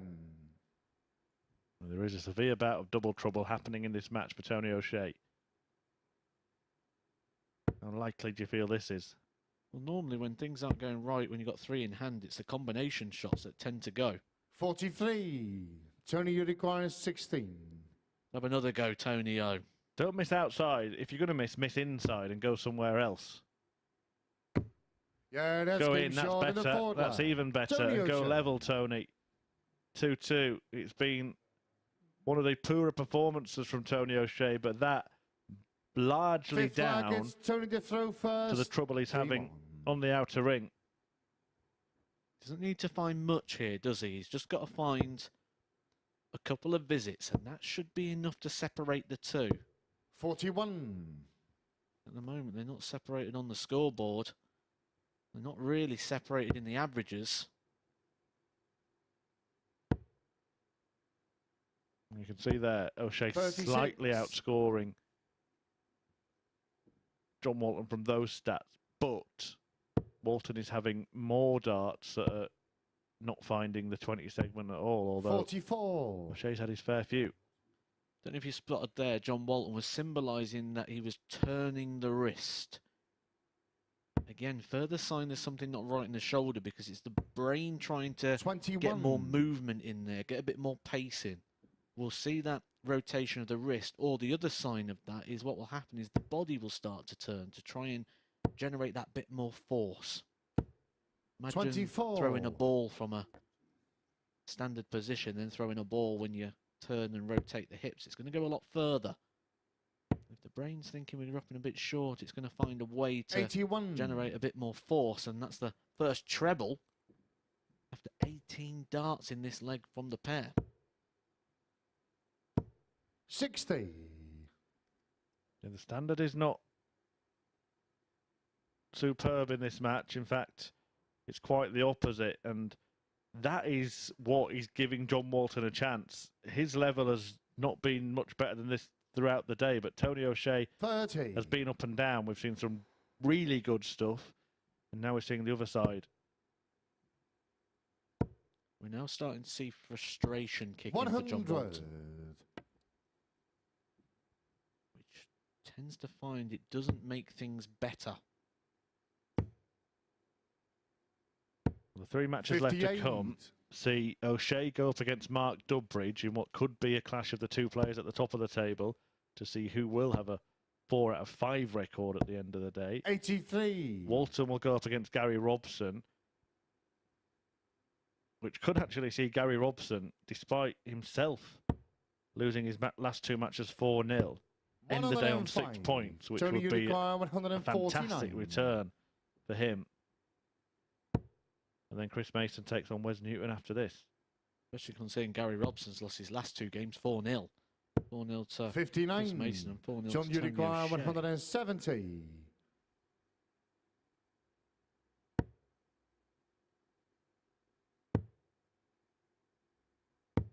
$60. Well, all the doubles Tony Uruguay missed 90. by Tony O'Shea in this match started with a missed bullseye for a 90 checkout. This time he gets a go at double 5. 85. But he still John Uruguay, misses. And Walton has 110. another chance at a 3-figure combo. Will need a treble. Misses, so Tony O'Shea will return for 5 50. to take the lead for the first Tony time in this Uruguay, match. 5. And for the first hold of throw in this match as well. 2s. Awkward. Goes right. Yeah, that's getting Hits short. it. That's a great dart from Tony O'Shea. Came around that dart that was stood up and blocked at least half of the bed there. He's found a way past the flight, and he's gone into the double and takes the lead for the very first time.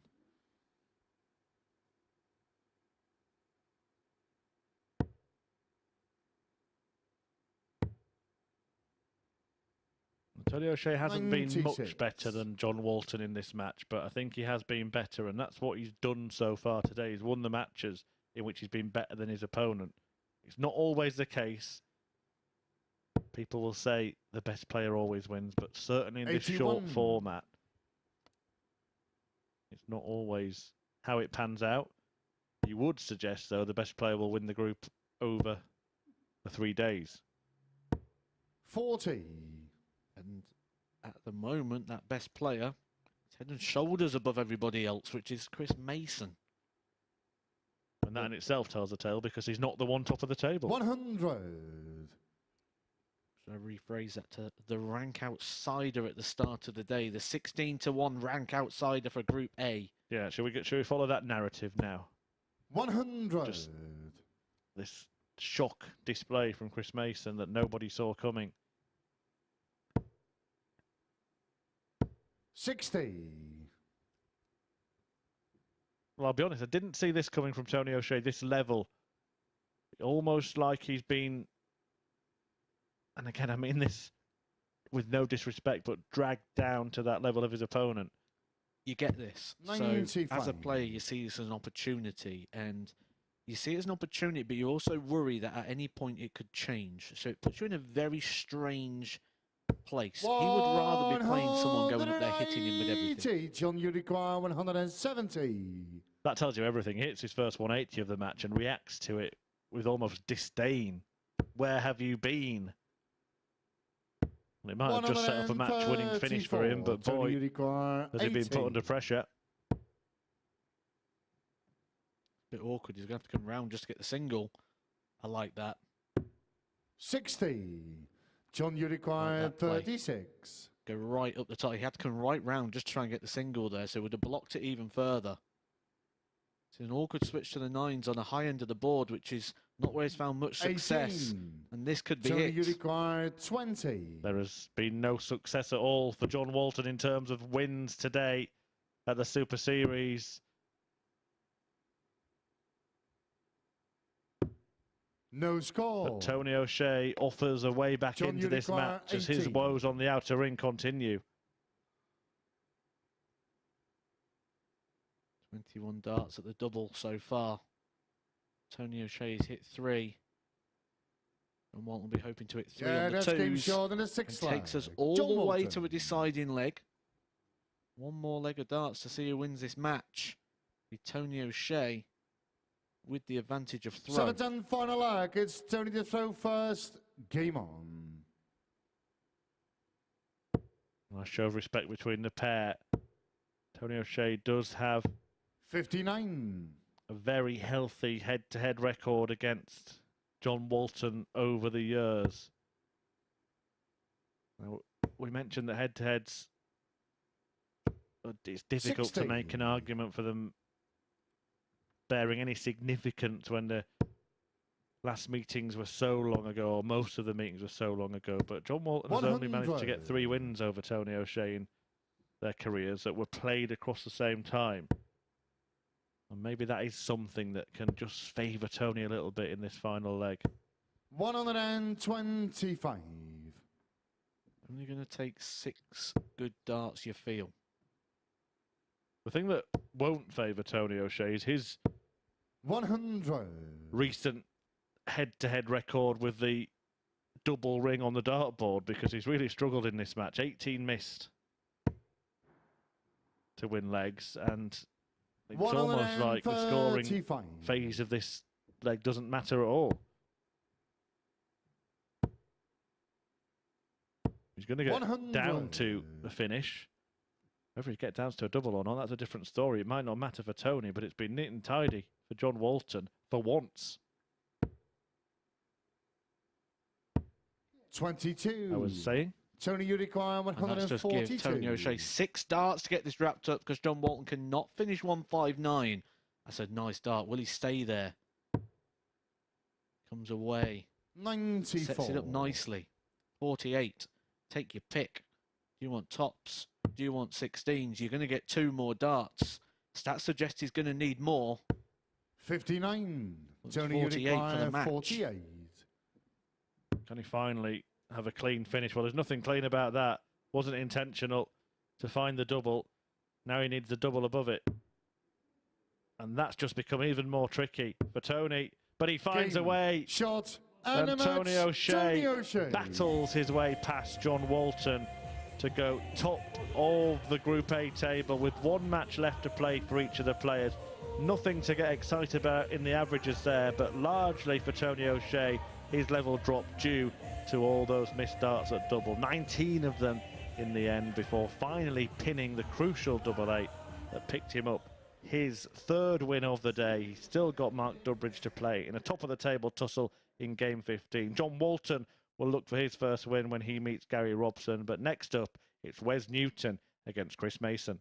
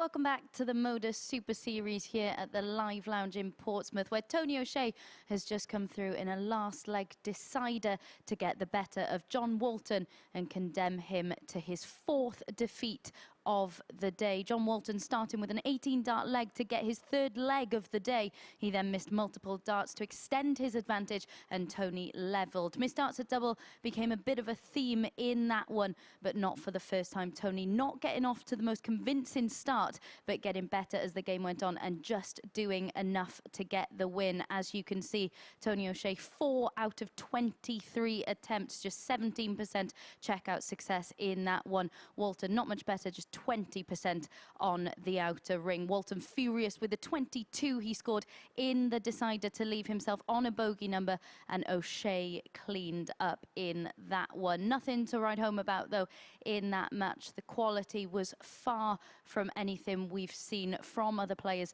so far in this session. Next up, we've got Wes Newton against Chris Mason, and Mace said when we did our little preview show at the top that he owes Wes Newton 1 or 2. Newton, he scored pretty well today, but his finishing has been around the 30 to 33% mark all day. Chris Mason, as we've mentioned on multiple occasions, he has been the most consistent player of the day. Will he be able to move on to 6 points? All of the matches that these two have played previously have been quite tight. Will this one be played out in the same manner? Let's hand back over to our commentary team to find out.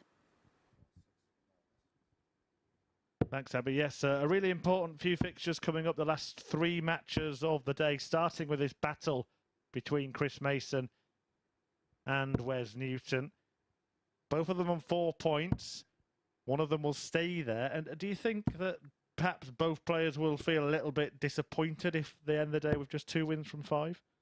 I think Chris Mason will certainly feel disappointed due to the standard that he's played, but I think Wes Newton would kind of get what he deserved. I don't think he deserves much more than that, really, when we look at the stats and things. You know, he's averaged 75 in his opening game against Gary Robson, First lag, 85 in his second one against O'Shea, Game 77 and then 82. So you can't be really expecting many more points than the 4. Well, Chris Mason on 4, despite averaging 91 over the day with a high of 95. And this is a game that, like Abby said at the start of the show, Chris Mason in the preview was saying he wanted this one. There's some history here between the two in terms of results, but also Chris Mason told us he's going to get stronger as the day goes on. 60. He gets much stronger than a 91. He's going to find himself at the top of the table and staying there.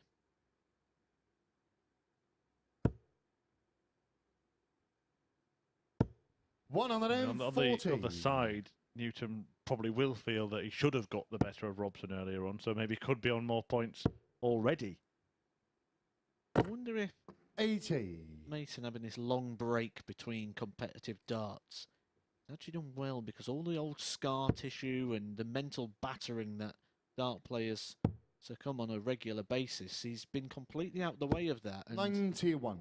it'll almost be like starting a complete fresh. We're going to see the second coming. We joke about it, but the level he's been producing 83. would be competitive in 170. more places than this. Let's just put it that way.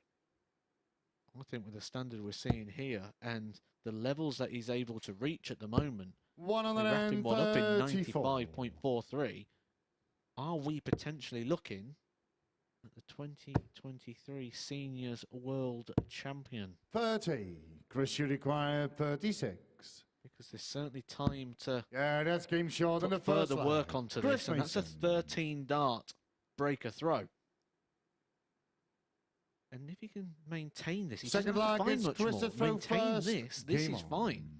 This will put him in the running for that title. There's not many people in that field that will be able to live with this. 100.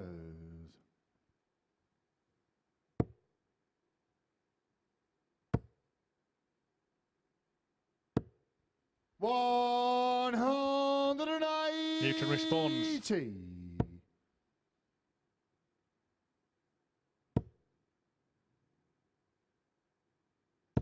140. I think one thing that's going to happen at the end of today is Chris Mason going to leave here 100. with a newfound respect, I think, within the darting community. To come back after being out for so long and produce darts of this quality consistently 81. shows how much class he's got in his darting game. Yeah, really looking forward to commentating with him again after actually seeing him play really well. 121. Sure he won't mention it at any point. Is there a backdoor exit out of this place 41. today? Wes, you require 100. We know that he can talk the talk, but he's walking the walk right now. Yeah, Though that's Wes game Newton, short I in said the he second responded leg. with a Wes 180 at the Newton. start of the leg, and he takes out the ton for a brilliant leg of darts, the best of the day, in fact, an 11 darter. Third leg is Wes to level the throw game. first. Game on. They talk the talk, walk the walk. Is he strutting the strut at the minute with this level of performance? 140. But I tell you one thing, he must be wondering what he's done because everyone's finding their best today against him. It's like they've realised he's the man to beat. 140. Yeah, certainly if people didn't know what to expect, by the time Wes Newton in particular to play him has come around, 47. he knows that he's going to have to be on his mettle. I will remind you again, Chris Mason is the 16-1 outsider 140. just for this group alone. Never mind the week. Yeah, I think we're going to keep rephrasing that to was, and was the 12-1, and was the 10-1, and was maybe the 2-1 at some point. If we don't wake up with Chris Mason as favourite for this group, I will be surprised. 96. Well, if he loses this game, and then Tony O'Shea wins against Mark Dudbridge, O'Shea, who was the favourite before, will be 4 points clear of him. In fact, if he loses this game, one of those two is going to be 4 Chris, points you clear require anyway. 125. But there is another 2 days of action to come. There was a nibble going around a few years ago that Chris 35. Mason might have Wes, played you require the UK Open 134. qualifier.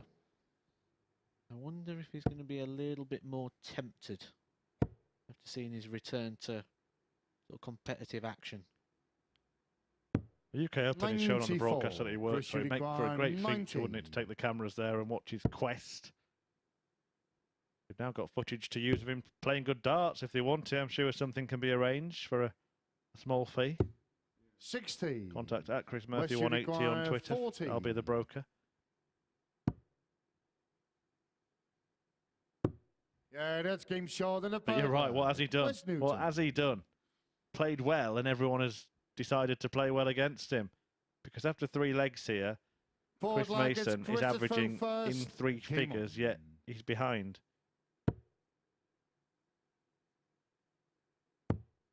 Wes Newton sees this through. Chris Mason 57. is going to feel sick. He's going to be the standout performer in terms of stats, but only on 4 points after 81. 5 games. Do you know, I know exactly what he'll say as well. Despite playing like this, getting those defeats, he will say, I remember why I stopped playing now.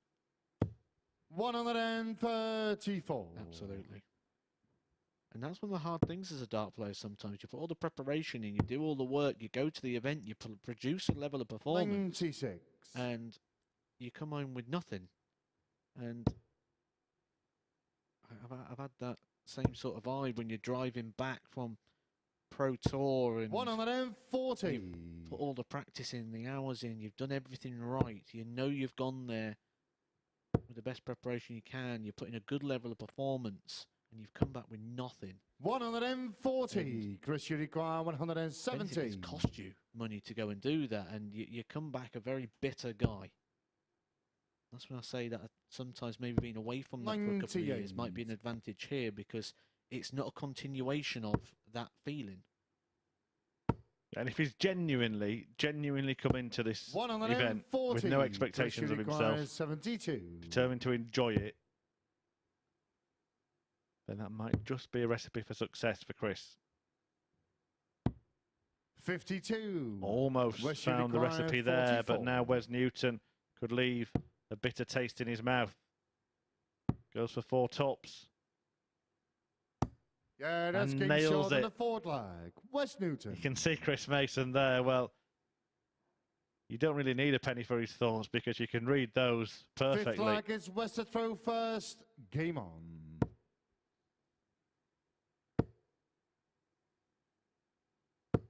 $100.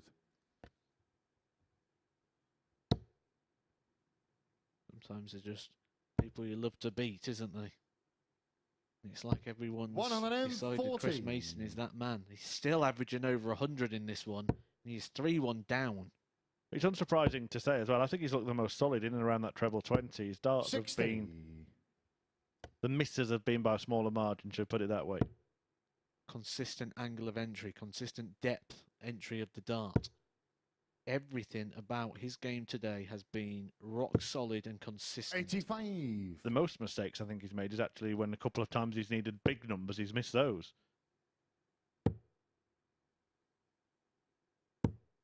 60. Well, it spoiled my day anyway. Now I'll have to hope for Paul Nicholson to be useless. You've got a book of lines ready, haven't you, for when it happens? Well, I have been doing a little bit of extra curricular activity, shall we say. I've just 59. If you are watching, Paul, I'll draw your attention to the fact that Matt Aker just said when it happens then.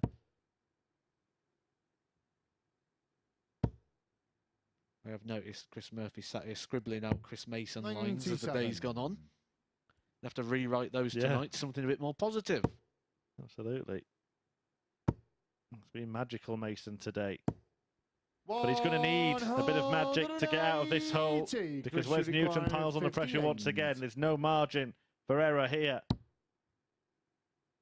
One dart left to stay in the match, perhaps. 48. And he doesn't find the double. Disgusted look on his face.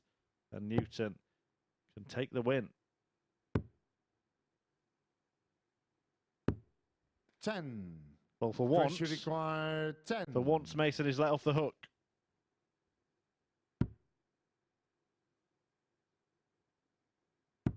Yeah, that's game short in the fifth. I sat in the commentary box with Chris Mason 2 weeks ago for the full week, and we spoke about darts at length. One of the things he says, I don't like to use the phrase that at times you need that little bit of luck. That is what that means. Match darts missed by Wes Newton. He turns around, wins this, gets 2 points. All of a sudden, the league table looks absolutely different and strongly in favour of Chris Mason. It's interesting as well when you speak about that look, because often we focus on just the match darts, but you listen to Michael Van Goen's excellent at it when he does post-match interviews, and his opponent might have missed a couple of match darts, but then he'll go, well, what about the 3 that I missed in leg 3, the 4 I missed in leg 7 that they won? And that's what Mason will be feeling like. Maybe he deserved that bit of fortune because he went against him for much of the match and much of the day. Oh, definitely gone against him for the day. I mean, when we look at Tony O'Shea's best performance of the day was against Chris Mason in that victory. Same from Mark Dudbridge. The best we've seen from him today was that victory against Chris Mason. Well, the best we're seeing from Chris Mason is now. He's actually producing his best stuff in this match. He's averaging just shy of 100. 85. Chris, and he told us at the very start of the day he will get better as this goes. So far, he's actually called this pretty spot on. 42. Almost like he does it for a living. Well, they usually say, don't give up the day job, but Chris, you might have to. 90. Chris should require 84. This to stay in it. Gave himself a clap on the last one. He'll be giving himself a pat on the back if he hits the ball. 59. That's a well-thrown Chris should dart. require 110. Yeah, it's the closest he's got all day to that target. But he is going to come back. Fortune favouring him all of a sudden. 80. Can he make the most of Chris the look? should require 25. Uses the 8s. 4s. No score. He's busted. Wes But Wes Newton Newton required miscounted, 30. didn't he, in the previous visit? Had 48 left, hit an 18. To leave himself the dodgy double 15. Will it matter? It does. He goes inside. Only one more dart at double for Wes Newton to win the game. 22. And he hasn't found it, and the Chris maths has made a required difference 25. there. There's a confused look on Chris Mason's face, and as if to say, what's going on? How's this happening? Yeah, that's He's got a game chance short to in put the it sixth right. He leg. takes it all the Chris way. Gives us a Mason. little fist pump as well. Wes Newton will throw first in the deciding leg. 7th and final leg. It's Wes to throw first. Game on. But Chris Mason's scoring power, when we look at those 140. couple of sections, the 140s, Wes Newton just opened there to put himself onto 4. So those 140s that Chris is hitting, that he's going to need in this one. Yeah, Wes has got a couple 60. of maximums that he's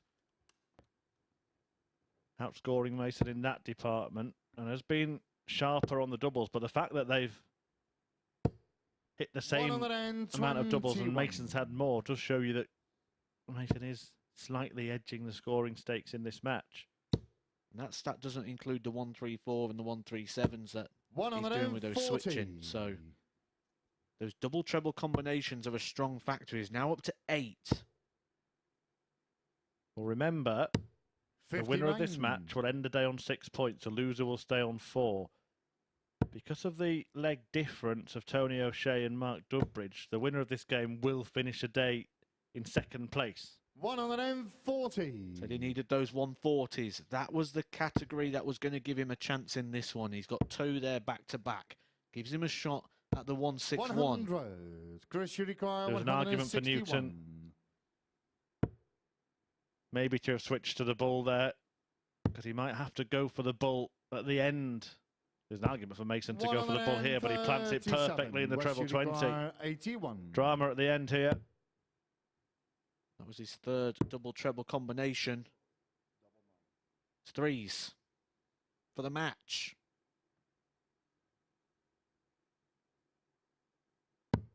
Game. Oh, and he shot, gets there. and It the is match, cruel for Wes Chris Newton. Mason. You can see what he thinks of it. It's all smiles and embrace from Wes Newton, who decides to kill Chris Mason with kindness in the end. But look at that. Another mid-90s average for Chris Mason. But it's another defeat for Chris Mason, who, despite being the best player in terms of standard today, he'll have the highest running average for the day. There's no doubt about that. He's only picked up 2 wins from his first 5 matches in Group A, and will have work to do to try and top the table. That, incidentally, is where Wes Newton sits right now. He won't finish there because Tony O'Shea and Mark Dudbridge, who both already have 6 points as well, will play in the last match of the day. But before that, it's a battle between John Walton, who hasn't got a point yet, against Gary Robson.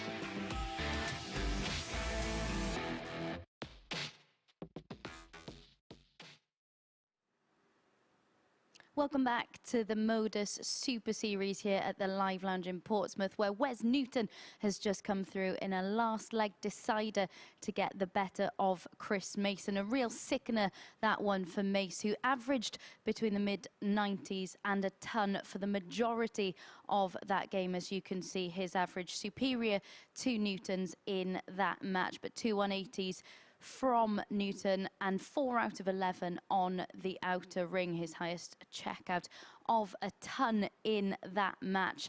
A real sickener, as I mentioned, for Mason, who's been the most consistent player of the day so far, but it is Wes Newton who moves on to 6 points in the league table. There we can see confirmation of that.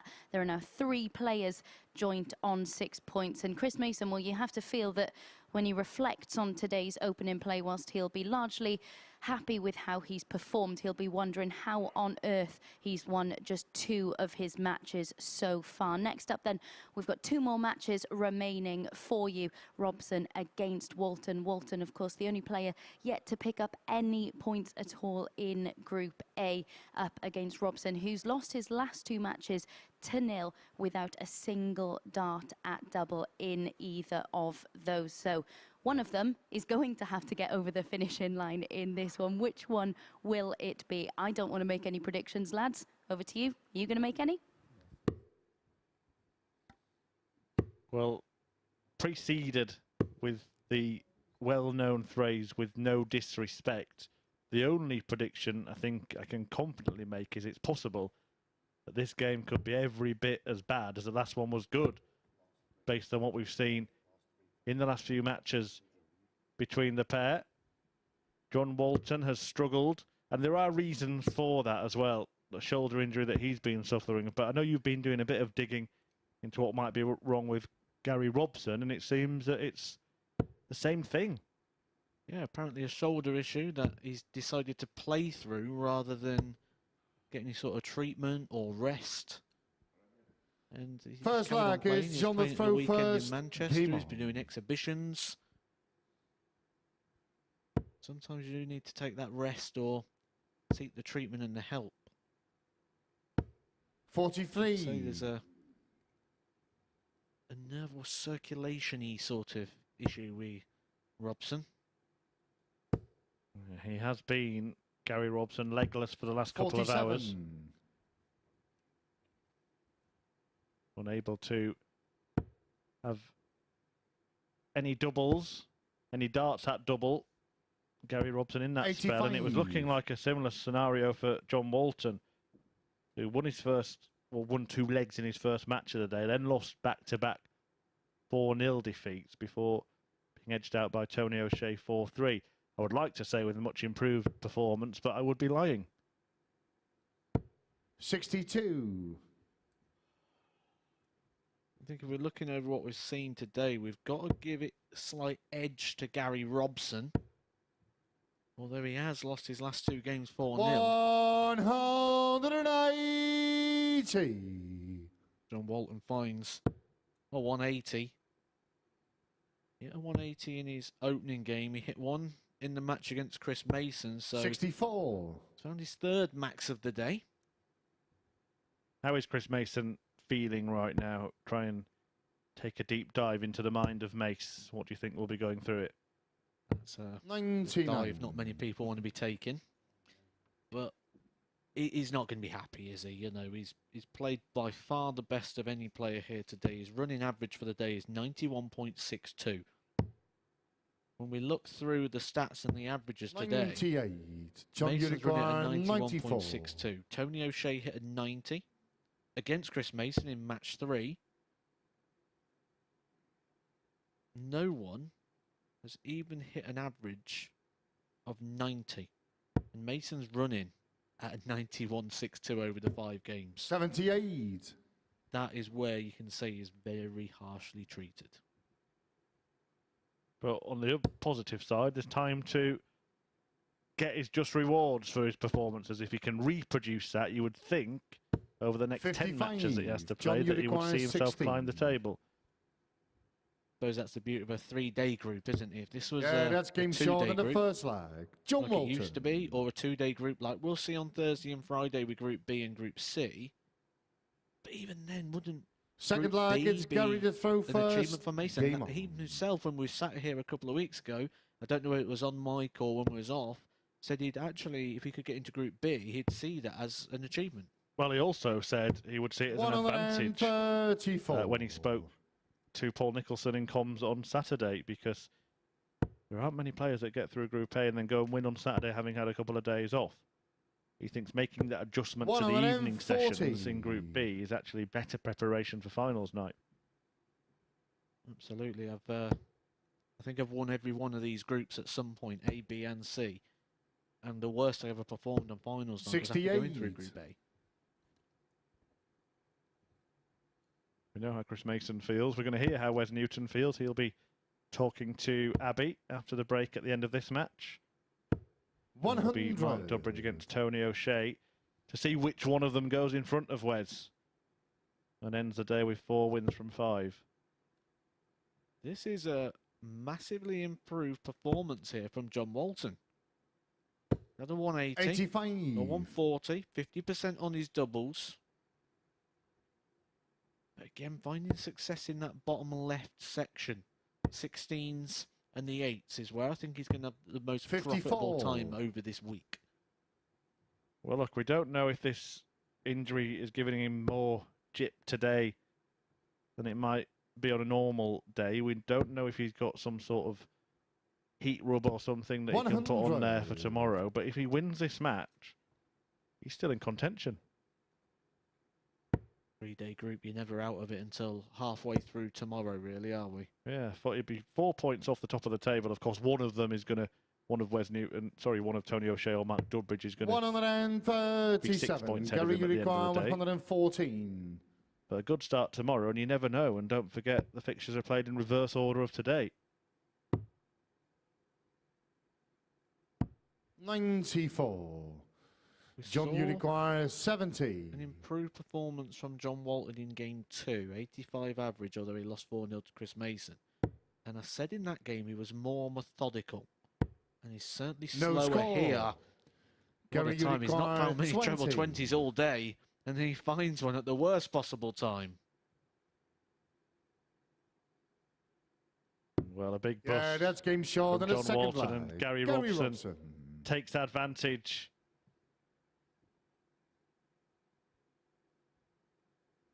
Third leg is John You know, to throw first. For Game amateur on. players, for players,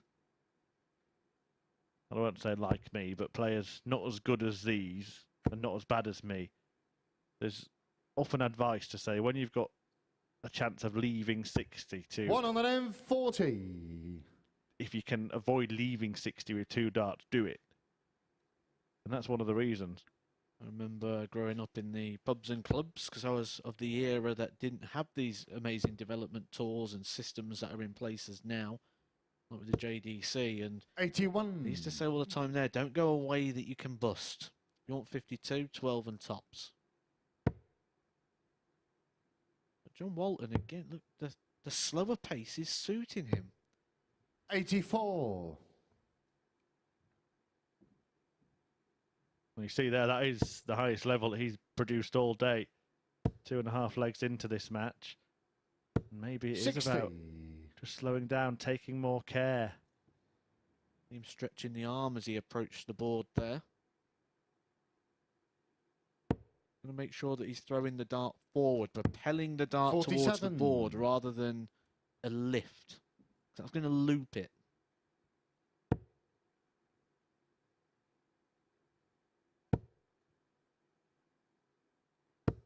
$100. Everything about John's just slowed down. The walk's got a bit slower.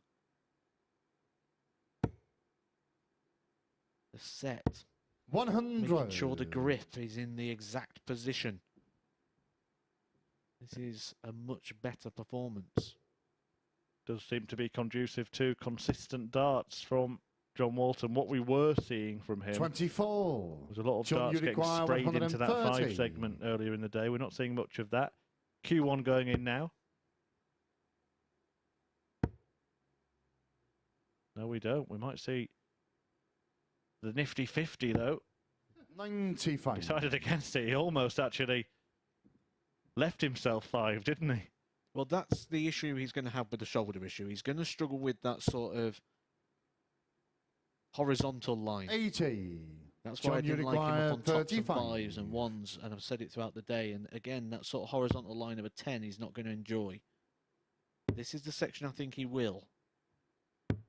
19. Gary, you require 156. Well, if he does, it doesn't matter that he missed because he's still in the same area of the board.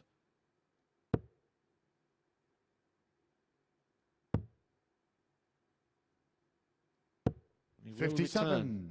John, you require 16. Strange choice from Gary Robson, that.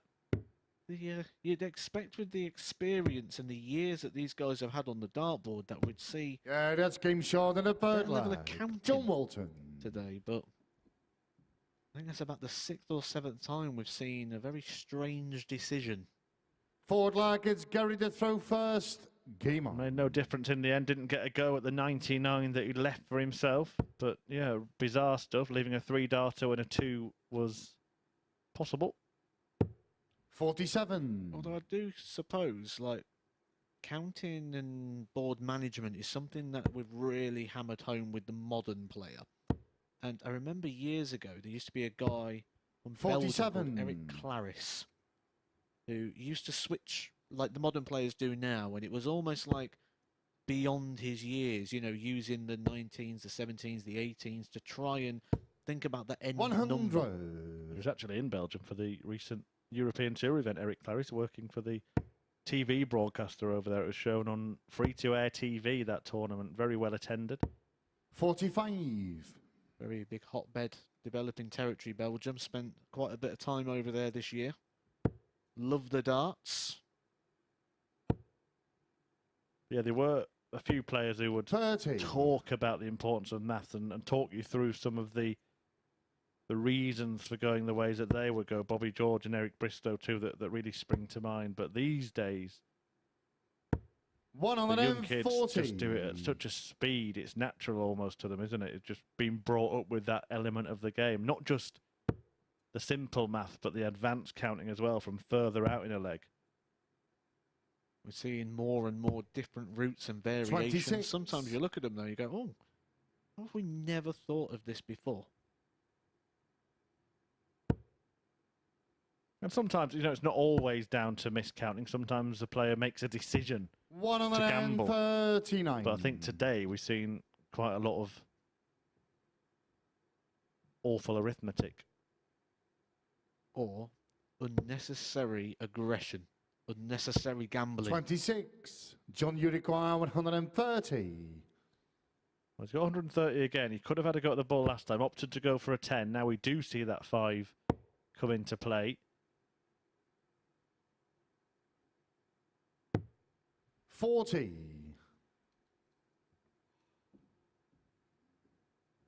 Well, even that I find a slightly strange shot. More likely to hit the 25 or the ball than the treble 15. 23. 80 is a John, more you favourable require finish than 90, but with Robson not really in the leg, it shouldn't matter anyway. But then now, on 90, with Robson not in the leg, it seems a strange decision to start on treble 20 as well. 35. See, I would personally do that, but that's because I love double 15. Not the most kindest of breakdowns, but I remember doing it to leave double 15 in a quarter final in the last Pro Tour last year against Luke Humphries, and it was 5-5. 40. Remember all John, the you streams that was require going on at the time 55. saying this could be terrible board management at the first start. It's like, yeah, lovely. Yeah, that's game short in the forward leg. John Good Walton. dance this from John Walton. This is a much more improved performance. Fifth leg is John to throw first. Game on. 3-1 up. Don't know what the issue is there. I don't know if the players were drinking from the wrong water cups or something. Ron Walton 60. was gesticulating to the table and to Gary Robson that maybe he's drinking from the wrong cup.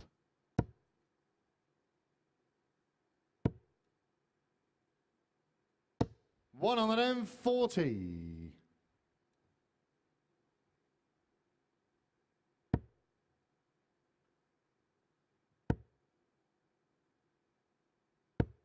$85. Gary Robson has just fell away as the day's gone on. The good thing for Gary, though, is in this Group A, he's got 4 more days of action to go yet, so time to get this right. So get back to the room, get some yoga done, get some stretching 54. going. Do a couple of manipulations on the nerves in the arm. Try and get the brain and the hand back in sync. Well, John Walton will probably be wishing that there was a couple more games to play because he's just starting to find his feet as the end of the day approaches. 137. By the way, we have heard from Chris Mason. Some of our production team have spoke to him on the way out. He said he's gutted with the amount of points that he's amassed, but he's largely happy with how he played. 170. Very fair assessment, really, isn't it? You can't really add anything else to that. Well, is Gary Robson going to add to the length of this match, or will Walton 55. clean up the 118 and slam the door shut?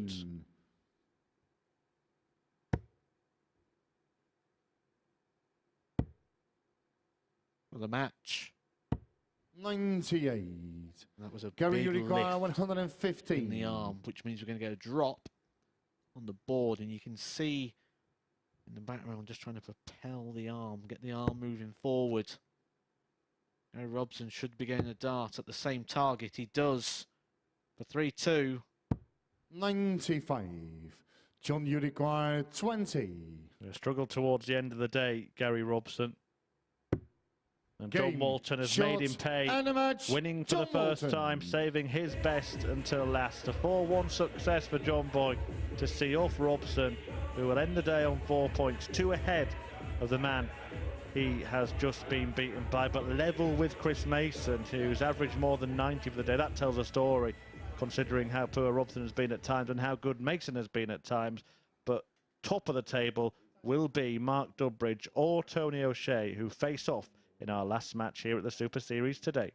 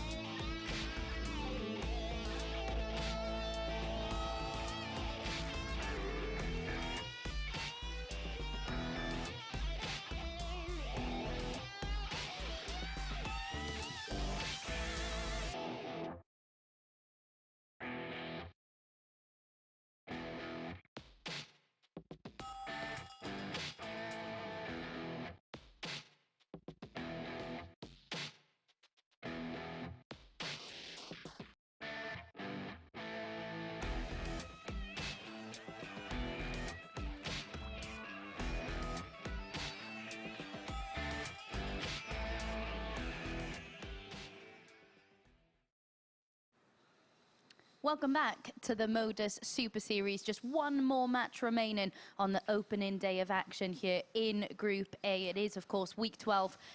Wes?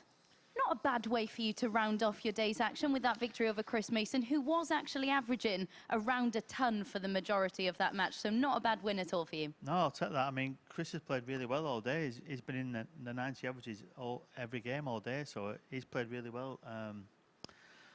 I'm just happy to be here and to be playing. You know, I want to be playing more than what I am. You know, I'm not ready to pack it in yet. I'm still trying, but I'm just a bit dusty at the minute. So, but I'm happy with today. I know I've done some good things. I've done some, you know, I've done some bad things as well. But you know, I'm up there, and it's, you know, I'm ready to go again tomorrow. And I guess a tournament like this really helps with that frustration when you feel like you're not getting enough opportunities to still show what you can do. This is the perfect environment to do so. Oh yeah, it's perfect. You're getting 5 games a day against good players. So you know, I'm hoping for better things tomorrow. But at the same time, you know, I'm sort of, you know, I'm happy today. I'm playing, and you know, I've had a few good wins, so I'll take that. And it's all about improving every day, and it's on to tomorrow now. And we'll take a little look at the league table. We can see that you're currently on 6 points at the top of the table at the moment. We know that will change after the next match because it is Dudbridge against O'Shea, but not a bad position to be in. And we've seen, as you alluded to, we've seen a bit of everything from you today. Is consistency maybe the hardest thing when you're not playing on a regular basis? Yeah. I know deep down I'm not playing enough as what I should be doing, but that's just the way it is. And you know, I'm still there. I'm still fighting. I still want to play darts at the highest level, but you know, that's just the way it is now. But yeah, looking at that, it's not in a bad position. I hope Tony and Mark draw next, if that's possible. But yeah, it's a good position, and you know, I'll take that on to tomorrow and build again, and hopefully go better tomorrow. And so much experience in that field. What's it been like in the practice room? Have you been sharing quite a few stories? Oh, we have, yeah. I mean, it's a pleasure to be in that practice room. It's weird. I've not been called young'un for a long time. But every one of them players I grew up looking up to. It's a pleasure to be in that room with them again. So, and like I said, I'm quite an oldish guy myself now, but I feel like one of the young ones in there. And it is such a congested group. We've just seen the league table there. What do you feel it will take from you in Tuesday and Wednesday sessions in order to progress? But when I go into it, you know, you want to win every game, but looking at it from a positive point of view, like you've got 5 games on the day, and really you want to win 4 of them. To be honest, you want to win them all. But you know, going into it myself, I think I'll take 4 wins. So hopefully tomorrow I'll be a bit better than what I was today. But it's the same for them all. You know, we're all sort of blowing the dust off a bit, and I've been impressed with Chris Mason today. I think he's been really good player today all day.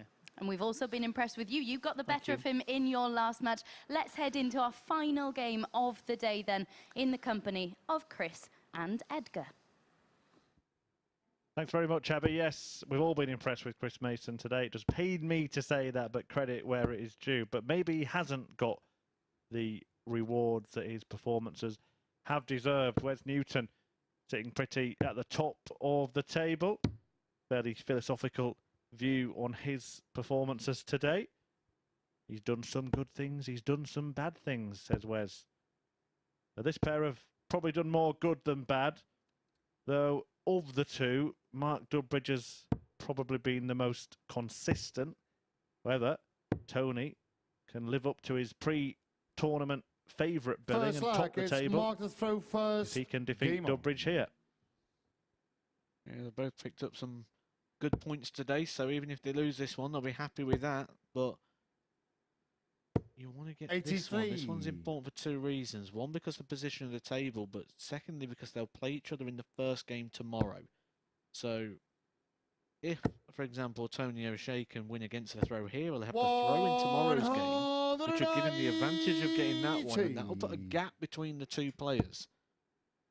Ideally for us, we want these to be trading wins so we can keep the enjoyment of this 81 battle going.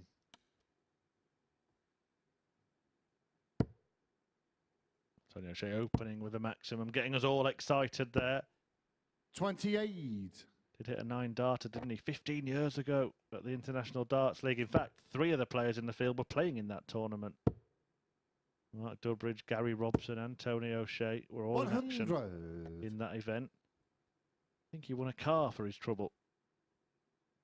I remember many years ago at Blackpool, the 9-dart prize was a car. 47. And Jamie Harvey was playing Phil Taylor, and he did a lot of interviews saying how he's going to beat Phil Taylor and do all this. I think it was the opening leg or the second leg. He opened with a 180 and he stood at the back of the stage and pointed at the car. And then he went up and hit a treble 20 with the next dart. And then ended up going on to lose 10-1. 100. Mark, you require 137. 137 here for Dudbridge. Could go, and it's been a feature of his game today, these kinds of finishers. Yeah, And there's another one. Mark Dudbridge does it again. Dudbridge. It's been interesting watching Mark Dudbridge. No trouble at all with his big combination checkouts, but when he's had three in hand at double, that's when he struggled. Yeah, and you can see that in terms of the doubling percentage as well. It tells the story, doesn't it? When he's had time, which is something we normally see from a more quicker player. By the way, just going back to that story about the 9-darters in the 58. International Darts League of 07, it was actually the first time in a tournament where 2 players had hit a 9-darter. Phil Taylor did it in the next round after Shea had done it against Adrian Lewis. Taylor managed it 95. against Raymond van Barneveld. Now, I'm not sure how they managed to split the car. I think they got one each in the end. 60. James Wade will be someone who will be able to split a car. Mechanic. Absolutely. He'd have been... he'd just take parts out of it, wouldn't he? I'll just have this bit, that bit. 100. Yeah, Opel Tigra, apparently, the car that was won 15 years ago. Wonder if Tony drove it down here. 140. Playing a good standard, the pair of them at the start of this match. Does have the level that a top of the table class should have. 35. Seems a more useful prize than what other darts shows us giving out at that sort of time. Your bullseye giving out a speedboat. Tony, you require 148. Is he going to answer the 137 with the 148? The answer 100 is no. Mark, you require 120. Dudbridge could double up.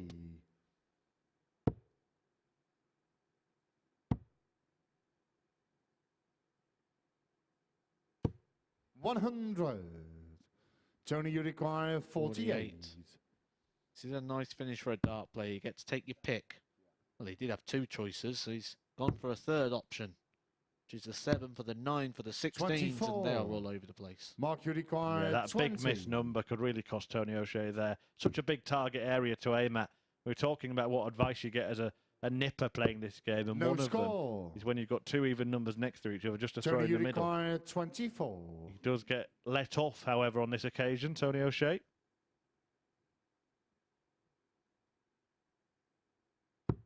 Yeah, that's game short in the second line. Makes full use of it. Hits the double first dart this time. Levels up the game, and Mark Dudbridge will be throwing first. But Third leg, it's just Mark the thinking throw about first. Game on.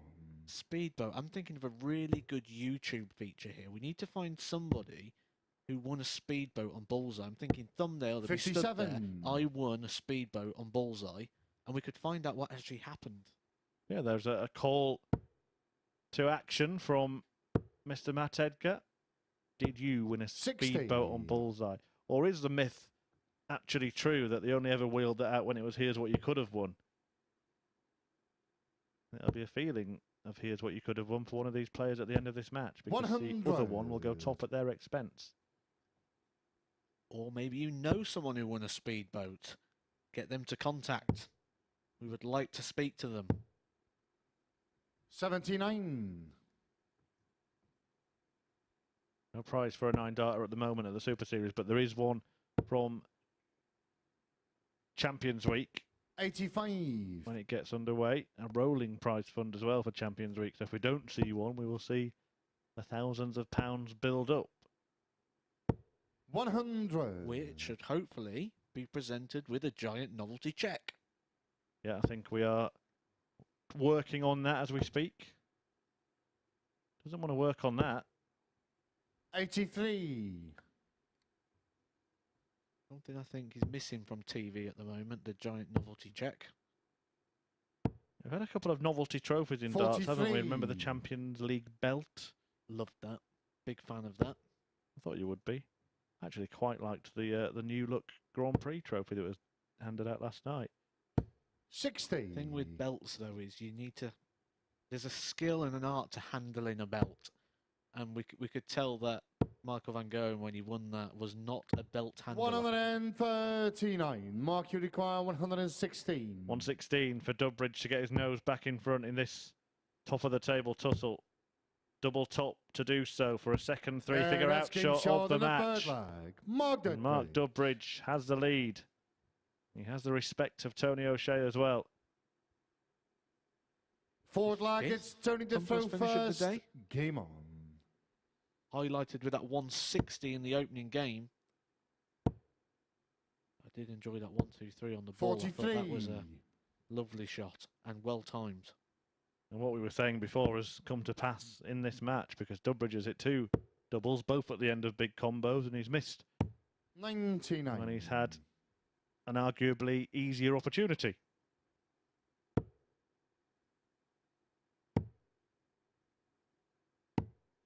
$134. Good value for the lead. That 180 from O'Shea came in the very first visit of the game. 95.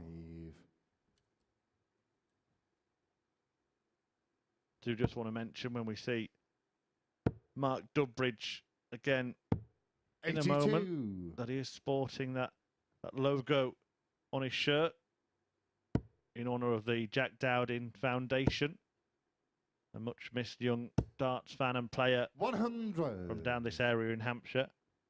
He supports the foundation for Jack, who passed away due to juvenile diabetes. 58. And that was a great friend, and he actually gave his dad his 9-dart pin, coveted 9-dart pin that you get for hitting a perfect leg in PDC darts, so that he'd have it forever. 40. Great person, great charity. And to find that with darts, don't you? It's a very community 58. feel within the sport. Mark, you require 67.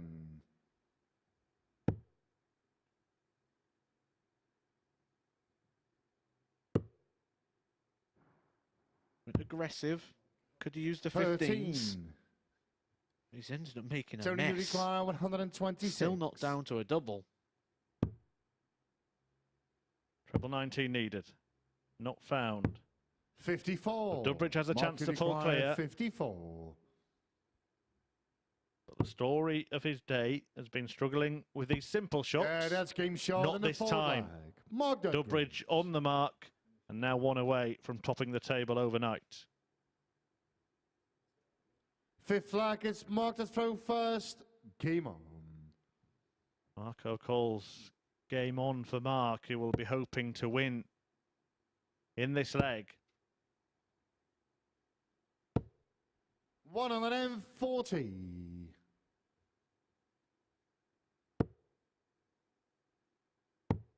If he does it, he will lead overnight, as we've been 96. saying. He will leave Tony O'Shea in 3rd place behind Wes Newton. Chris Mason and Gary Robson on 4, despite the running average of more than 90 for Mace the Ace. And John Walton, the strongest player in the group, holding the rest of them up on 2 points at the bottom.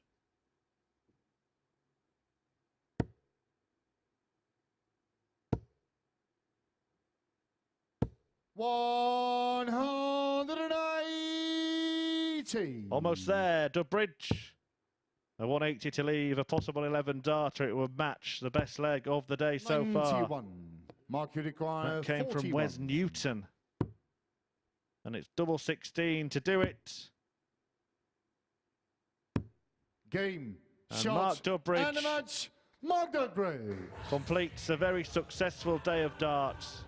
4 wins from 5 for Flash. The best performance that he's produced today, a 93.19 average, getting the better of Tony O'Shea, who was the favourite before this group started, to finish top of it He's just behind him, though, on 6 points, along with Wes Newton. Dudbridge in that game, hitting checkouts of 116 and 137. Those three-figure combos being a huge part of his performances today.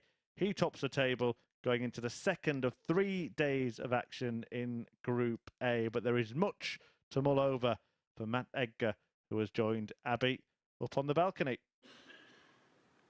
Yeah, thank you very much, Murph. Mark Dudbridge ends the day top of the table, but a penny for the thoughts of Chris Mason right now. I wouldn't want to be around him right now. I mean, he's played very good all day, hasn't he? The only player really... Tony O'Shea had that 90 average to beat Chris Mason. That one there from Mark Dudbridge, only the second player who's hit a 90 average all day. Chris Mason's running at a 91. Now, this isn't because he's had one game where he's played fantastic and he's just ran away with like 100 average and it's boosted it all up. It's because he's been consistent all day.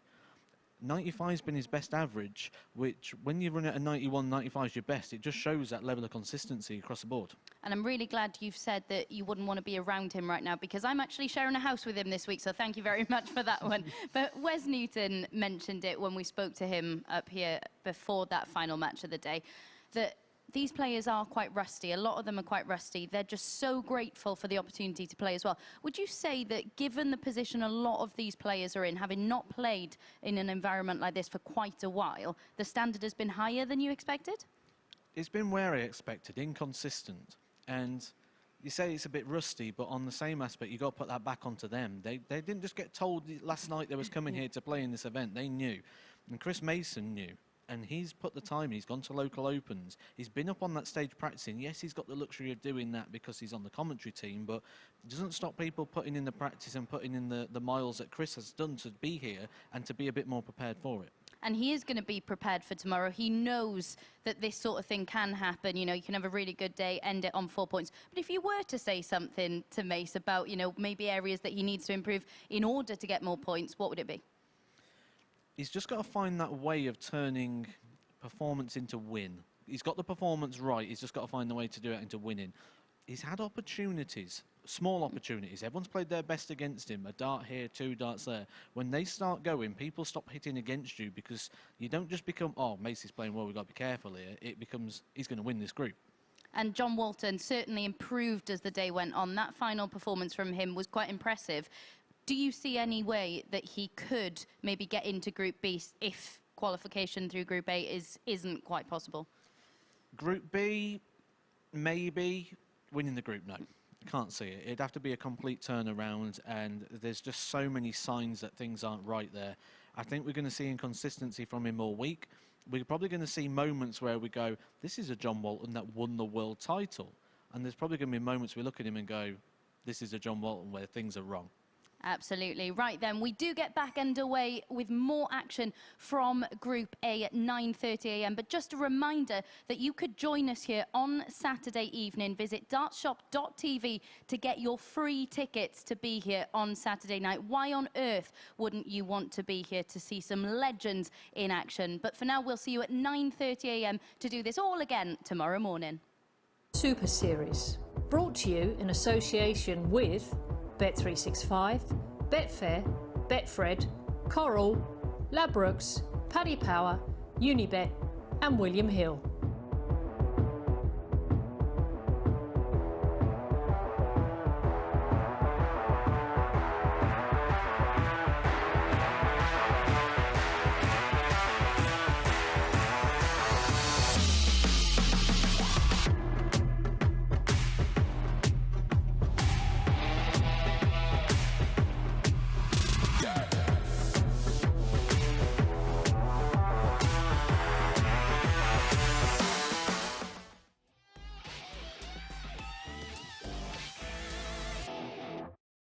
The MODUS Super Series, brought to you in association with Bet365, Betfair, Betfred, Coral, Ladbrokes, Paddy Power, Unibet and William Hill.